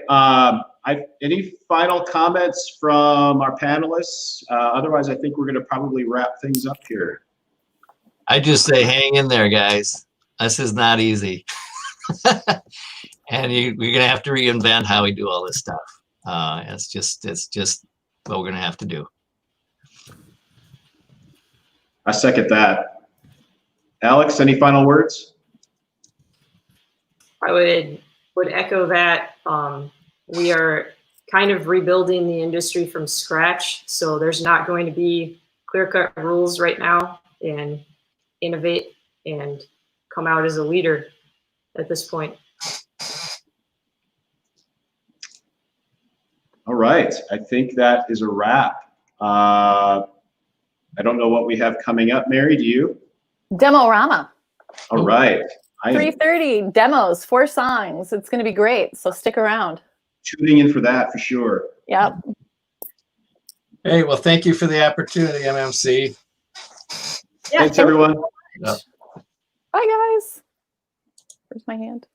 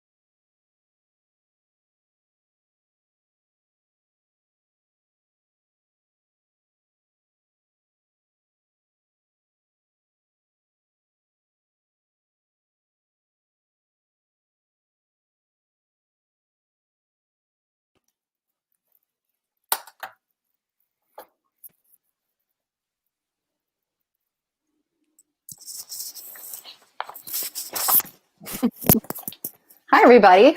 Hi. Can we all hear Hello. each other? All right.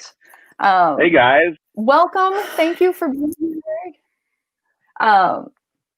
My name is Mary McCoskey. I am a volunteer and board member with the MMC. I am subbing in for Joanna, our trustee leader, because she had a family thing come up. So good luck to all of us. I am going to practice this screen sharing thing when we get to the demos. So first, I would like to throw out a few thank yous, and that would be to Steve Call at Wild Sound for donating studio time to the winner of our Demo-rama. And I'd like to thank everybody who submitted anything at all. It takes a lot of guts to do that with your creation, your baby. And so just for participating, yay, and thank you so much. We did get it narrowed down to 4 by our trustee. Who are those guys that did that? I wrote it down somewhere. I'll find it. So we had 3 different people that kind of screened all the entries for us, winnowed it down to 4. Our panelists today are Abby Wolf, Cameron Kinghorn, Laserbeak. Do you want to go by Laserbeak? Or Aaron, what do you want to be called? Yeah, I'll go by Laserbeak. I Absolutely. can't hear you. Okay. And Steph Alexander may be joining us. I'll go by Laserbeak. Technical difficulties this morning. So we'll see if Steph joins us or not. I don't know. We'll find out. So first of all, Demo-rama was people sending in their songs to be critiqued, which, yikes. So you're going to be gentle and kind and constructive, and it'll be great. So first of all, I'd like to ask you guys to each introduce your own selves and tell us a little about why creating songs is something that you personally are passionate about. Who would like to jump in first? Okay, Abby, you're All right, Mary. Hi, everyone. My name's Abby.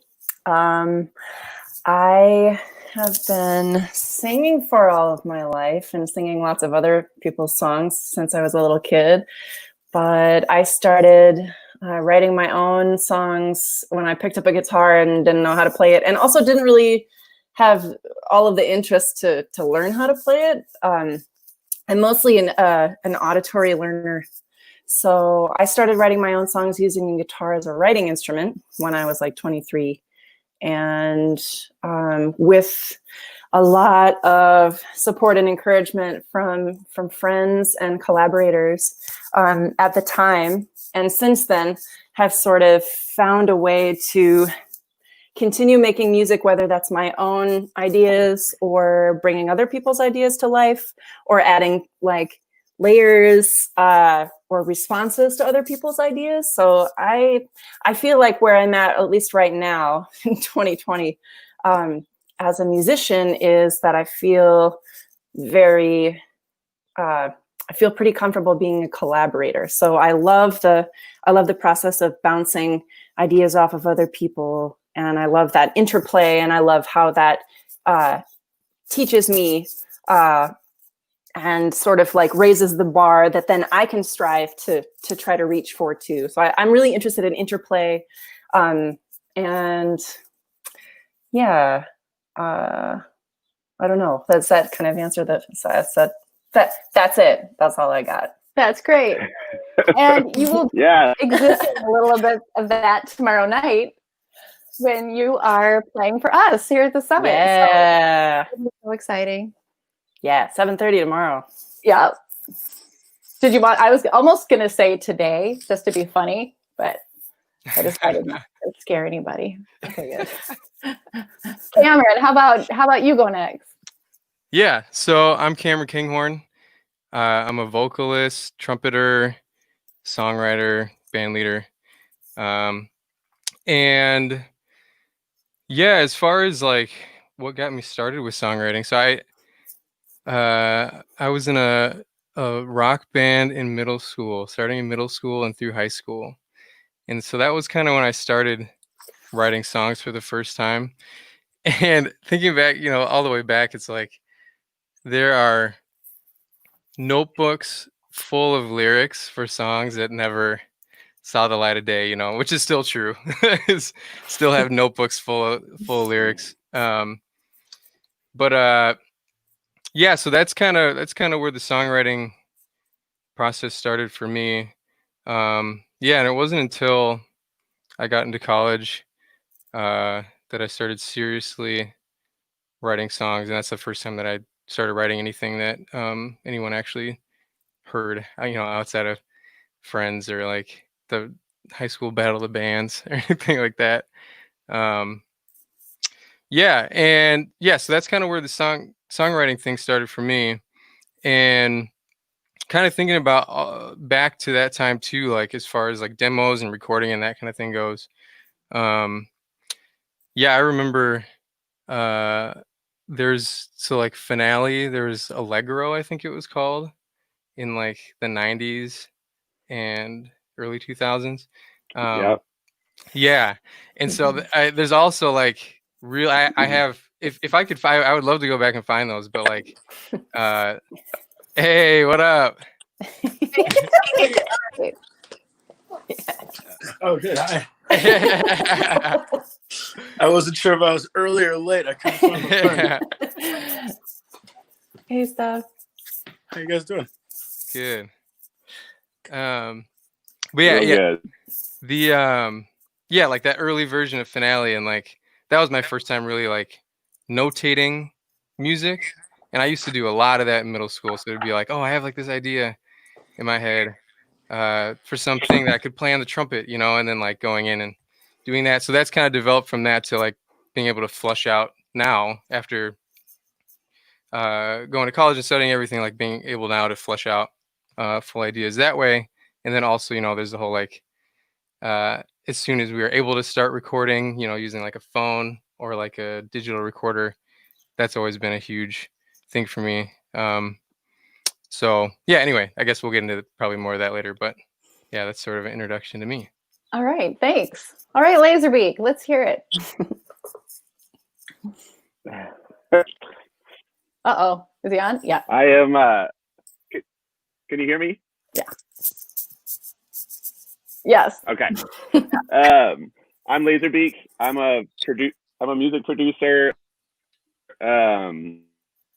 I'm in a group and a label called Doomtree, and I've been writing music for, oh my God, I don't know, 25 years.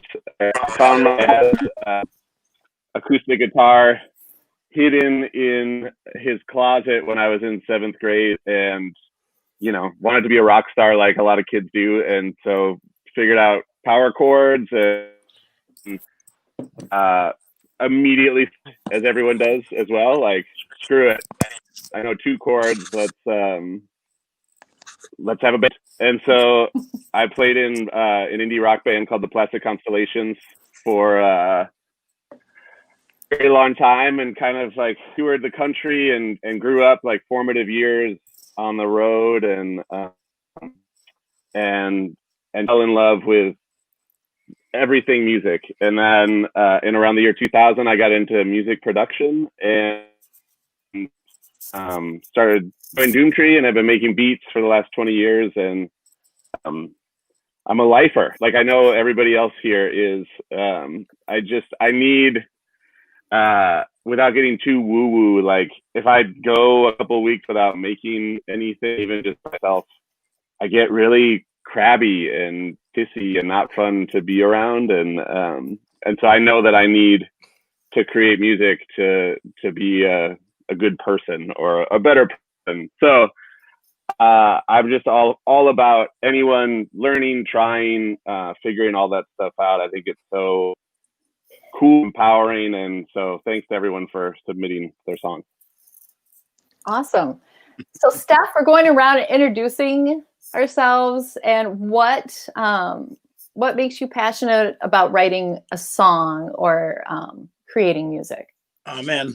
Okay. Well, I'm Steph. I'm professionally known as POS out here, but most people just call me Steph. I make rap music for a job, but I've been making music of all kinds for as long as I can remember, from being in like fourth grade and having my mom's karaoke machine and a football helmet and some drumsticks and just like making rhythms on whatever and recording it and throwing the cassette tape on the other deck and just keeping layering sounds. I've been making whatever for my whole life. Beak said it really well. If I go too long without making something, whether it's music or some other kind of creative something, I tend to find myself pretty crabby and hard to deal with. And yeah, I don't know. I don't know that I'm the greatest in the world unless I'm able to make something sometimes. Well, good. For those of us that are just music fans, we appreciate that you get crabby if you don't make music, because we need you guys to do that for it. I'm going to make I misunderstood the competition. So I thought we were going to winnow it down to one. These are the last four finalists. They all won studio time at Wild Sound.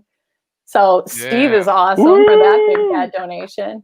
And so there you go. We don't have any bitter, upsetting things to do today. We just get to give a little critique. My next question for you guys, because we're going to start with the critique at 350. You've established your musical careers. How has that changed what you're listening for in your own demos and in other people's music? I'm sure you've become more critical over the years and more just through experience. How has that changed how you listen to music? I could hop in on this one and say that for me, it takes a lot more nowadays to be excited or impressed or like really floored by something. And on that, like the same coin is, it's also incredibly easy for me to be super like shocked and impressed and floored by something. I feel like it's really easy for bands to just stay right in the middle of the road, which is really boring and it's really hard to get interested in. But you also see people trying new things out and trying out techniques that I've never heard of at all these days. So for me, like a song is a song is a song until something about it jumps out at you. So that's what I'm looking for, is something to grab my attention. Yeah. Anyone else speak to that? Yeah, I love that. And I also, a big thing for me in the music that I'm creating right now and kind of what I'm trying to latch onto these days is authenticity. So it's like, like if you are authentically representing yourself, then that's completely unique, right? It's like only you can create something like that. And so that's been something that I've been trying to latch onto a lot, is like, how is this authentically you? You know, if it's the emotions, if it's the playing, if it's whatever. But anyway, that's a big thing for me these days. Yeah. I feel like I could go for it. Nope. Dude. Oh, he froze with a funny face. Yeah. I wish I screenshot that. That would have been good.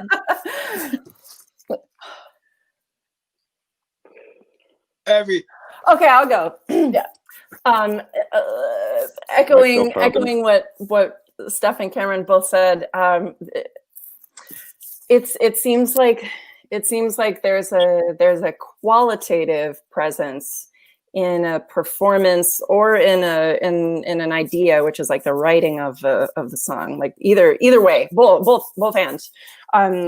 There's a quality of honesty and engagement. I feel like even if it's like, if I'm watching somebody sing a cover song and they are 500% engaged in it, that's something that just hits you in the chest. Like what you're saying, like there's like, until something just kind of like sparks out at your face.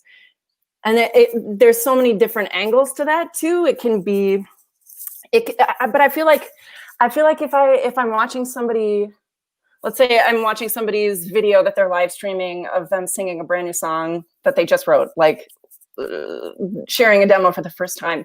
And if in their own situation, there's a qualitative something that happens where I can see that they're stretching themselves beyond their own comfort zone, even if I'm not familiar with where they're at or like where they're coming from, what they've done before this. You can feel, it's more of it's like you can feel it.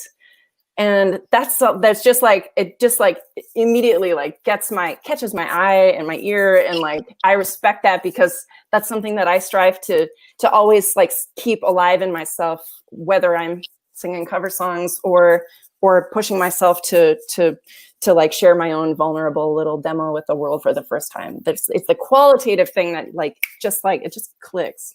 Yeah. All right. Thank you for that. Love that. All right. Laserbeak, can you hear us? Yes. Okay. Can you hear me? Yes, now. Yeah.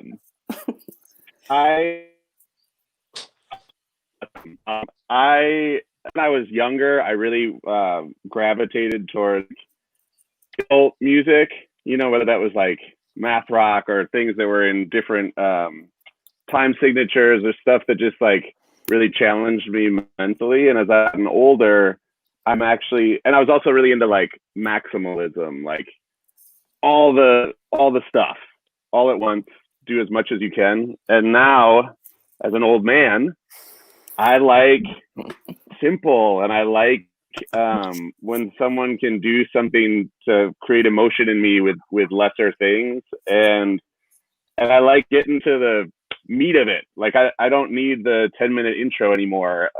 I like diving in and having somebody to remember and I guess I like listening to like R&B music because it's just like a hook that is repeated over and over again, and then I know the song and I can sing along with it. So I think I've totally switched up the stuff that I was drawn to, and now I like it simple. So anyways, it's been cool to kind of just watch the world flip in the last 15 years. It almost feels like that it's not just your own age or your development, but like what the environment and your culture is going through too. Like totally what your spirit can handle and what you really need to feed that. Yeah. So I've noticed that a lot with just the people in my own house and what we're listening to and what is making us feel better right now.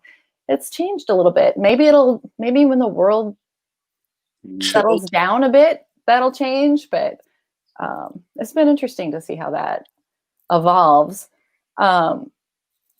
What is some foundational advice you would give to a beginner songwriter, someone who is starting out, or maybe even someone who wants to write a song and they've never written a song? Anyone have any advice you'd like to share? Yeah. Let's hear it. This is what I give myself all the time is just do it every day. Like, do it every day. And if you do it every day, something's going to be good.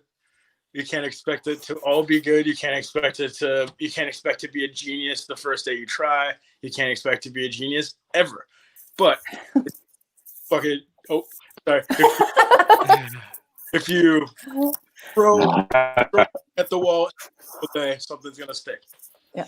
So it's the kind of thing where if I know that learning how to play an instrument is a complete nightmare, but I don't remember it being bad. I just remember, eventually I knew how to play my guitar. Eventually I understood how the concepts of everything work. You just have to stick to it and do it all the time. So that's the best advice I ever got. And that's maybe the best advice I could ever give is just do it every day.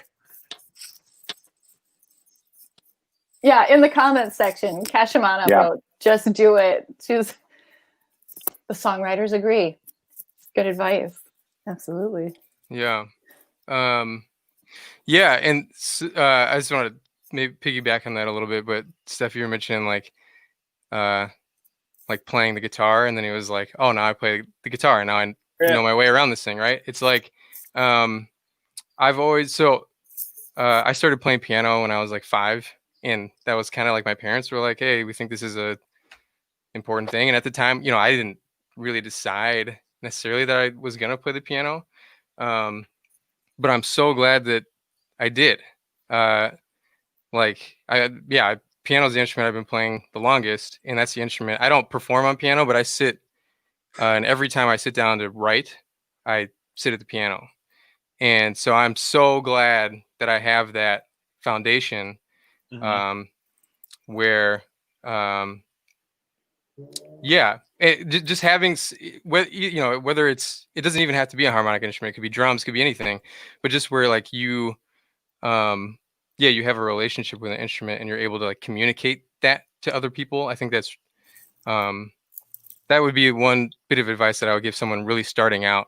And then the other thing is, on top of the like trying to do it every day, trying to not, this is something that I struggle with all the time, is trying to not judge something before you've written it. Yeah. Like, right. Yeah, it's huge because it's like, and I think it's really easy for artists. It's like, oh, I'm judging this thing before it exists, but it's like, it doesn't even exist yet. A lot of the time it's like these ideas, and it's like, no, get the ideas out. And then, like you said, throw everything at the wall. Some of it might not be great. You might not like it. Some of it you might love, but until you do that, you're not going to be able to wade through that. So, yeah. Should we be getting to some demos? We should, unless anyone has any more advice, or we could save it for the end if we have time. Let's come back around. I imagine a lot of advice will come through listening. Yeah, I bet. All right, so let's start. Our first one is from Fires of Denmark, and it's called Start Living Outside Time. I'm going to try to screen share it. I'm new, so that's just how that goes. Oh yeah, and yeah, the writers coming in. That's me. Hey, how you going? What's up? Doing good. How are everyone doing? I had a lot of familiar faces. I've interacted with a lot of you before. It's kind of fun. Yeah. Sweet. Hey, congrats for being awarded some studio time and I know, right? Putting yourself out there like this. That's pretty fun. This is actually my jam of the bunch, I think. Yeah. There's stuff on all of these songs I'm pretty into, but this one, the bass line, sets it up pretty good, man. Thank you. It's part of a series. I actually wrote that a year ago, starting today on my birthday. I wrote that bass riff, and it started this whole project out. Nice. I have like 6 songs in this whole scheme that are based just on groove. Oh, that's great. Tight. Just on this like repetitive bass lines. Cool. Yeah. Okay, gonna try it. Start living outside time. Audio share. Share, for the love of Mike, please work.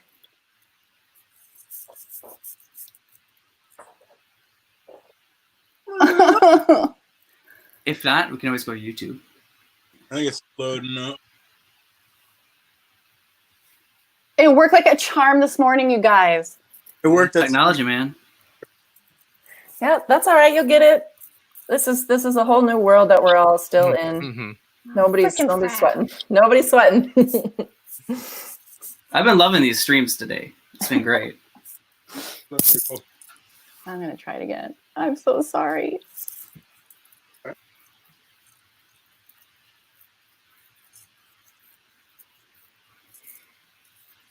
Here, 1 second here. No, I'm not even freaking seeing it. Here, I'm gonna grab another link here in case it's Google. And plus, this one's fun. It's a lyric video, so some words. Yeah, I am so sorry, you guys. I'll grab this lyric video for you. Let's try that out. Do you have ability to screen share? I see a button on there. I'm gonna try. Maybe give it a shot. There we go. Yeah, during quarantine, can't really make music videos, so I just made a little lyric video. Well, it played great last night and this morning. Here is the link. If I'm sure, I'll share it in that private chat there. And I could also try screen share.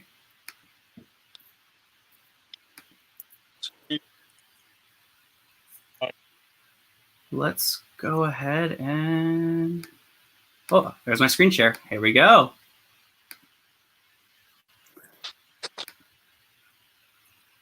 Can you guys see that? Yep. Awesome. Now here's the test. Sound off. Do we have sound? No. At the bottom of the screen share box, there's like a tiny box that says share audio. Okay. Did you click that little tiny box? I believe I did. Okay. Yeah, I did too. This might be the lamest Demo-rama ever.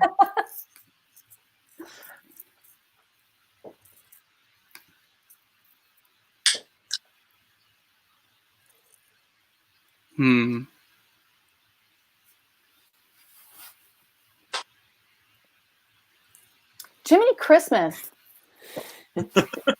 Why it works 1 minute and not the next? Mary, it seemed like everything was all set up except for the audio. Both the first times you initiated the screen share thing. Yeah, I don't know, because the audio, I didn't do anything different than I've done the whole time. So I just am like, what? Was that within Google, like Google Drive? No, it was a Chrome tab. Did you see on the private chat that Stephanie says screen share Chrome tab and then share audio? Yep. There's a prompt. Sweet. That should really work.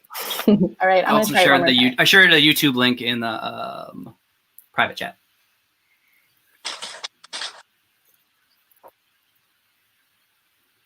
We're going to make this work. Yeah. Well, maybe while we're unless this works. See? Yeah. Got it.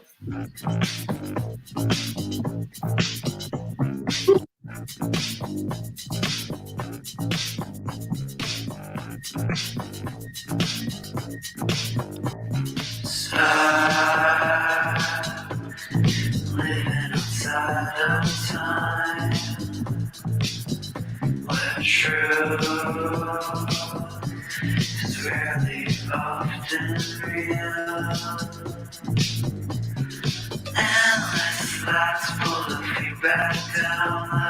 The television lights stop the party down and start living outside of time. Home is rarely often real. Space, familiar memories. Endless lights pull the feedback down, and television lights stop the party down and start living outside of time.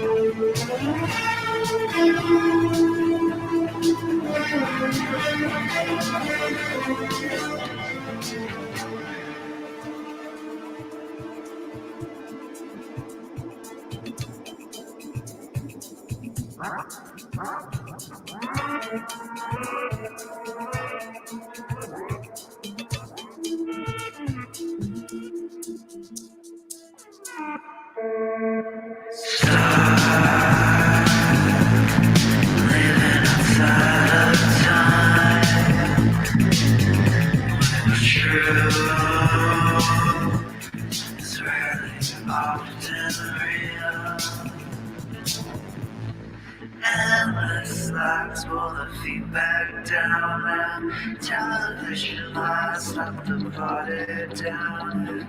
Endless lives pull the feedback down and television lights stop the party down.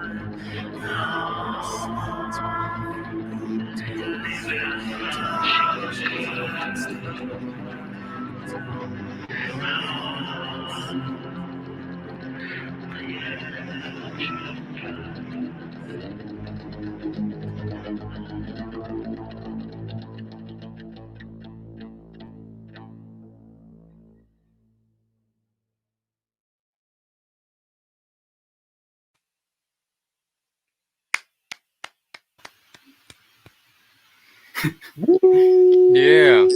Yeah, wow. Hey. So, Michael, do you go by Michael? Do you go by Mike? Would you introduce yourself and tell us a Oh, little about you? Oh.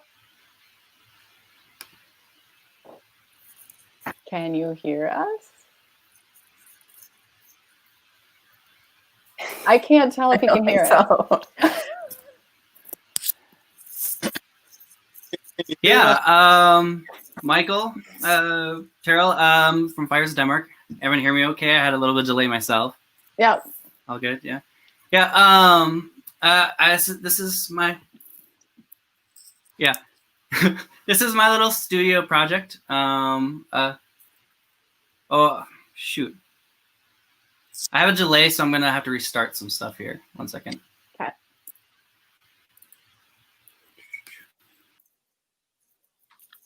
Technology, y'all. I know, gosh. Virtual conference. This has been being a conference for 6 hours now. Yeah. Great. The staff put so much work into this, and it worked so great, and now we're glitching out. So, thanks, universe. Is there? Oh yeah, there's tons of live comments.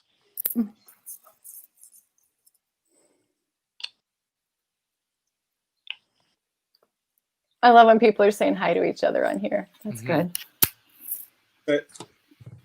I think I'm back in.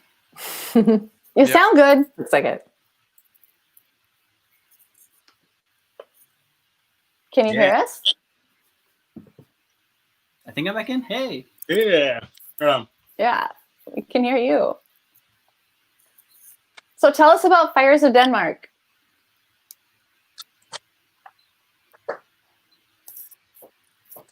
Yeah, when I talk, I'm getting like a 10-second delay, and then it comes back on itself, just like that song, you know? So I'm trying to, I don't know how to fix it. What if someone said, what if you take your headphones off and listen just with your computer so audio? Fires of Denmark is a project I've started probably about 10 years ago or so. Started taking it more seriously about 3. I record and produce all the music myself.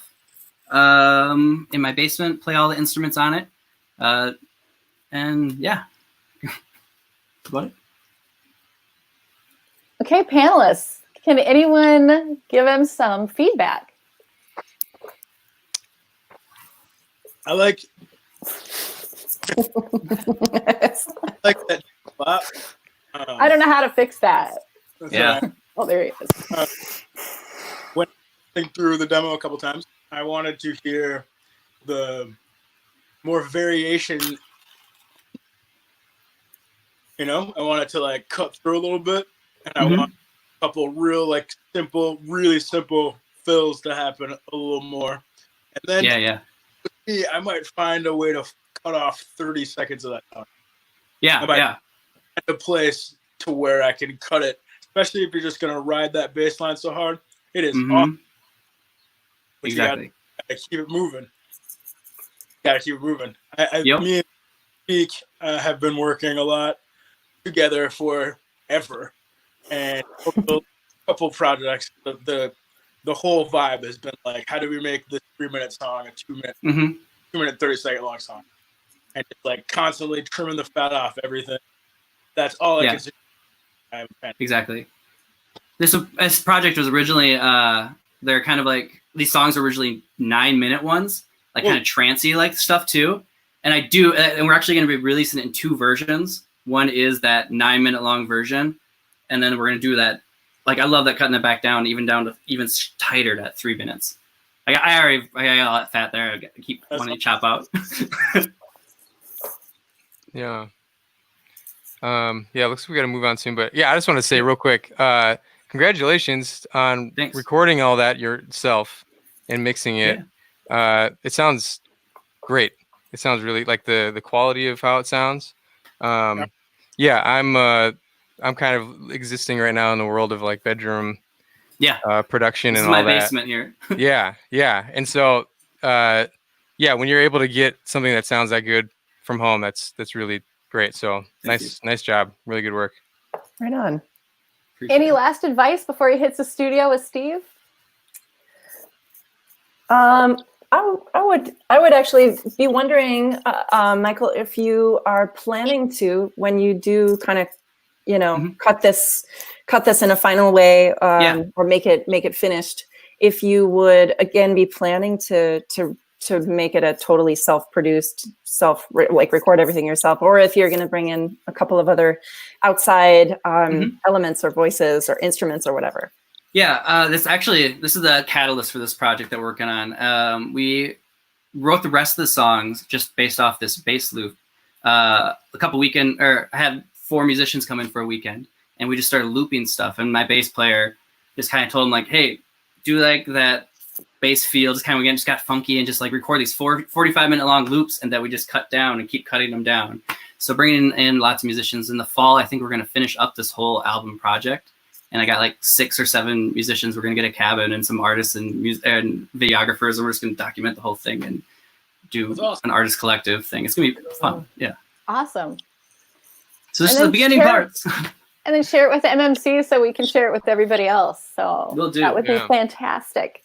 All right. Should we move on to our next one? Yeah, Drew. Let's see if tech works this time. Michael, he's gone, but thank you so much, Michael. We're going to bring in Drew Barbas and Miko Aguilar. Hello. Hi, everyone. Hi. How we doing? Well, we're going to hang up on you and try to just screen share quick. Okay. Whatever you got to do.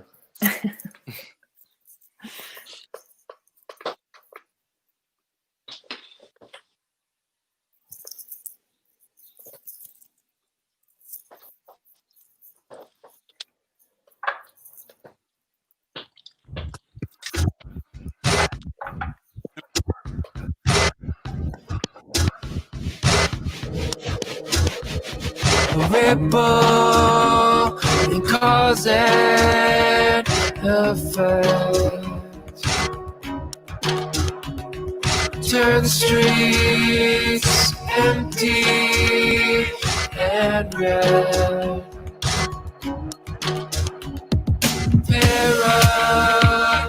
Paranoia set in.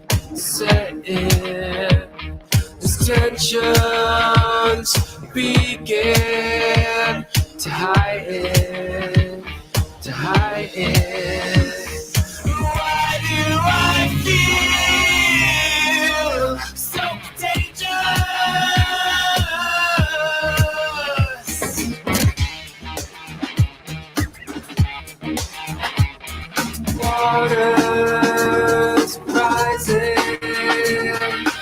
of me. Ashes falling upon me. Angels brought them to their knees, to their knees. Reset, mutate, bloodletting, bloodletting. Why do I feel so contagious? Why do I feel so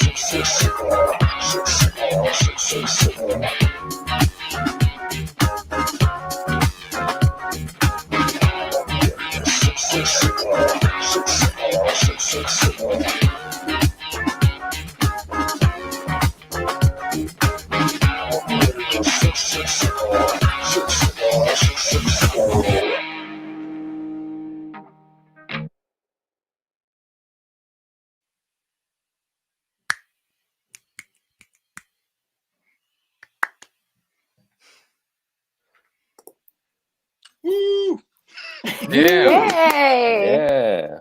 Cool. Thank you Thanks for submitting. That's awesome. Yeah, thanks for checking it out.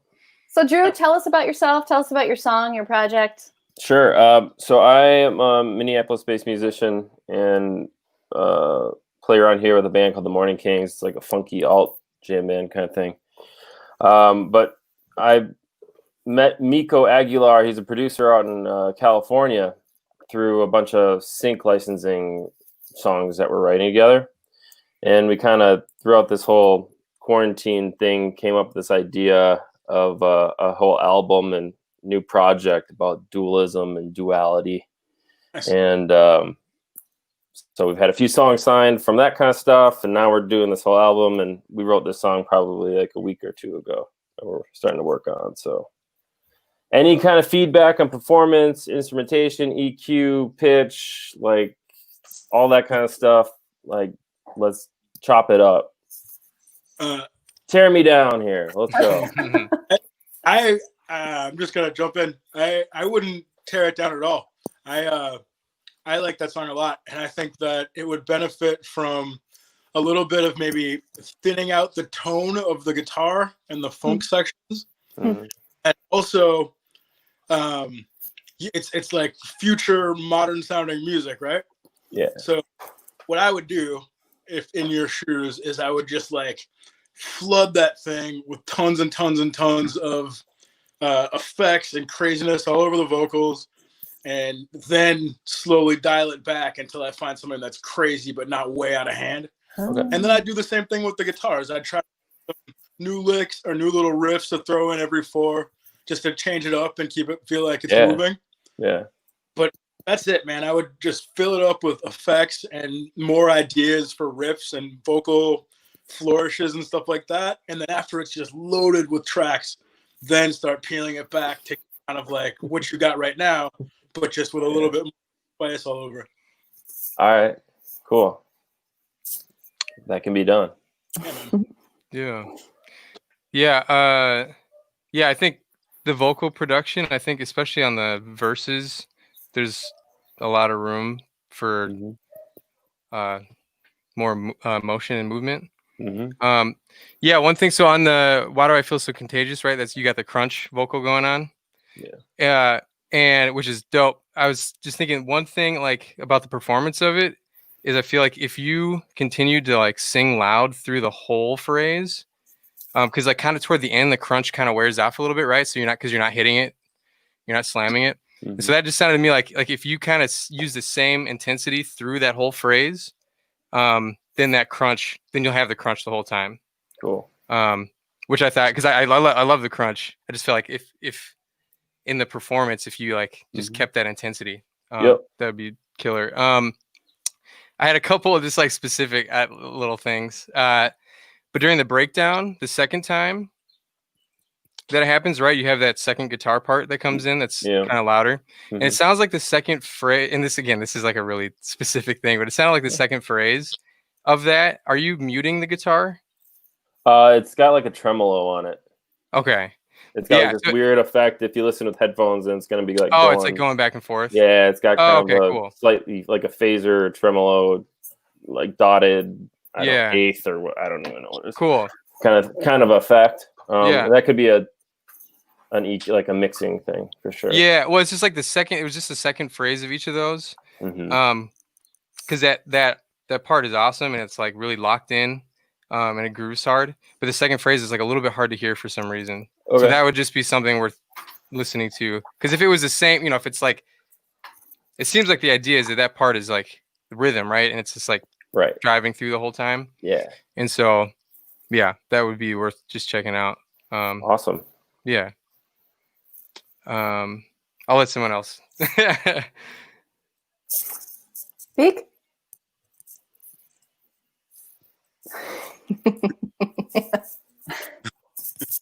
I think you're muted. Or no? Yeah, I can't hear him. Can you guys hear him? Yeah.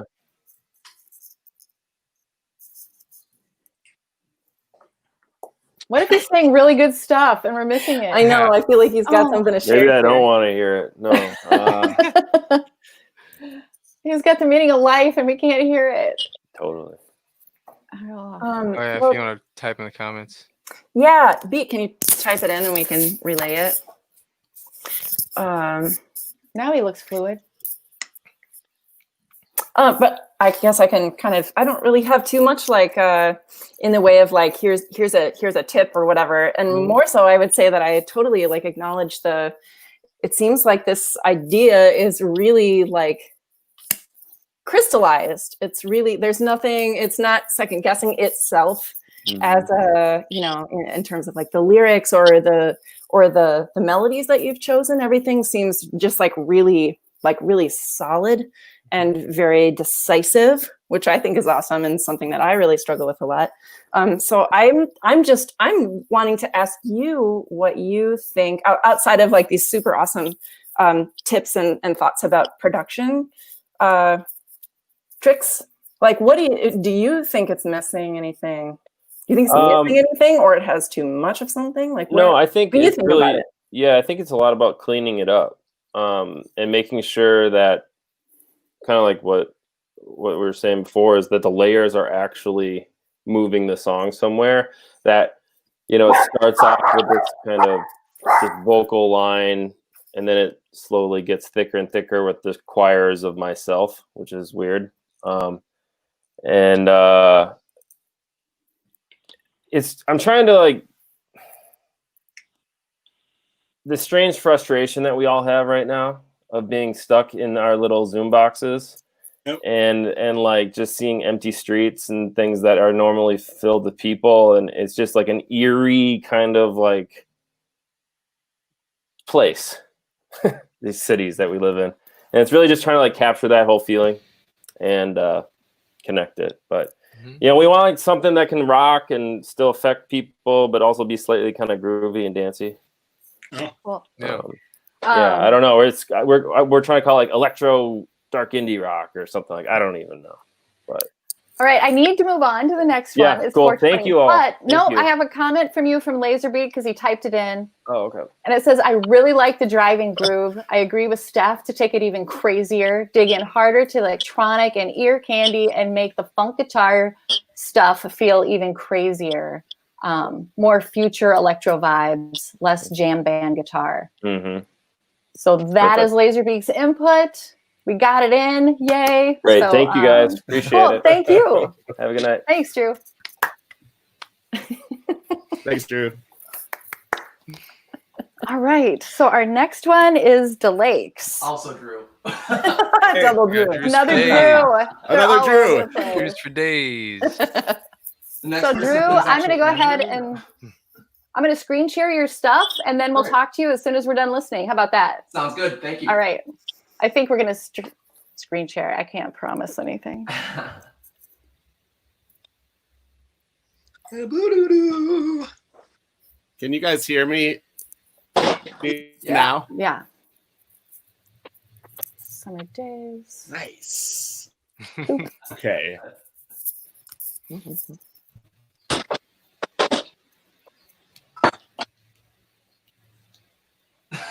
Dang it.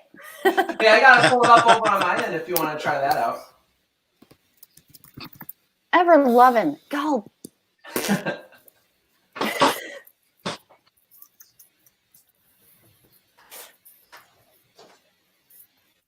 Last time I took a deep breath and it worked. Let's see. You let me know when I should screen share here. Yeah, cue your stuff up. Just Yeah, in let's case. see what we got. Let's see what we got. Try it out. Try it out. Oh, let's see. Frick. Chrome tab. Hey, shout out to Stephanie Hansen in the background guiding me through all this right now. Yeah. Right. Oh, quick share audio. Oh, look at that. Let's see what we got here. Let's see what we got. If this works, awesome.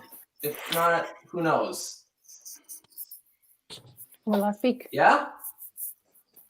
Oh, yeah. Good.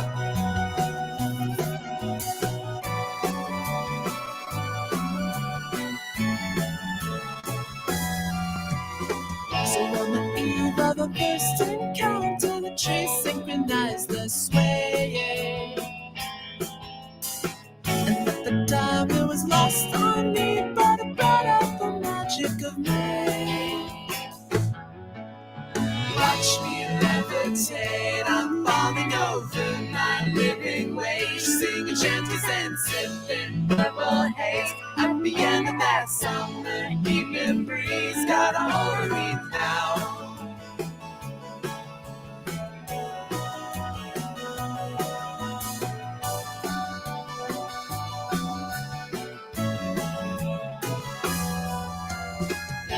Along to my every tune, and nothing could break our gaze. I bought you beer and you spoke of the holy writ. I signed your chest forever, yours, a heart so good rounded. Watch me levitate, I'm bombing over my living wage, singing chanties and sipping purple haze. At the end of that summer evening breeze, gotta hurry now.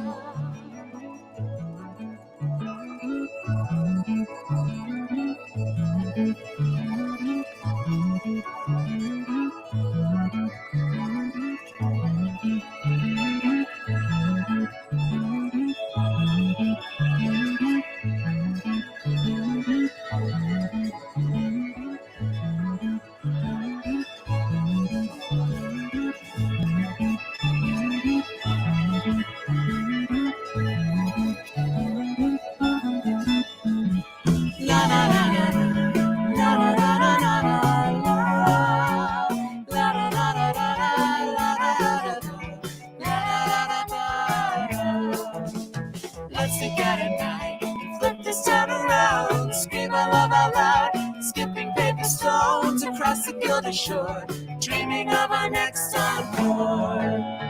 Watch me levitate, I'm bombing over my living wage, singing chanties and sipping purple haze. At the end of that song, the evening breeze got a hold of me, watch me levitate. I'm falling over my living waves, singing shanties and sipping purple haze. At the end of that song, the evening breeze got a hold of me now.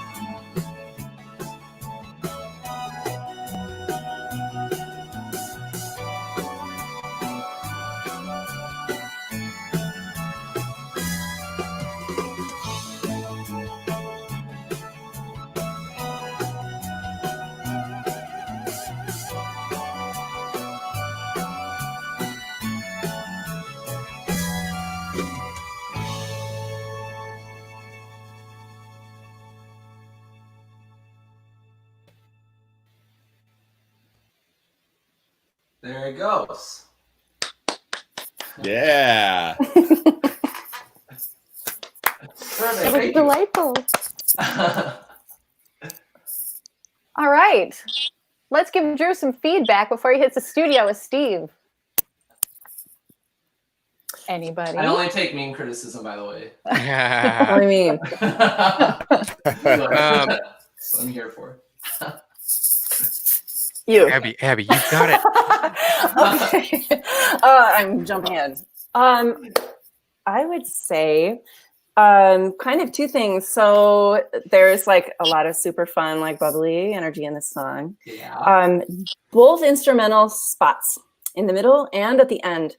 I would ask and consider what are they serving to the song, and how could they serve the song not better or worse, but I would ask that, just because the middle instrumental specifically feels like it's sort of like it's looping this groove, right? And it kind of grows and it builds, but like I didn't quite feel that the other instruments were, I didn't really feel like the other instruments were taking advantage and like occupying that building space. Yeah. So like what Steph had said on an earlier song about like if it's not doing much, like trim it, and so it does like punch more. And on the outro too. Cool. Yeah, I definitely feel like there could be some room for like adding, or maybe just like with each part, it has its peak, and they can kind of have the peak screwed out, and then yeah. I would fill those spots with some fuzz on the bass. Oh yeah. And that whole thing, you could alternate every 8 bars with some egg shakers a double time, and that would juice that whole thing. Cool. Yeah. Double time. Yeah. Yeah. That's awesome. Yeah. So real quick, the instrumental thing in the middle that Abby was referencing. So you guys go to 5, and the bass playing the thing, like the ascending line. That's like it's so like the landing spot of that, right? It's we're coming out of the chorus, and then it's like boom, like whoa, like we're like the bottom comes out, right, and we're like floating, right? Yeah. Which that like contrast I think is nice. I think this sort of I guess has to do with what Abby was saying, but like where it builds, I think the end of it, I feel like the transition from the end of that to the next section could be better. Like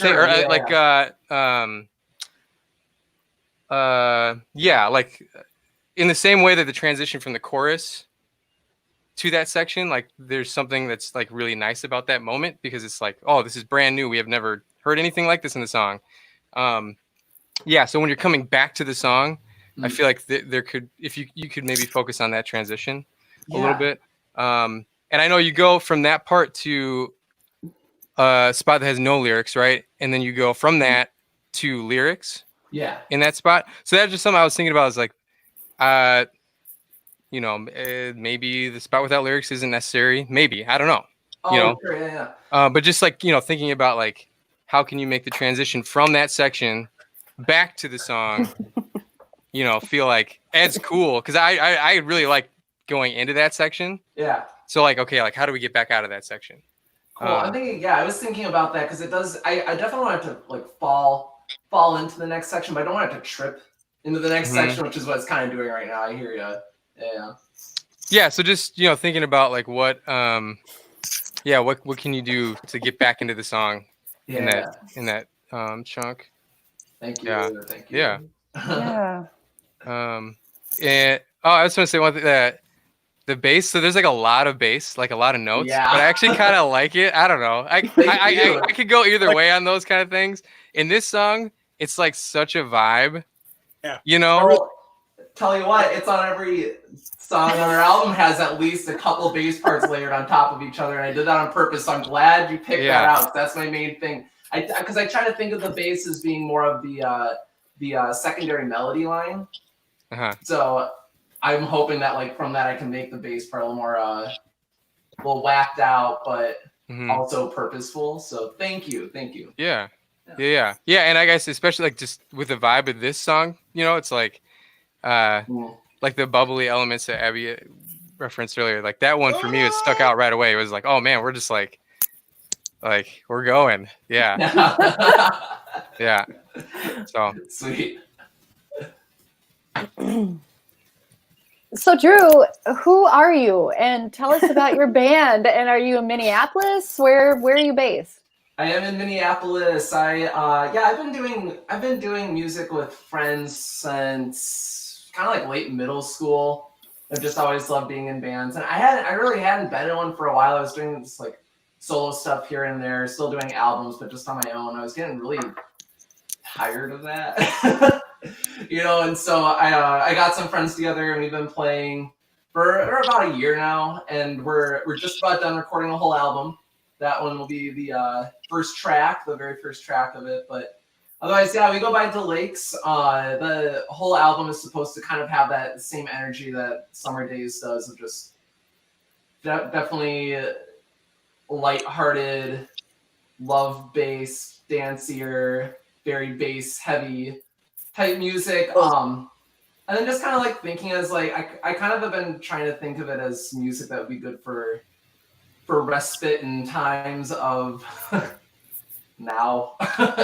so definitely just like if people need a break, it's like we'll just like stop on by and take a listen to the album.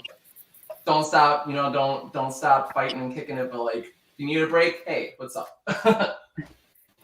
Love it. Yeah. Laserbeak, did you have anything you would like to contribute? He wrote it in the chat. Oh, he did. All right, then I'm going to read it.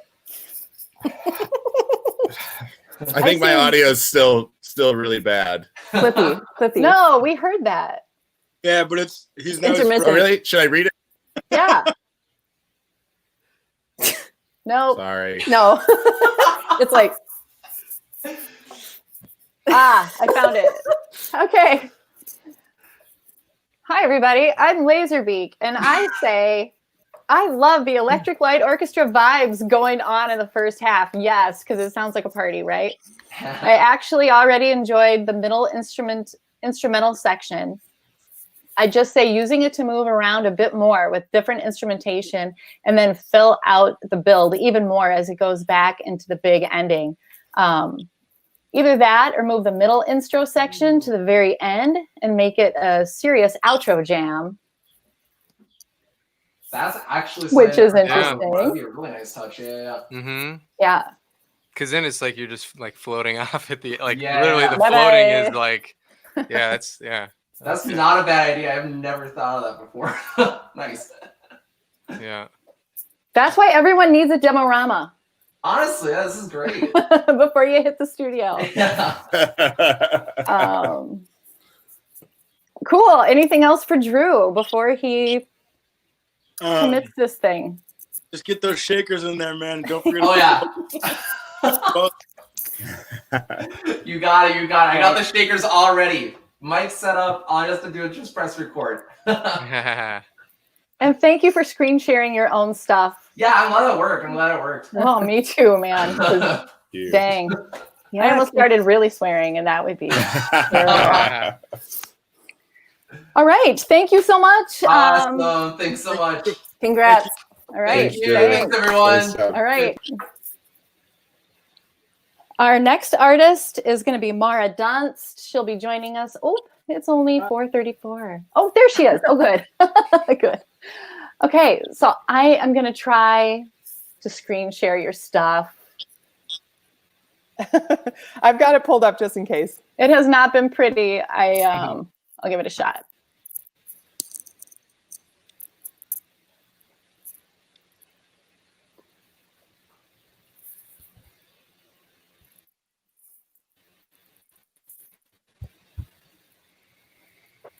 Nope. Ever loving. Oh, Mara, I'm so sorry. That's okay. Can you hear me, by the way? Yeah. Okay, so I'll go ahead and share. Yeah. That would be great, since I am incapable. Okay, let's see how this goes.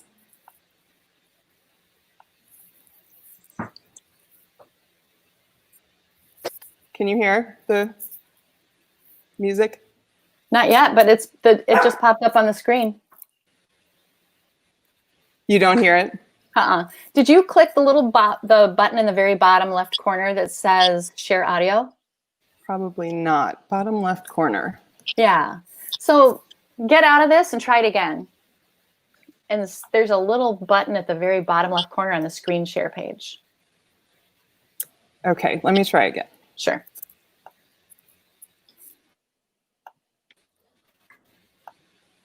If not, you can just sing all the parts for us. Yeah, that sounds like a great idea. I'm so sorry.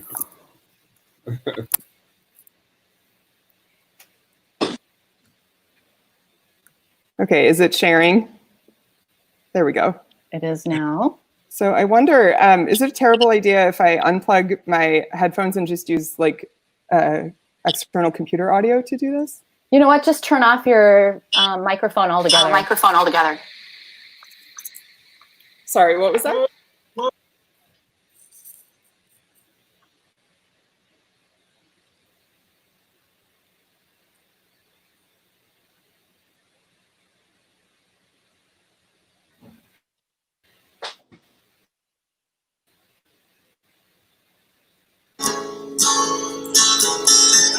Yes.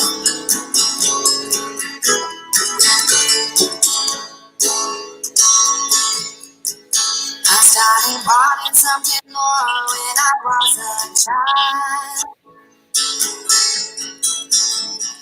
Dreaming of a day when I could just run blind.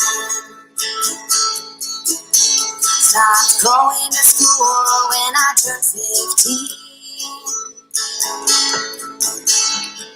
Made myself a name in the town we see.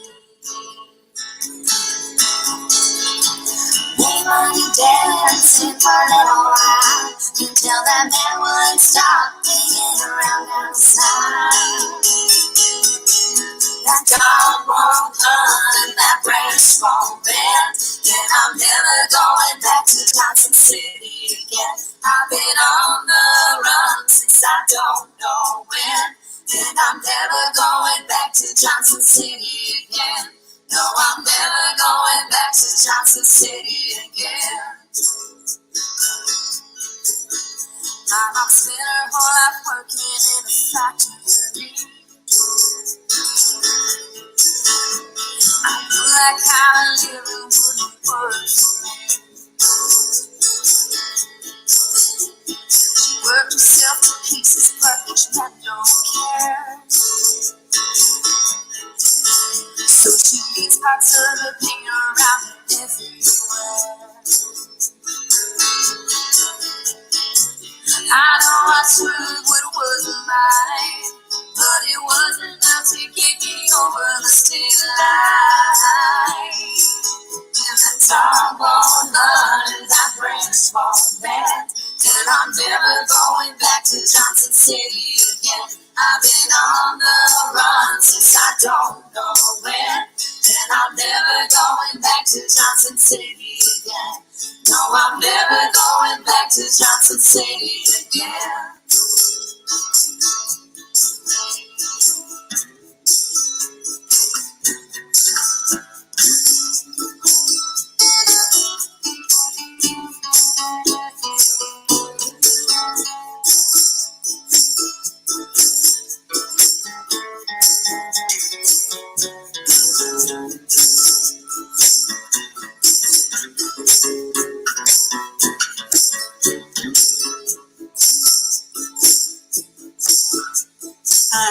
little baby when I turned 19. And the man who helped make her skip right out on me. I made myself a nest egg of some college kids, so my baby wouldn't have to do the things I did. How well we needed and then I split. Never more determined, no more desperate. And time won't hard and that branch won't bend. Then I'm never going back to Johnson City again. I've been on the run since I don't know when. And I'm never going back to Johnson City again. No, I'm never going back to Johnson City again.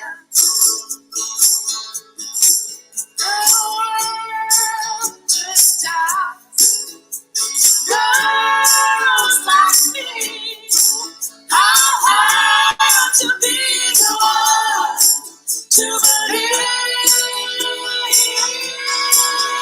that God won't learn and that grace won't bend. And I'm never going back to Johnson City again. I've been on the run since I don't know when. And I'm never going back to Johnson City again. No, I'm never going back to Johnson City again. No, I'm never going back.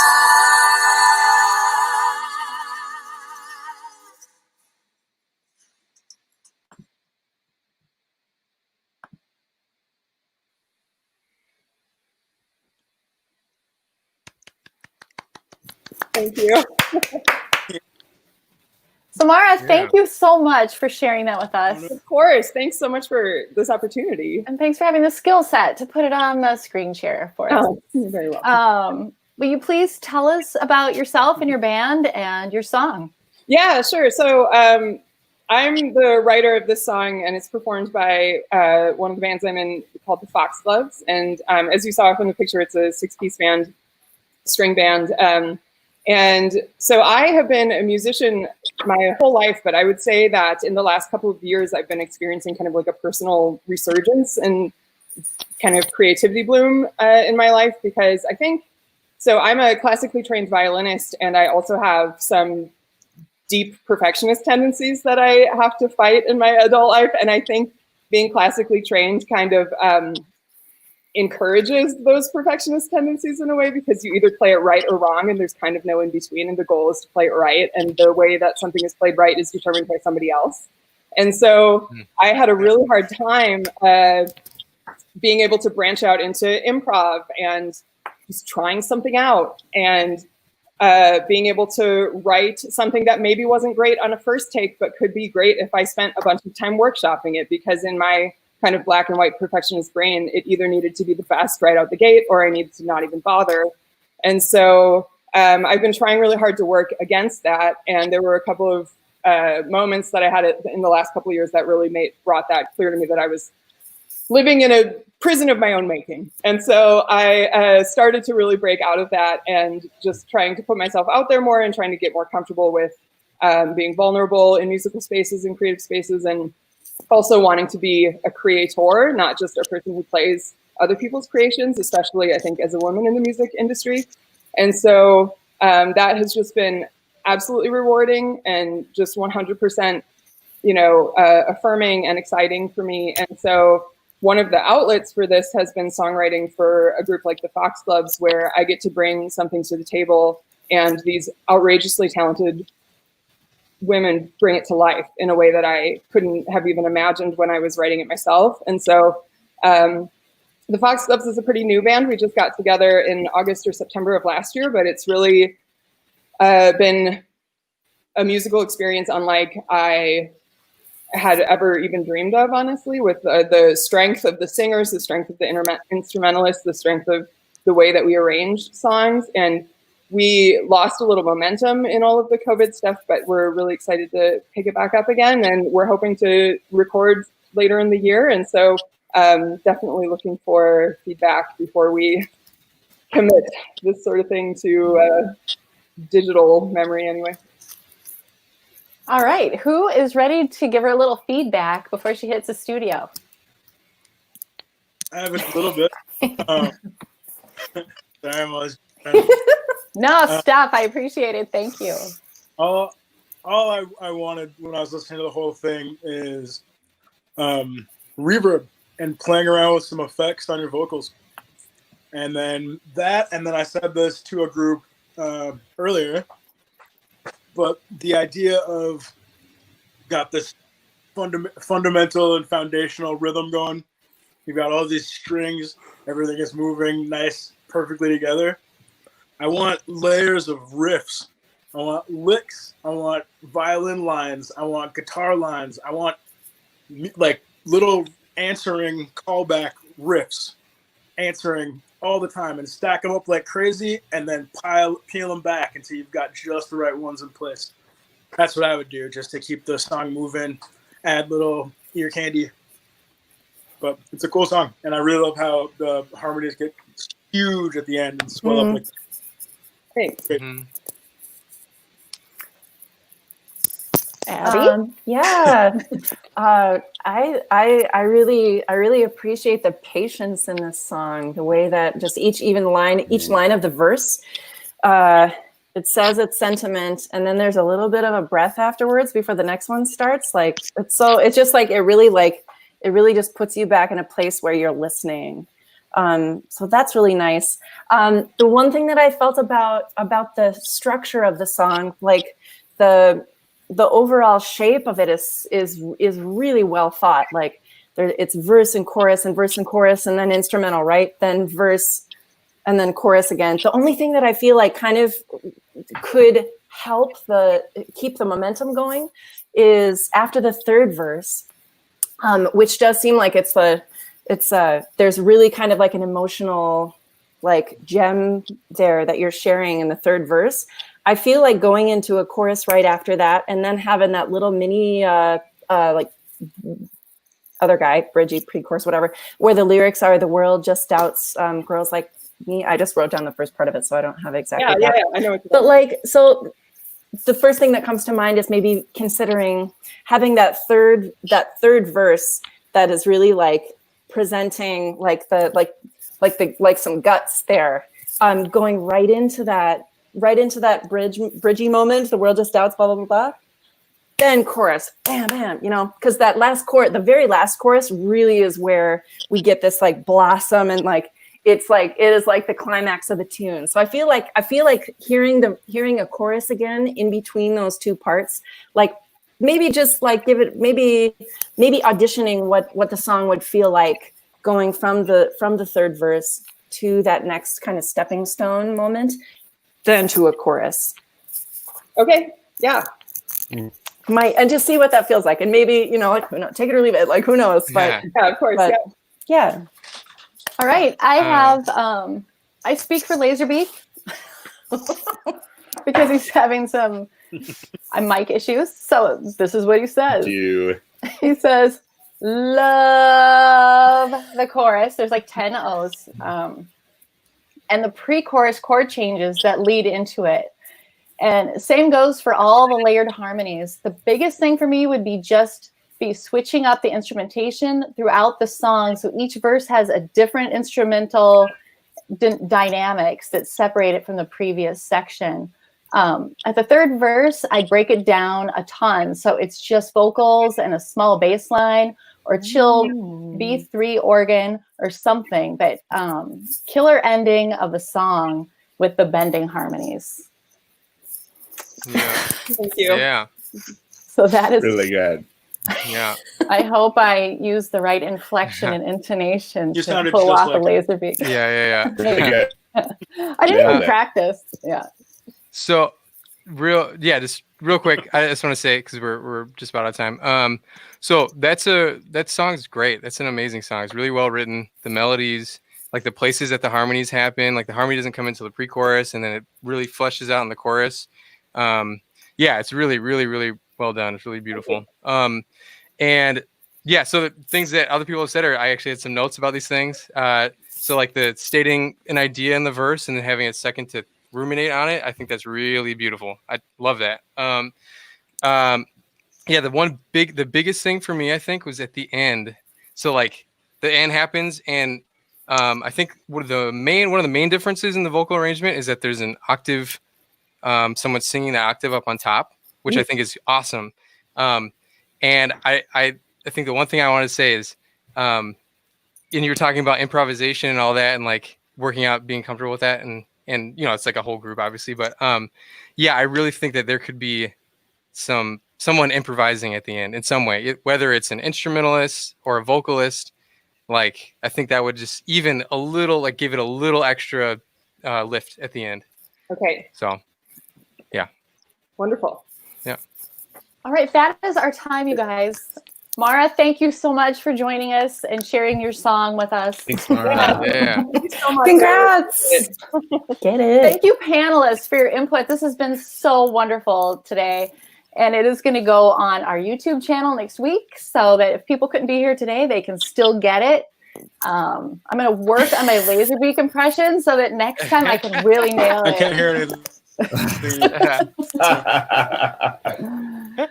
So good night, you guys. Thanks so much. Yeah, Thanks, Mary. thank you. All Love right. all of you guys. Thank So you. nice to see you. See you later. Yeah. Love you. Mwah.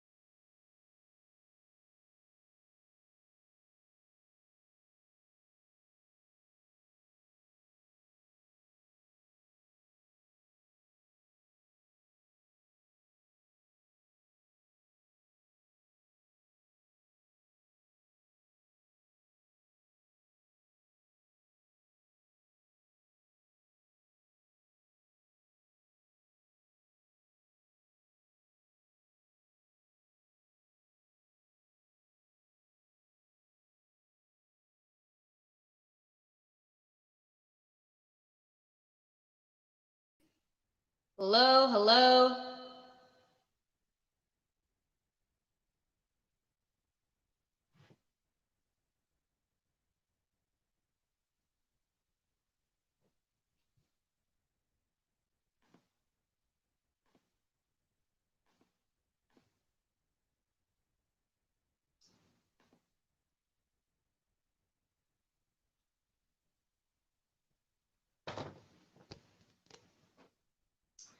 Testing, testing, 1, 2, 3. Can you hear me? Just checking. Hold on. Oh, okay, perfect.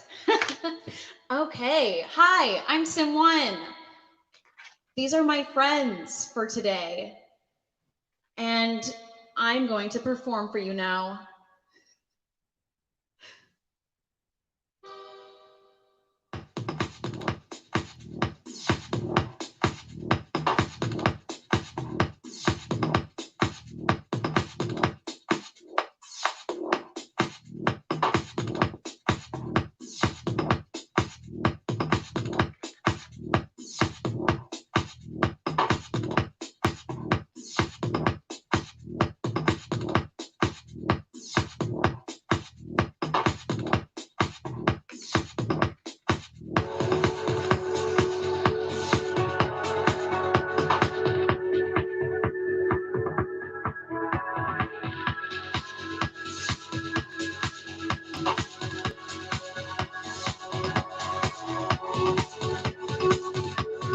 Ooh yeah, ooh yeah, yeah yeah,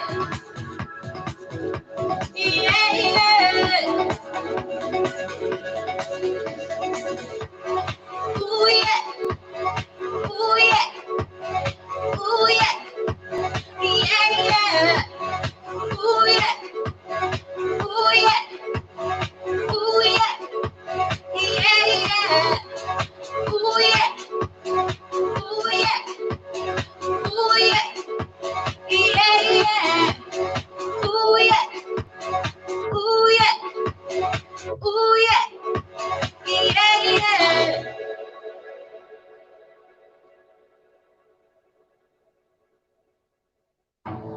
I'm up above the plane. I hold the answer with this new ability. Exit, escape the pain. Digital cancer, a fair trade for my sanity. Come find what sparks magic.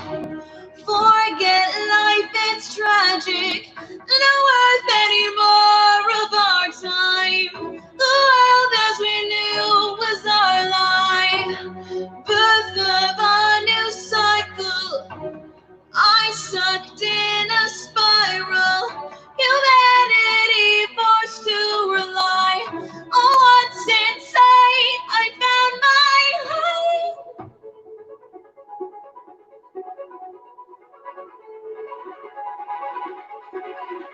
Send your lonely nights away. Send your lonely nights away. Ooh yeah, ooh yeah, ooh yeah, yeah yeah. Ooh yeah, ooh yeah, ooh yeah. Whoa.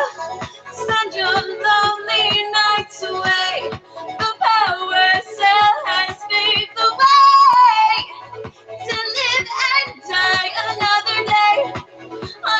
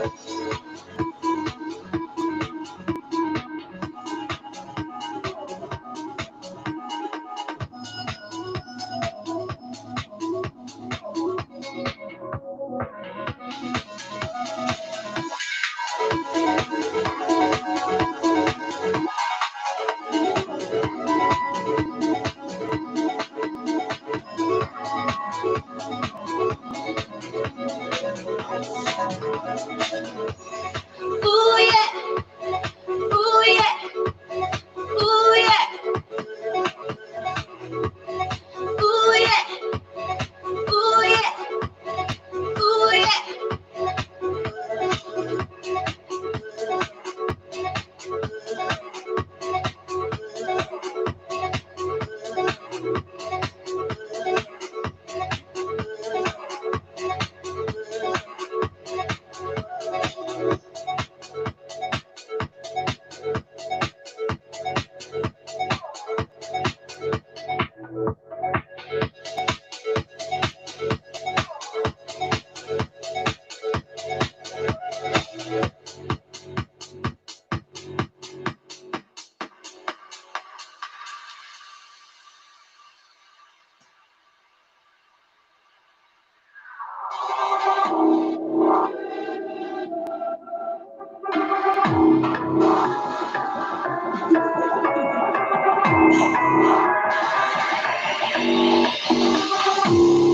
I just wanna party in the moonlight. Don't care at all if it goes all night. Didn't think I'd have a problem tonight, but there you are, but there you are. Hungry eyes, save me. Hungry eyes, gotta let me know. Hungry eyes, save me. Hungry eyes, gotta let me open up your mouth, let your guard down, just try it out, don't fight it. Can't you see it's happening for you? Are you gonna run from what you crave? Feed. Wait.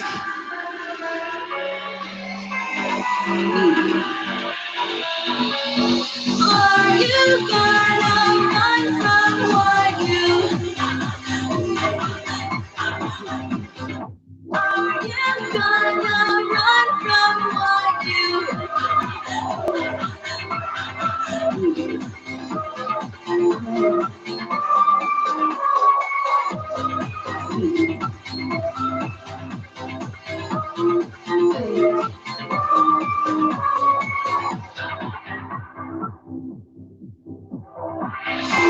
What happens when you give into your appetite?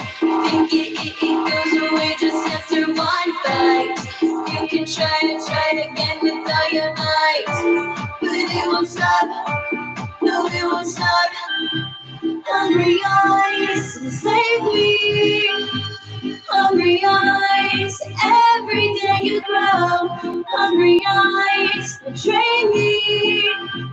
Hungry eyes, gotta let me open up your mouth, let your guard down, just try it out, don't fight it. Can't you see it's happening for you? Are you gonna run from what you crave?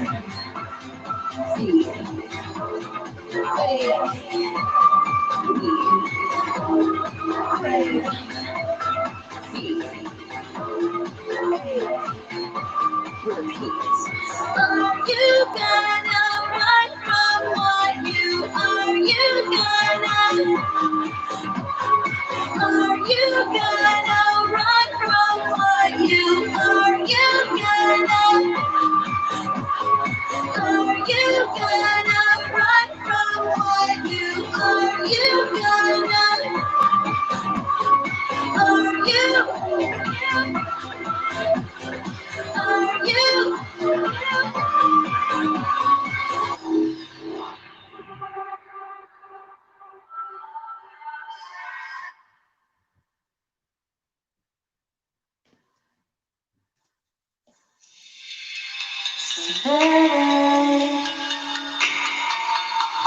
think I'm losing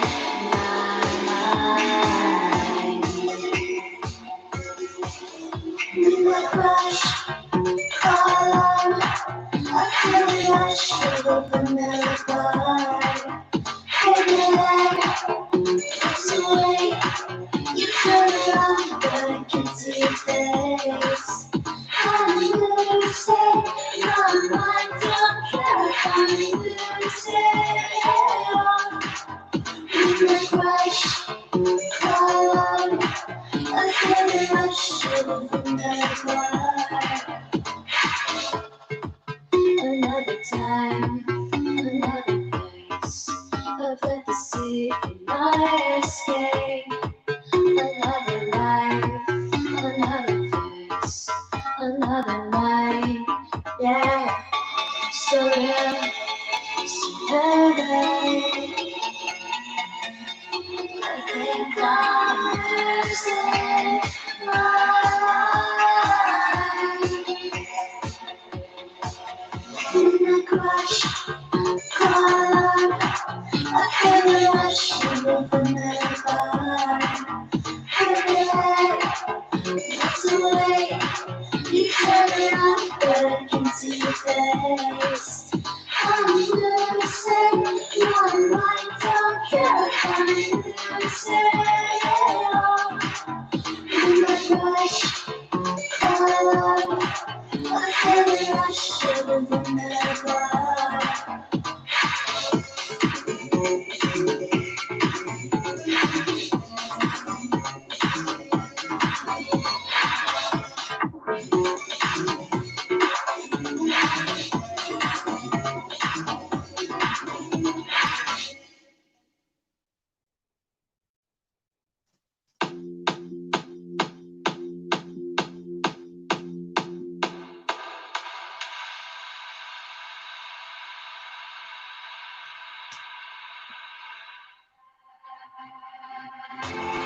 Look around, are we just dreaming?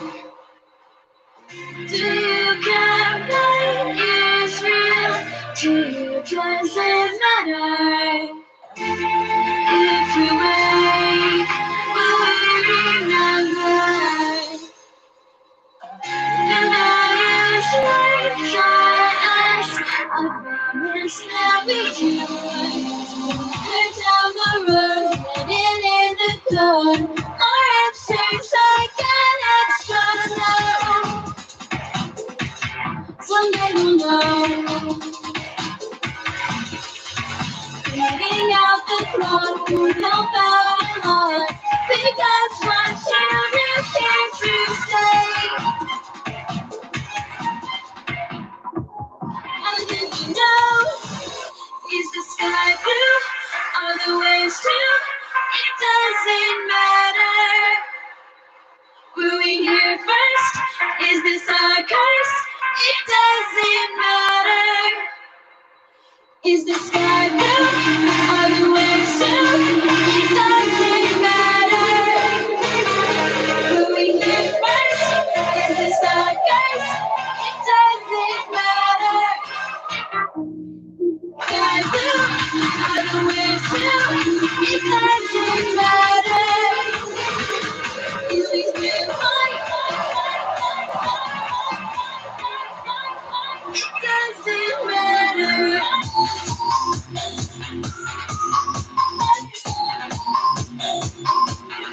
What is this?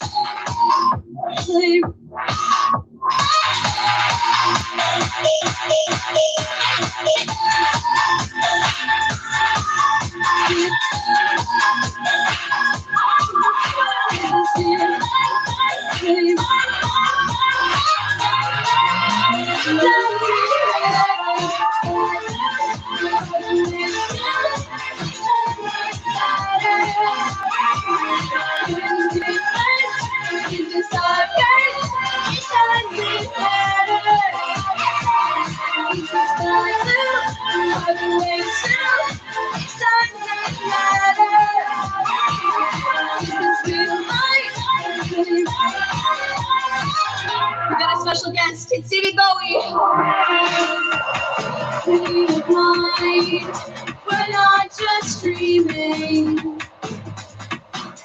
It's time to face the fact. We're going into the storm, not knowing what's true. Freedom lines, we're meant to collide.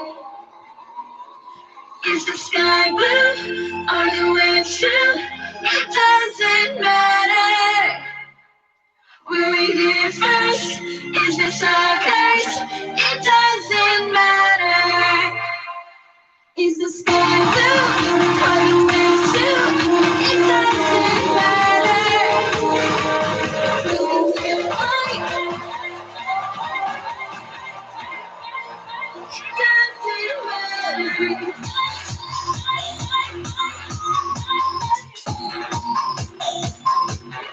What is this?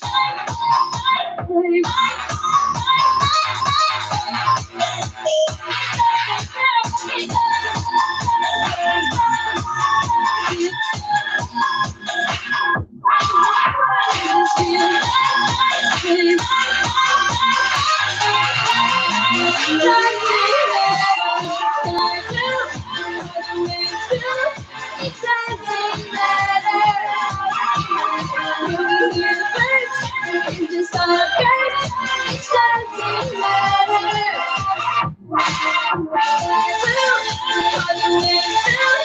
It doesn't matter.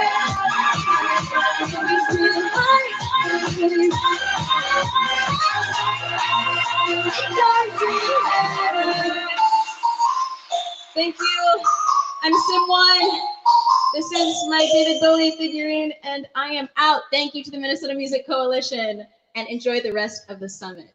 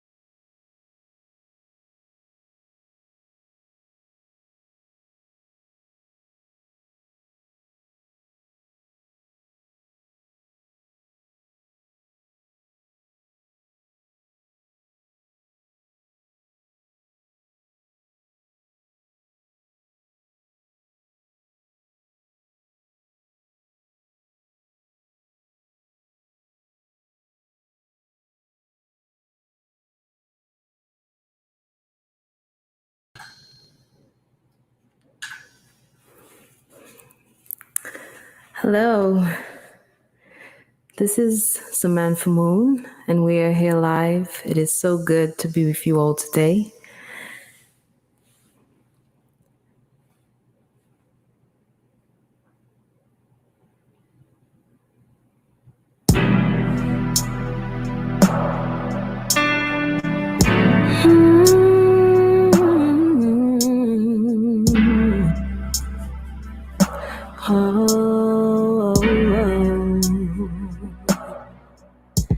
She said, please don't let me lose my pride.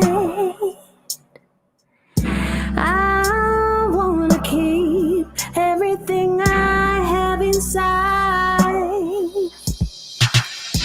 Oh, don't let me be your slave, not for one time. Not for one time.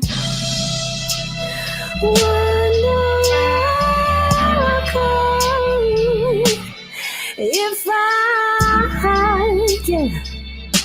don't let it know, we hate her. When the truth comes out, would he love her more? And tell her that with his mouth, I really let her go, which is what she really wants. Gotta tell him anyway, all the both of them remain in bondage. Please don't take my pride.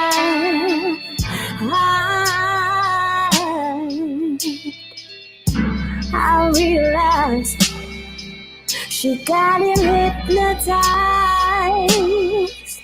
Please don't take my pride. Oh no, oh no, no.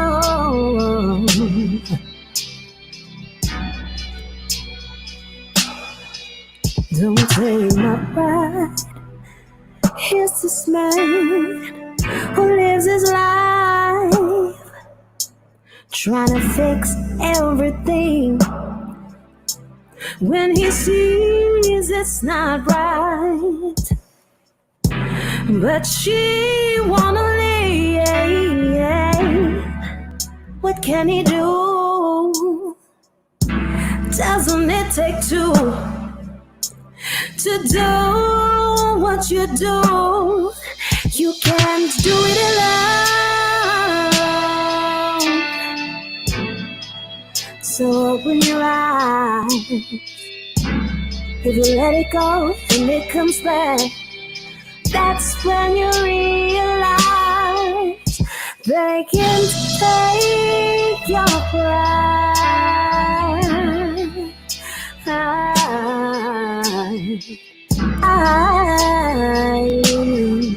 No. Don't take my pride. Can't take my pride. Can't take my pride.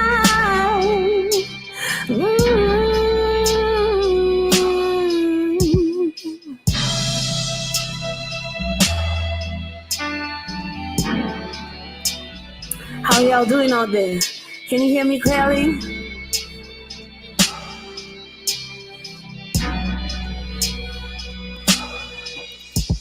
Don't take my pride. Don't take my pride. Don't take my pride. Don't take my pride.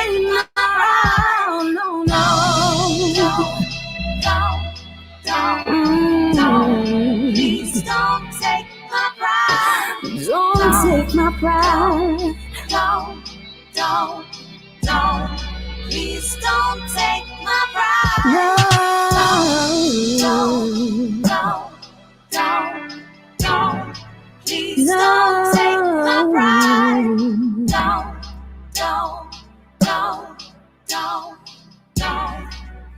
don't take my pride.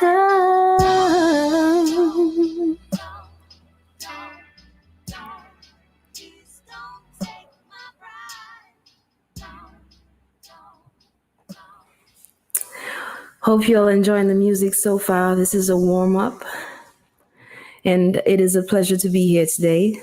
Thank you for having me.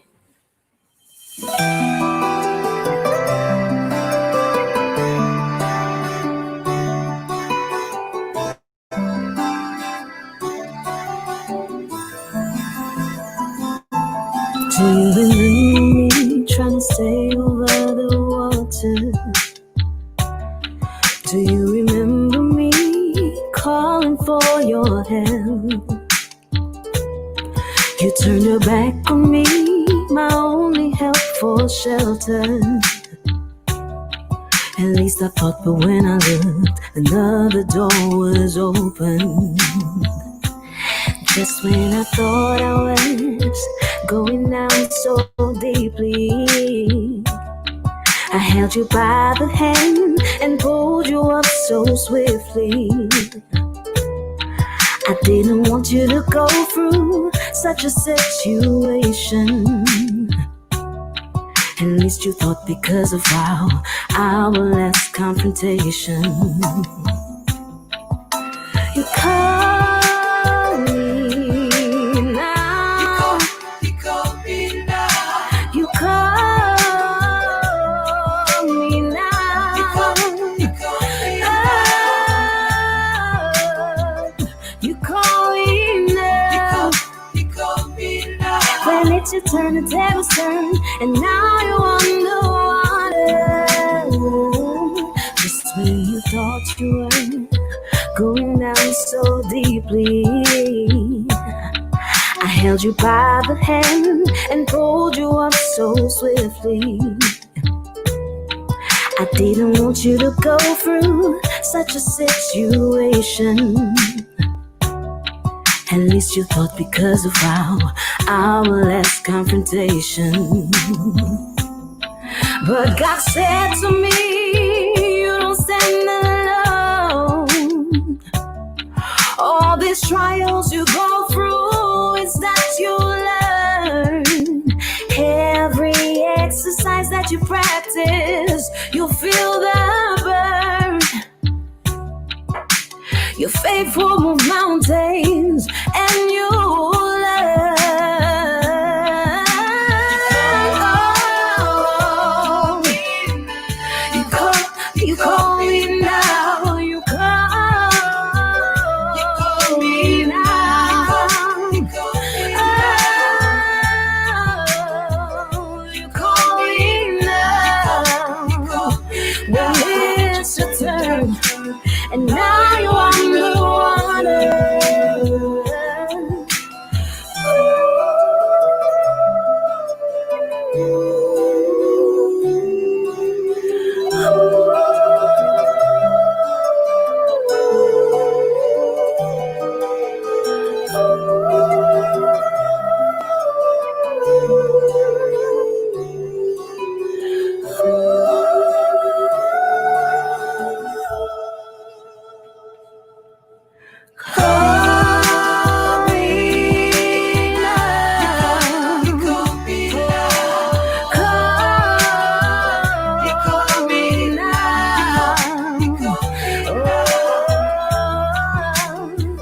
You call me now. When it's your turn, now you're on the water. Oh, you call me now.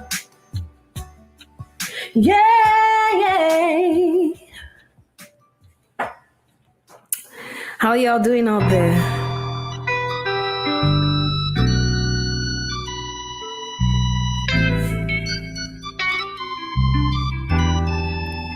Let me know if everything sounds good.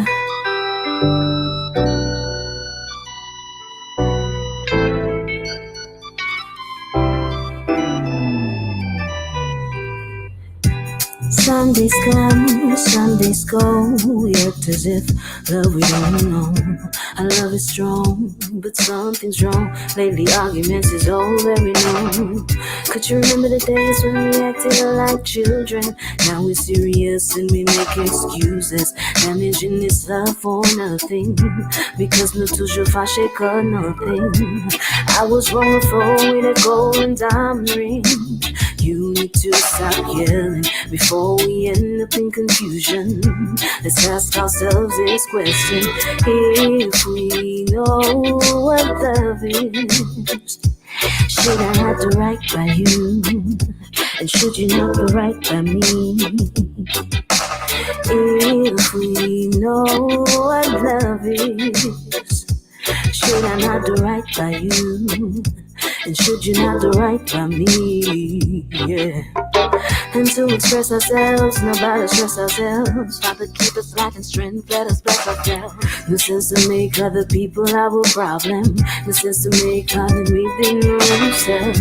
We live as one, so we stay as one. And we empire before the time is higher.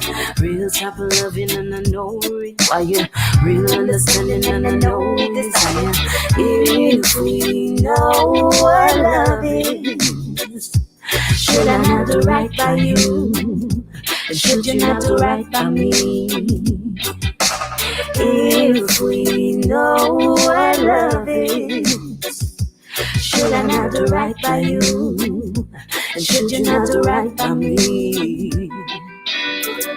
You asked me before if everything I asked you for, Daddy gave me, baby. Almighty Father gave me, baby, yeah. And I know I can be so selfish sometimes, and I'm sorry, baby. You know I'm sorry, baby. If we know what love is, should I not do right by you? And should you not do right by me? If we know what love is, should I not do right by you? And should you not do right by me?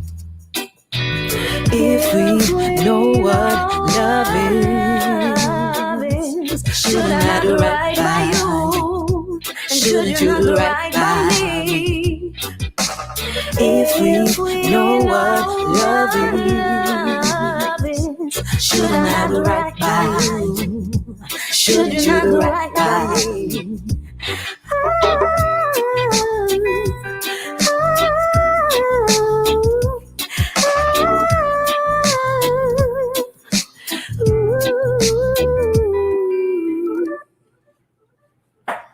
How y'all doing out there? So once again, for those who do not know my name is Samantha Moon, and I'm happy to entertain you today. Yeah. Oh, yeah. Oh,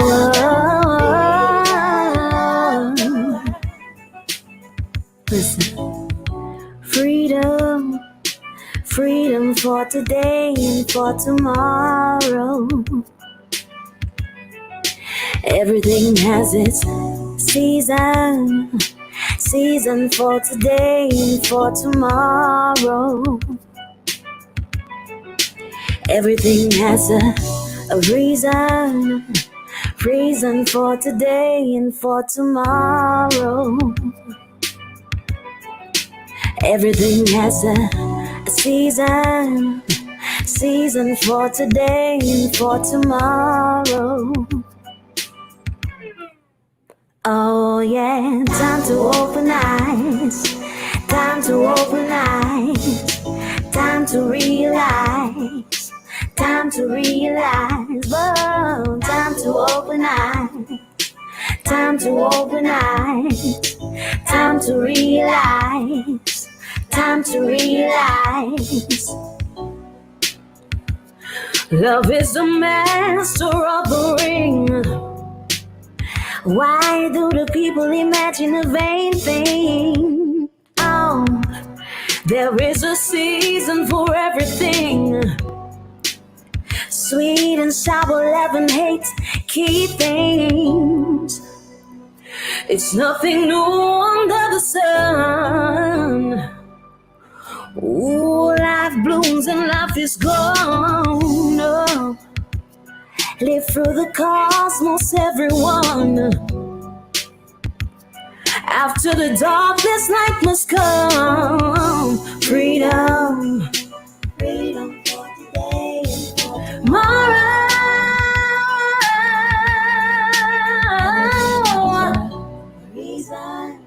Reason for tomorrow. Oh yeah, yeah. Love that. People love that. People love the world. Everything happens for a reason. Open your eyes. Oh yeah. Oh yeah. Yeah, yeah. It's nothing new under the sun.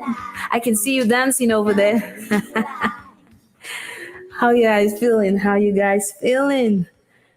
So once again, as you can see, there's a tip bar rolling. If you want to give a tip, that would be nice. And I want to thank everyone who is here tonight and listening to this. I love you. I feel sad every time I think about you. My heart gets mad every time I see you in pain. Oh, I know it's just an emotion, but it still hurts when you're on my mind.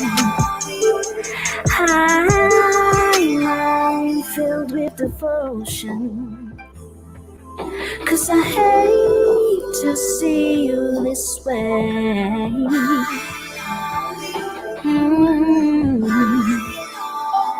I love you. I love you.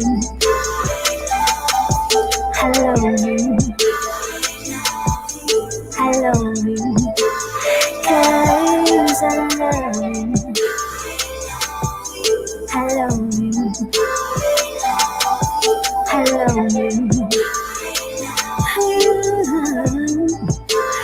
'Cause I love you. And I hate to see you this way. I see the light when I look inside your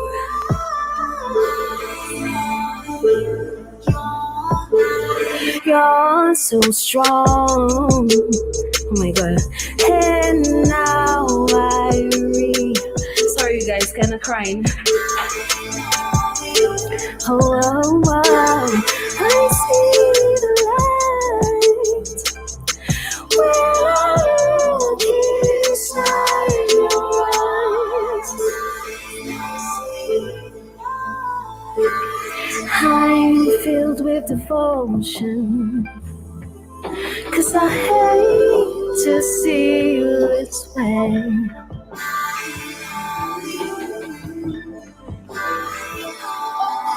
I love you. I love you.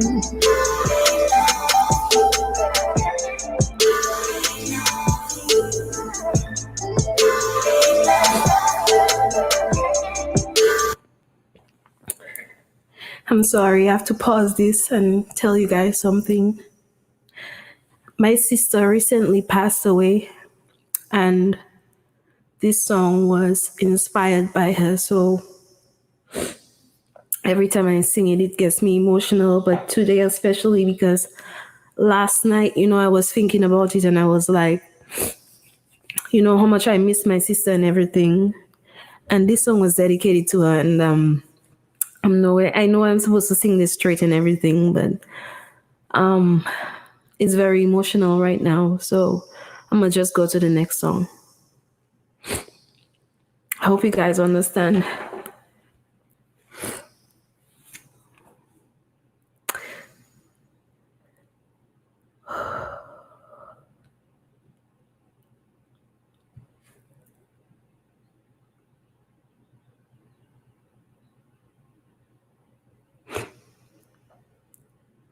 Yes, you're so welcome. You're welcome. And thank you guys. Is it 20 minutes yet? Can somebody update me? Oh, I'm so sorry about this. So emotional. Okay, I can do. Okay. This was actually the last song, as I realized, because it was 20 minutes. If I have to do another song, it wouldn't be an original, and I know we can't do that. So let me know what's up, and I can know if you want to do just a short, like really short original. Sorry, cover song. Okay. I'm gonna do a quick cover song.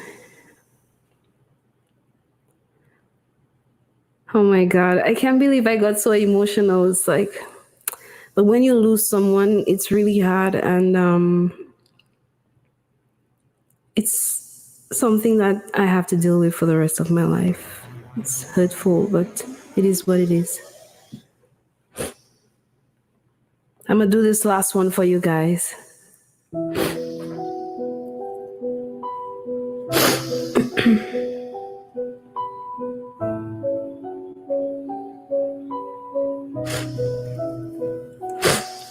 Oh, excuse me.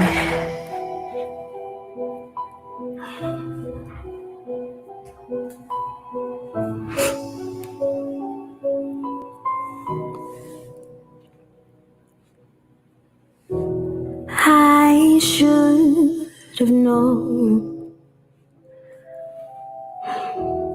I'd leave alone. Just goes to show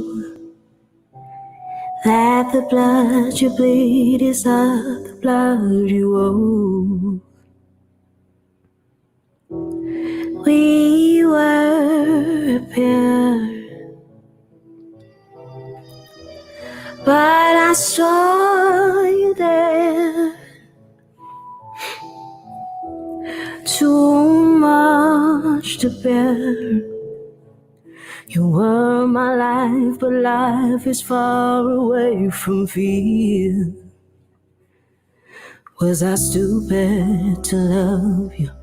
Was I reckless to help?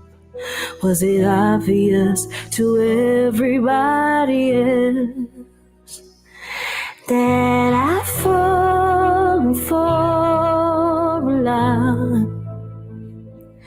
You were never on my side. Fool me once, fool me twice. Are you there for paradise? Now you'll never see me cry. It's just no time to die.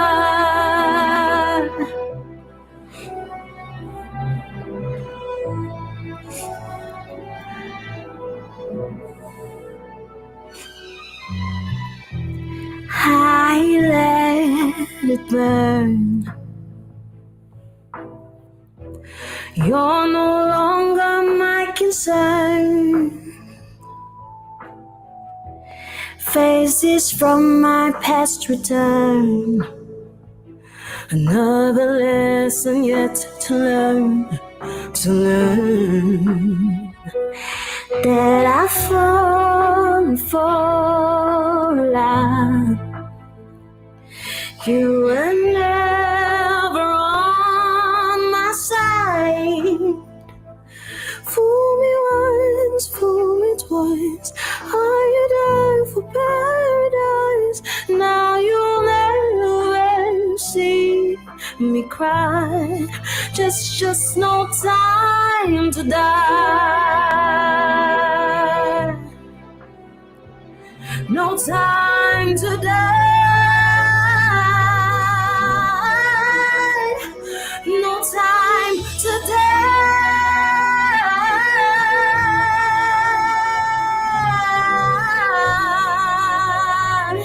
Whoa.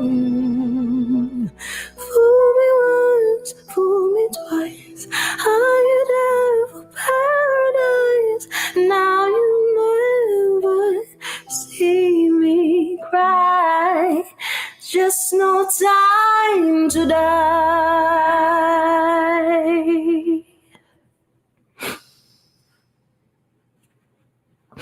Thank you guys so much. This is my last song. Wish I could do more. Thank you guys for having me. Bye.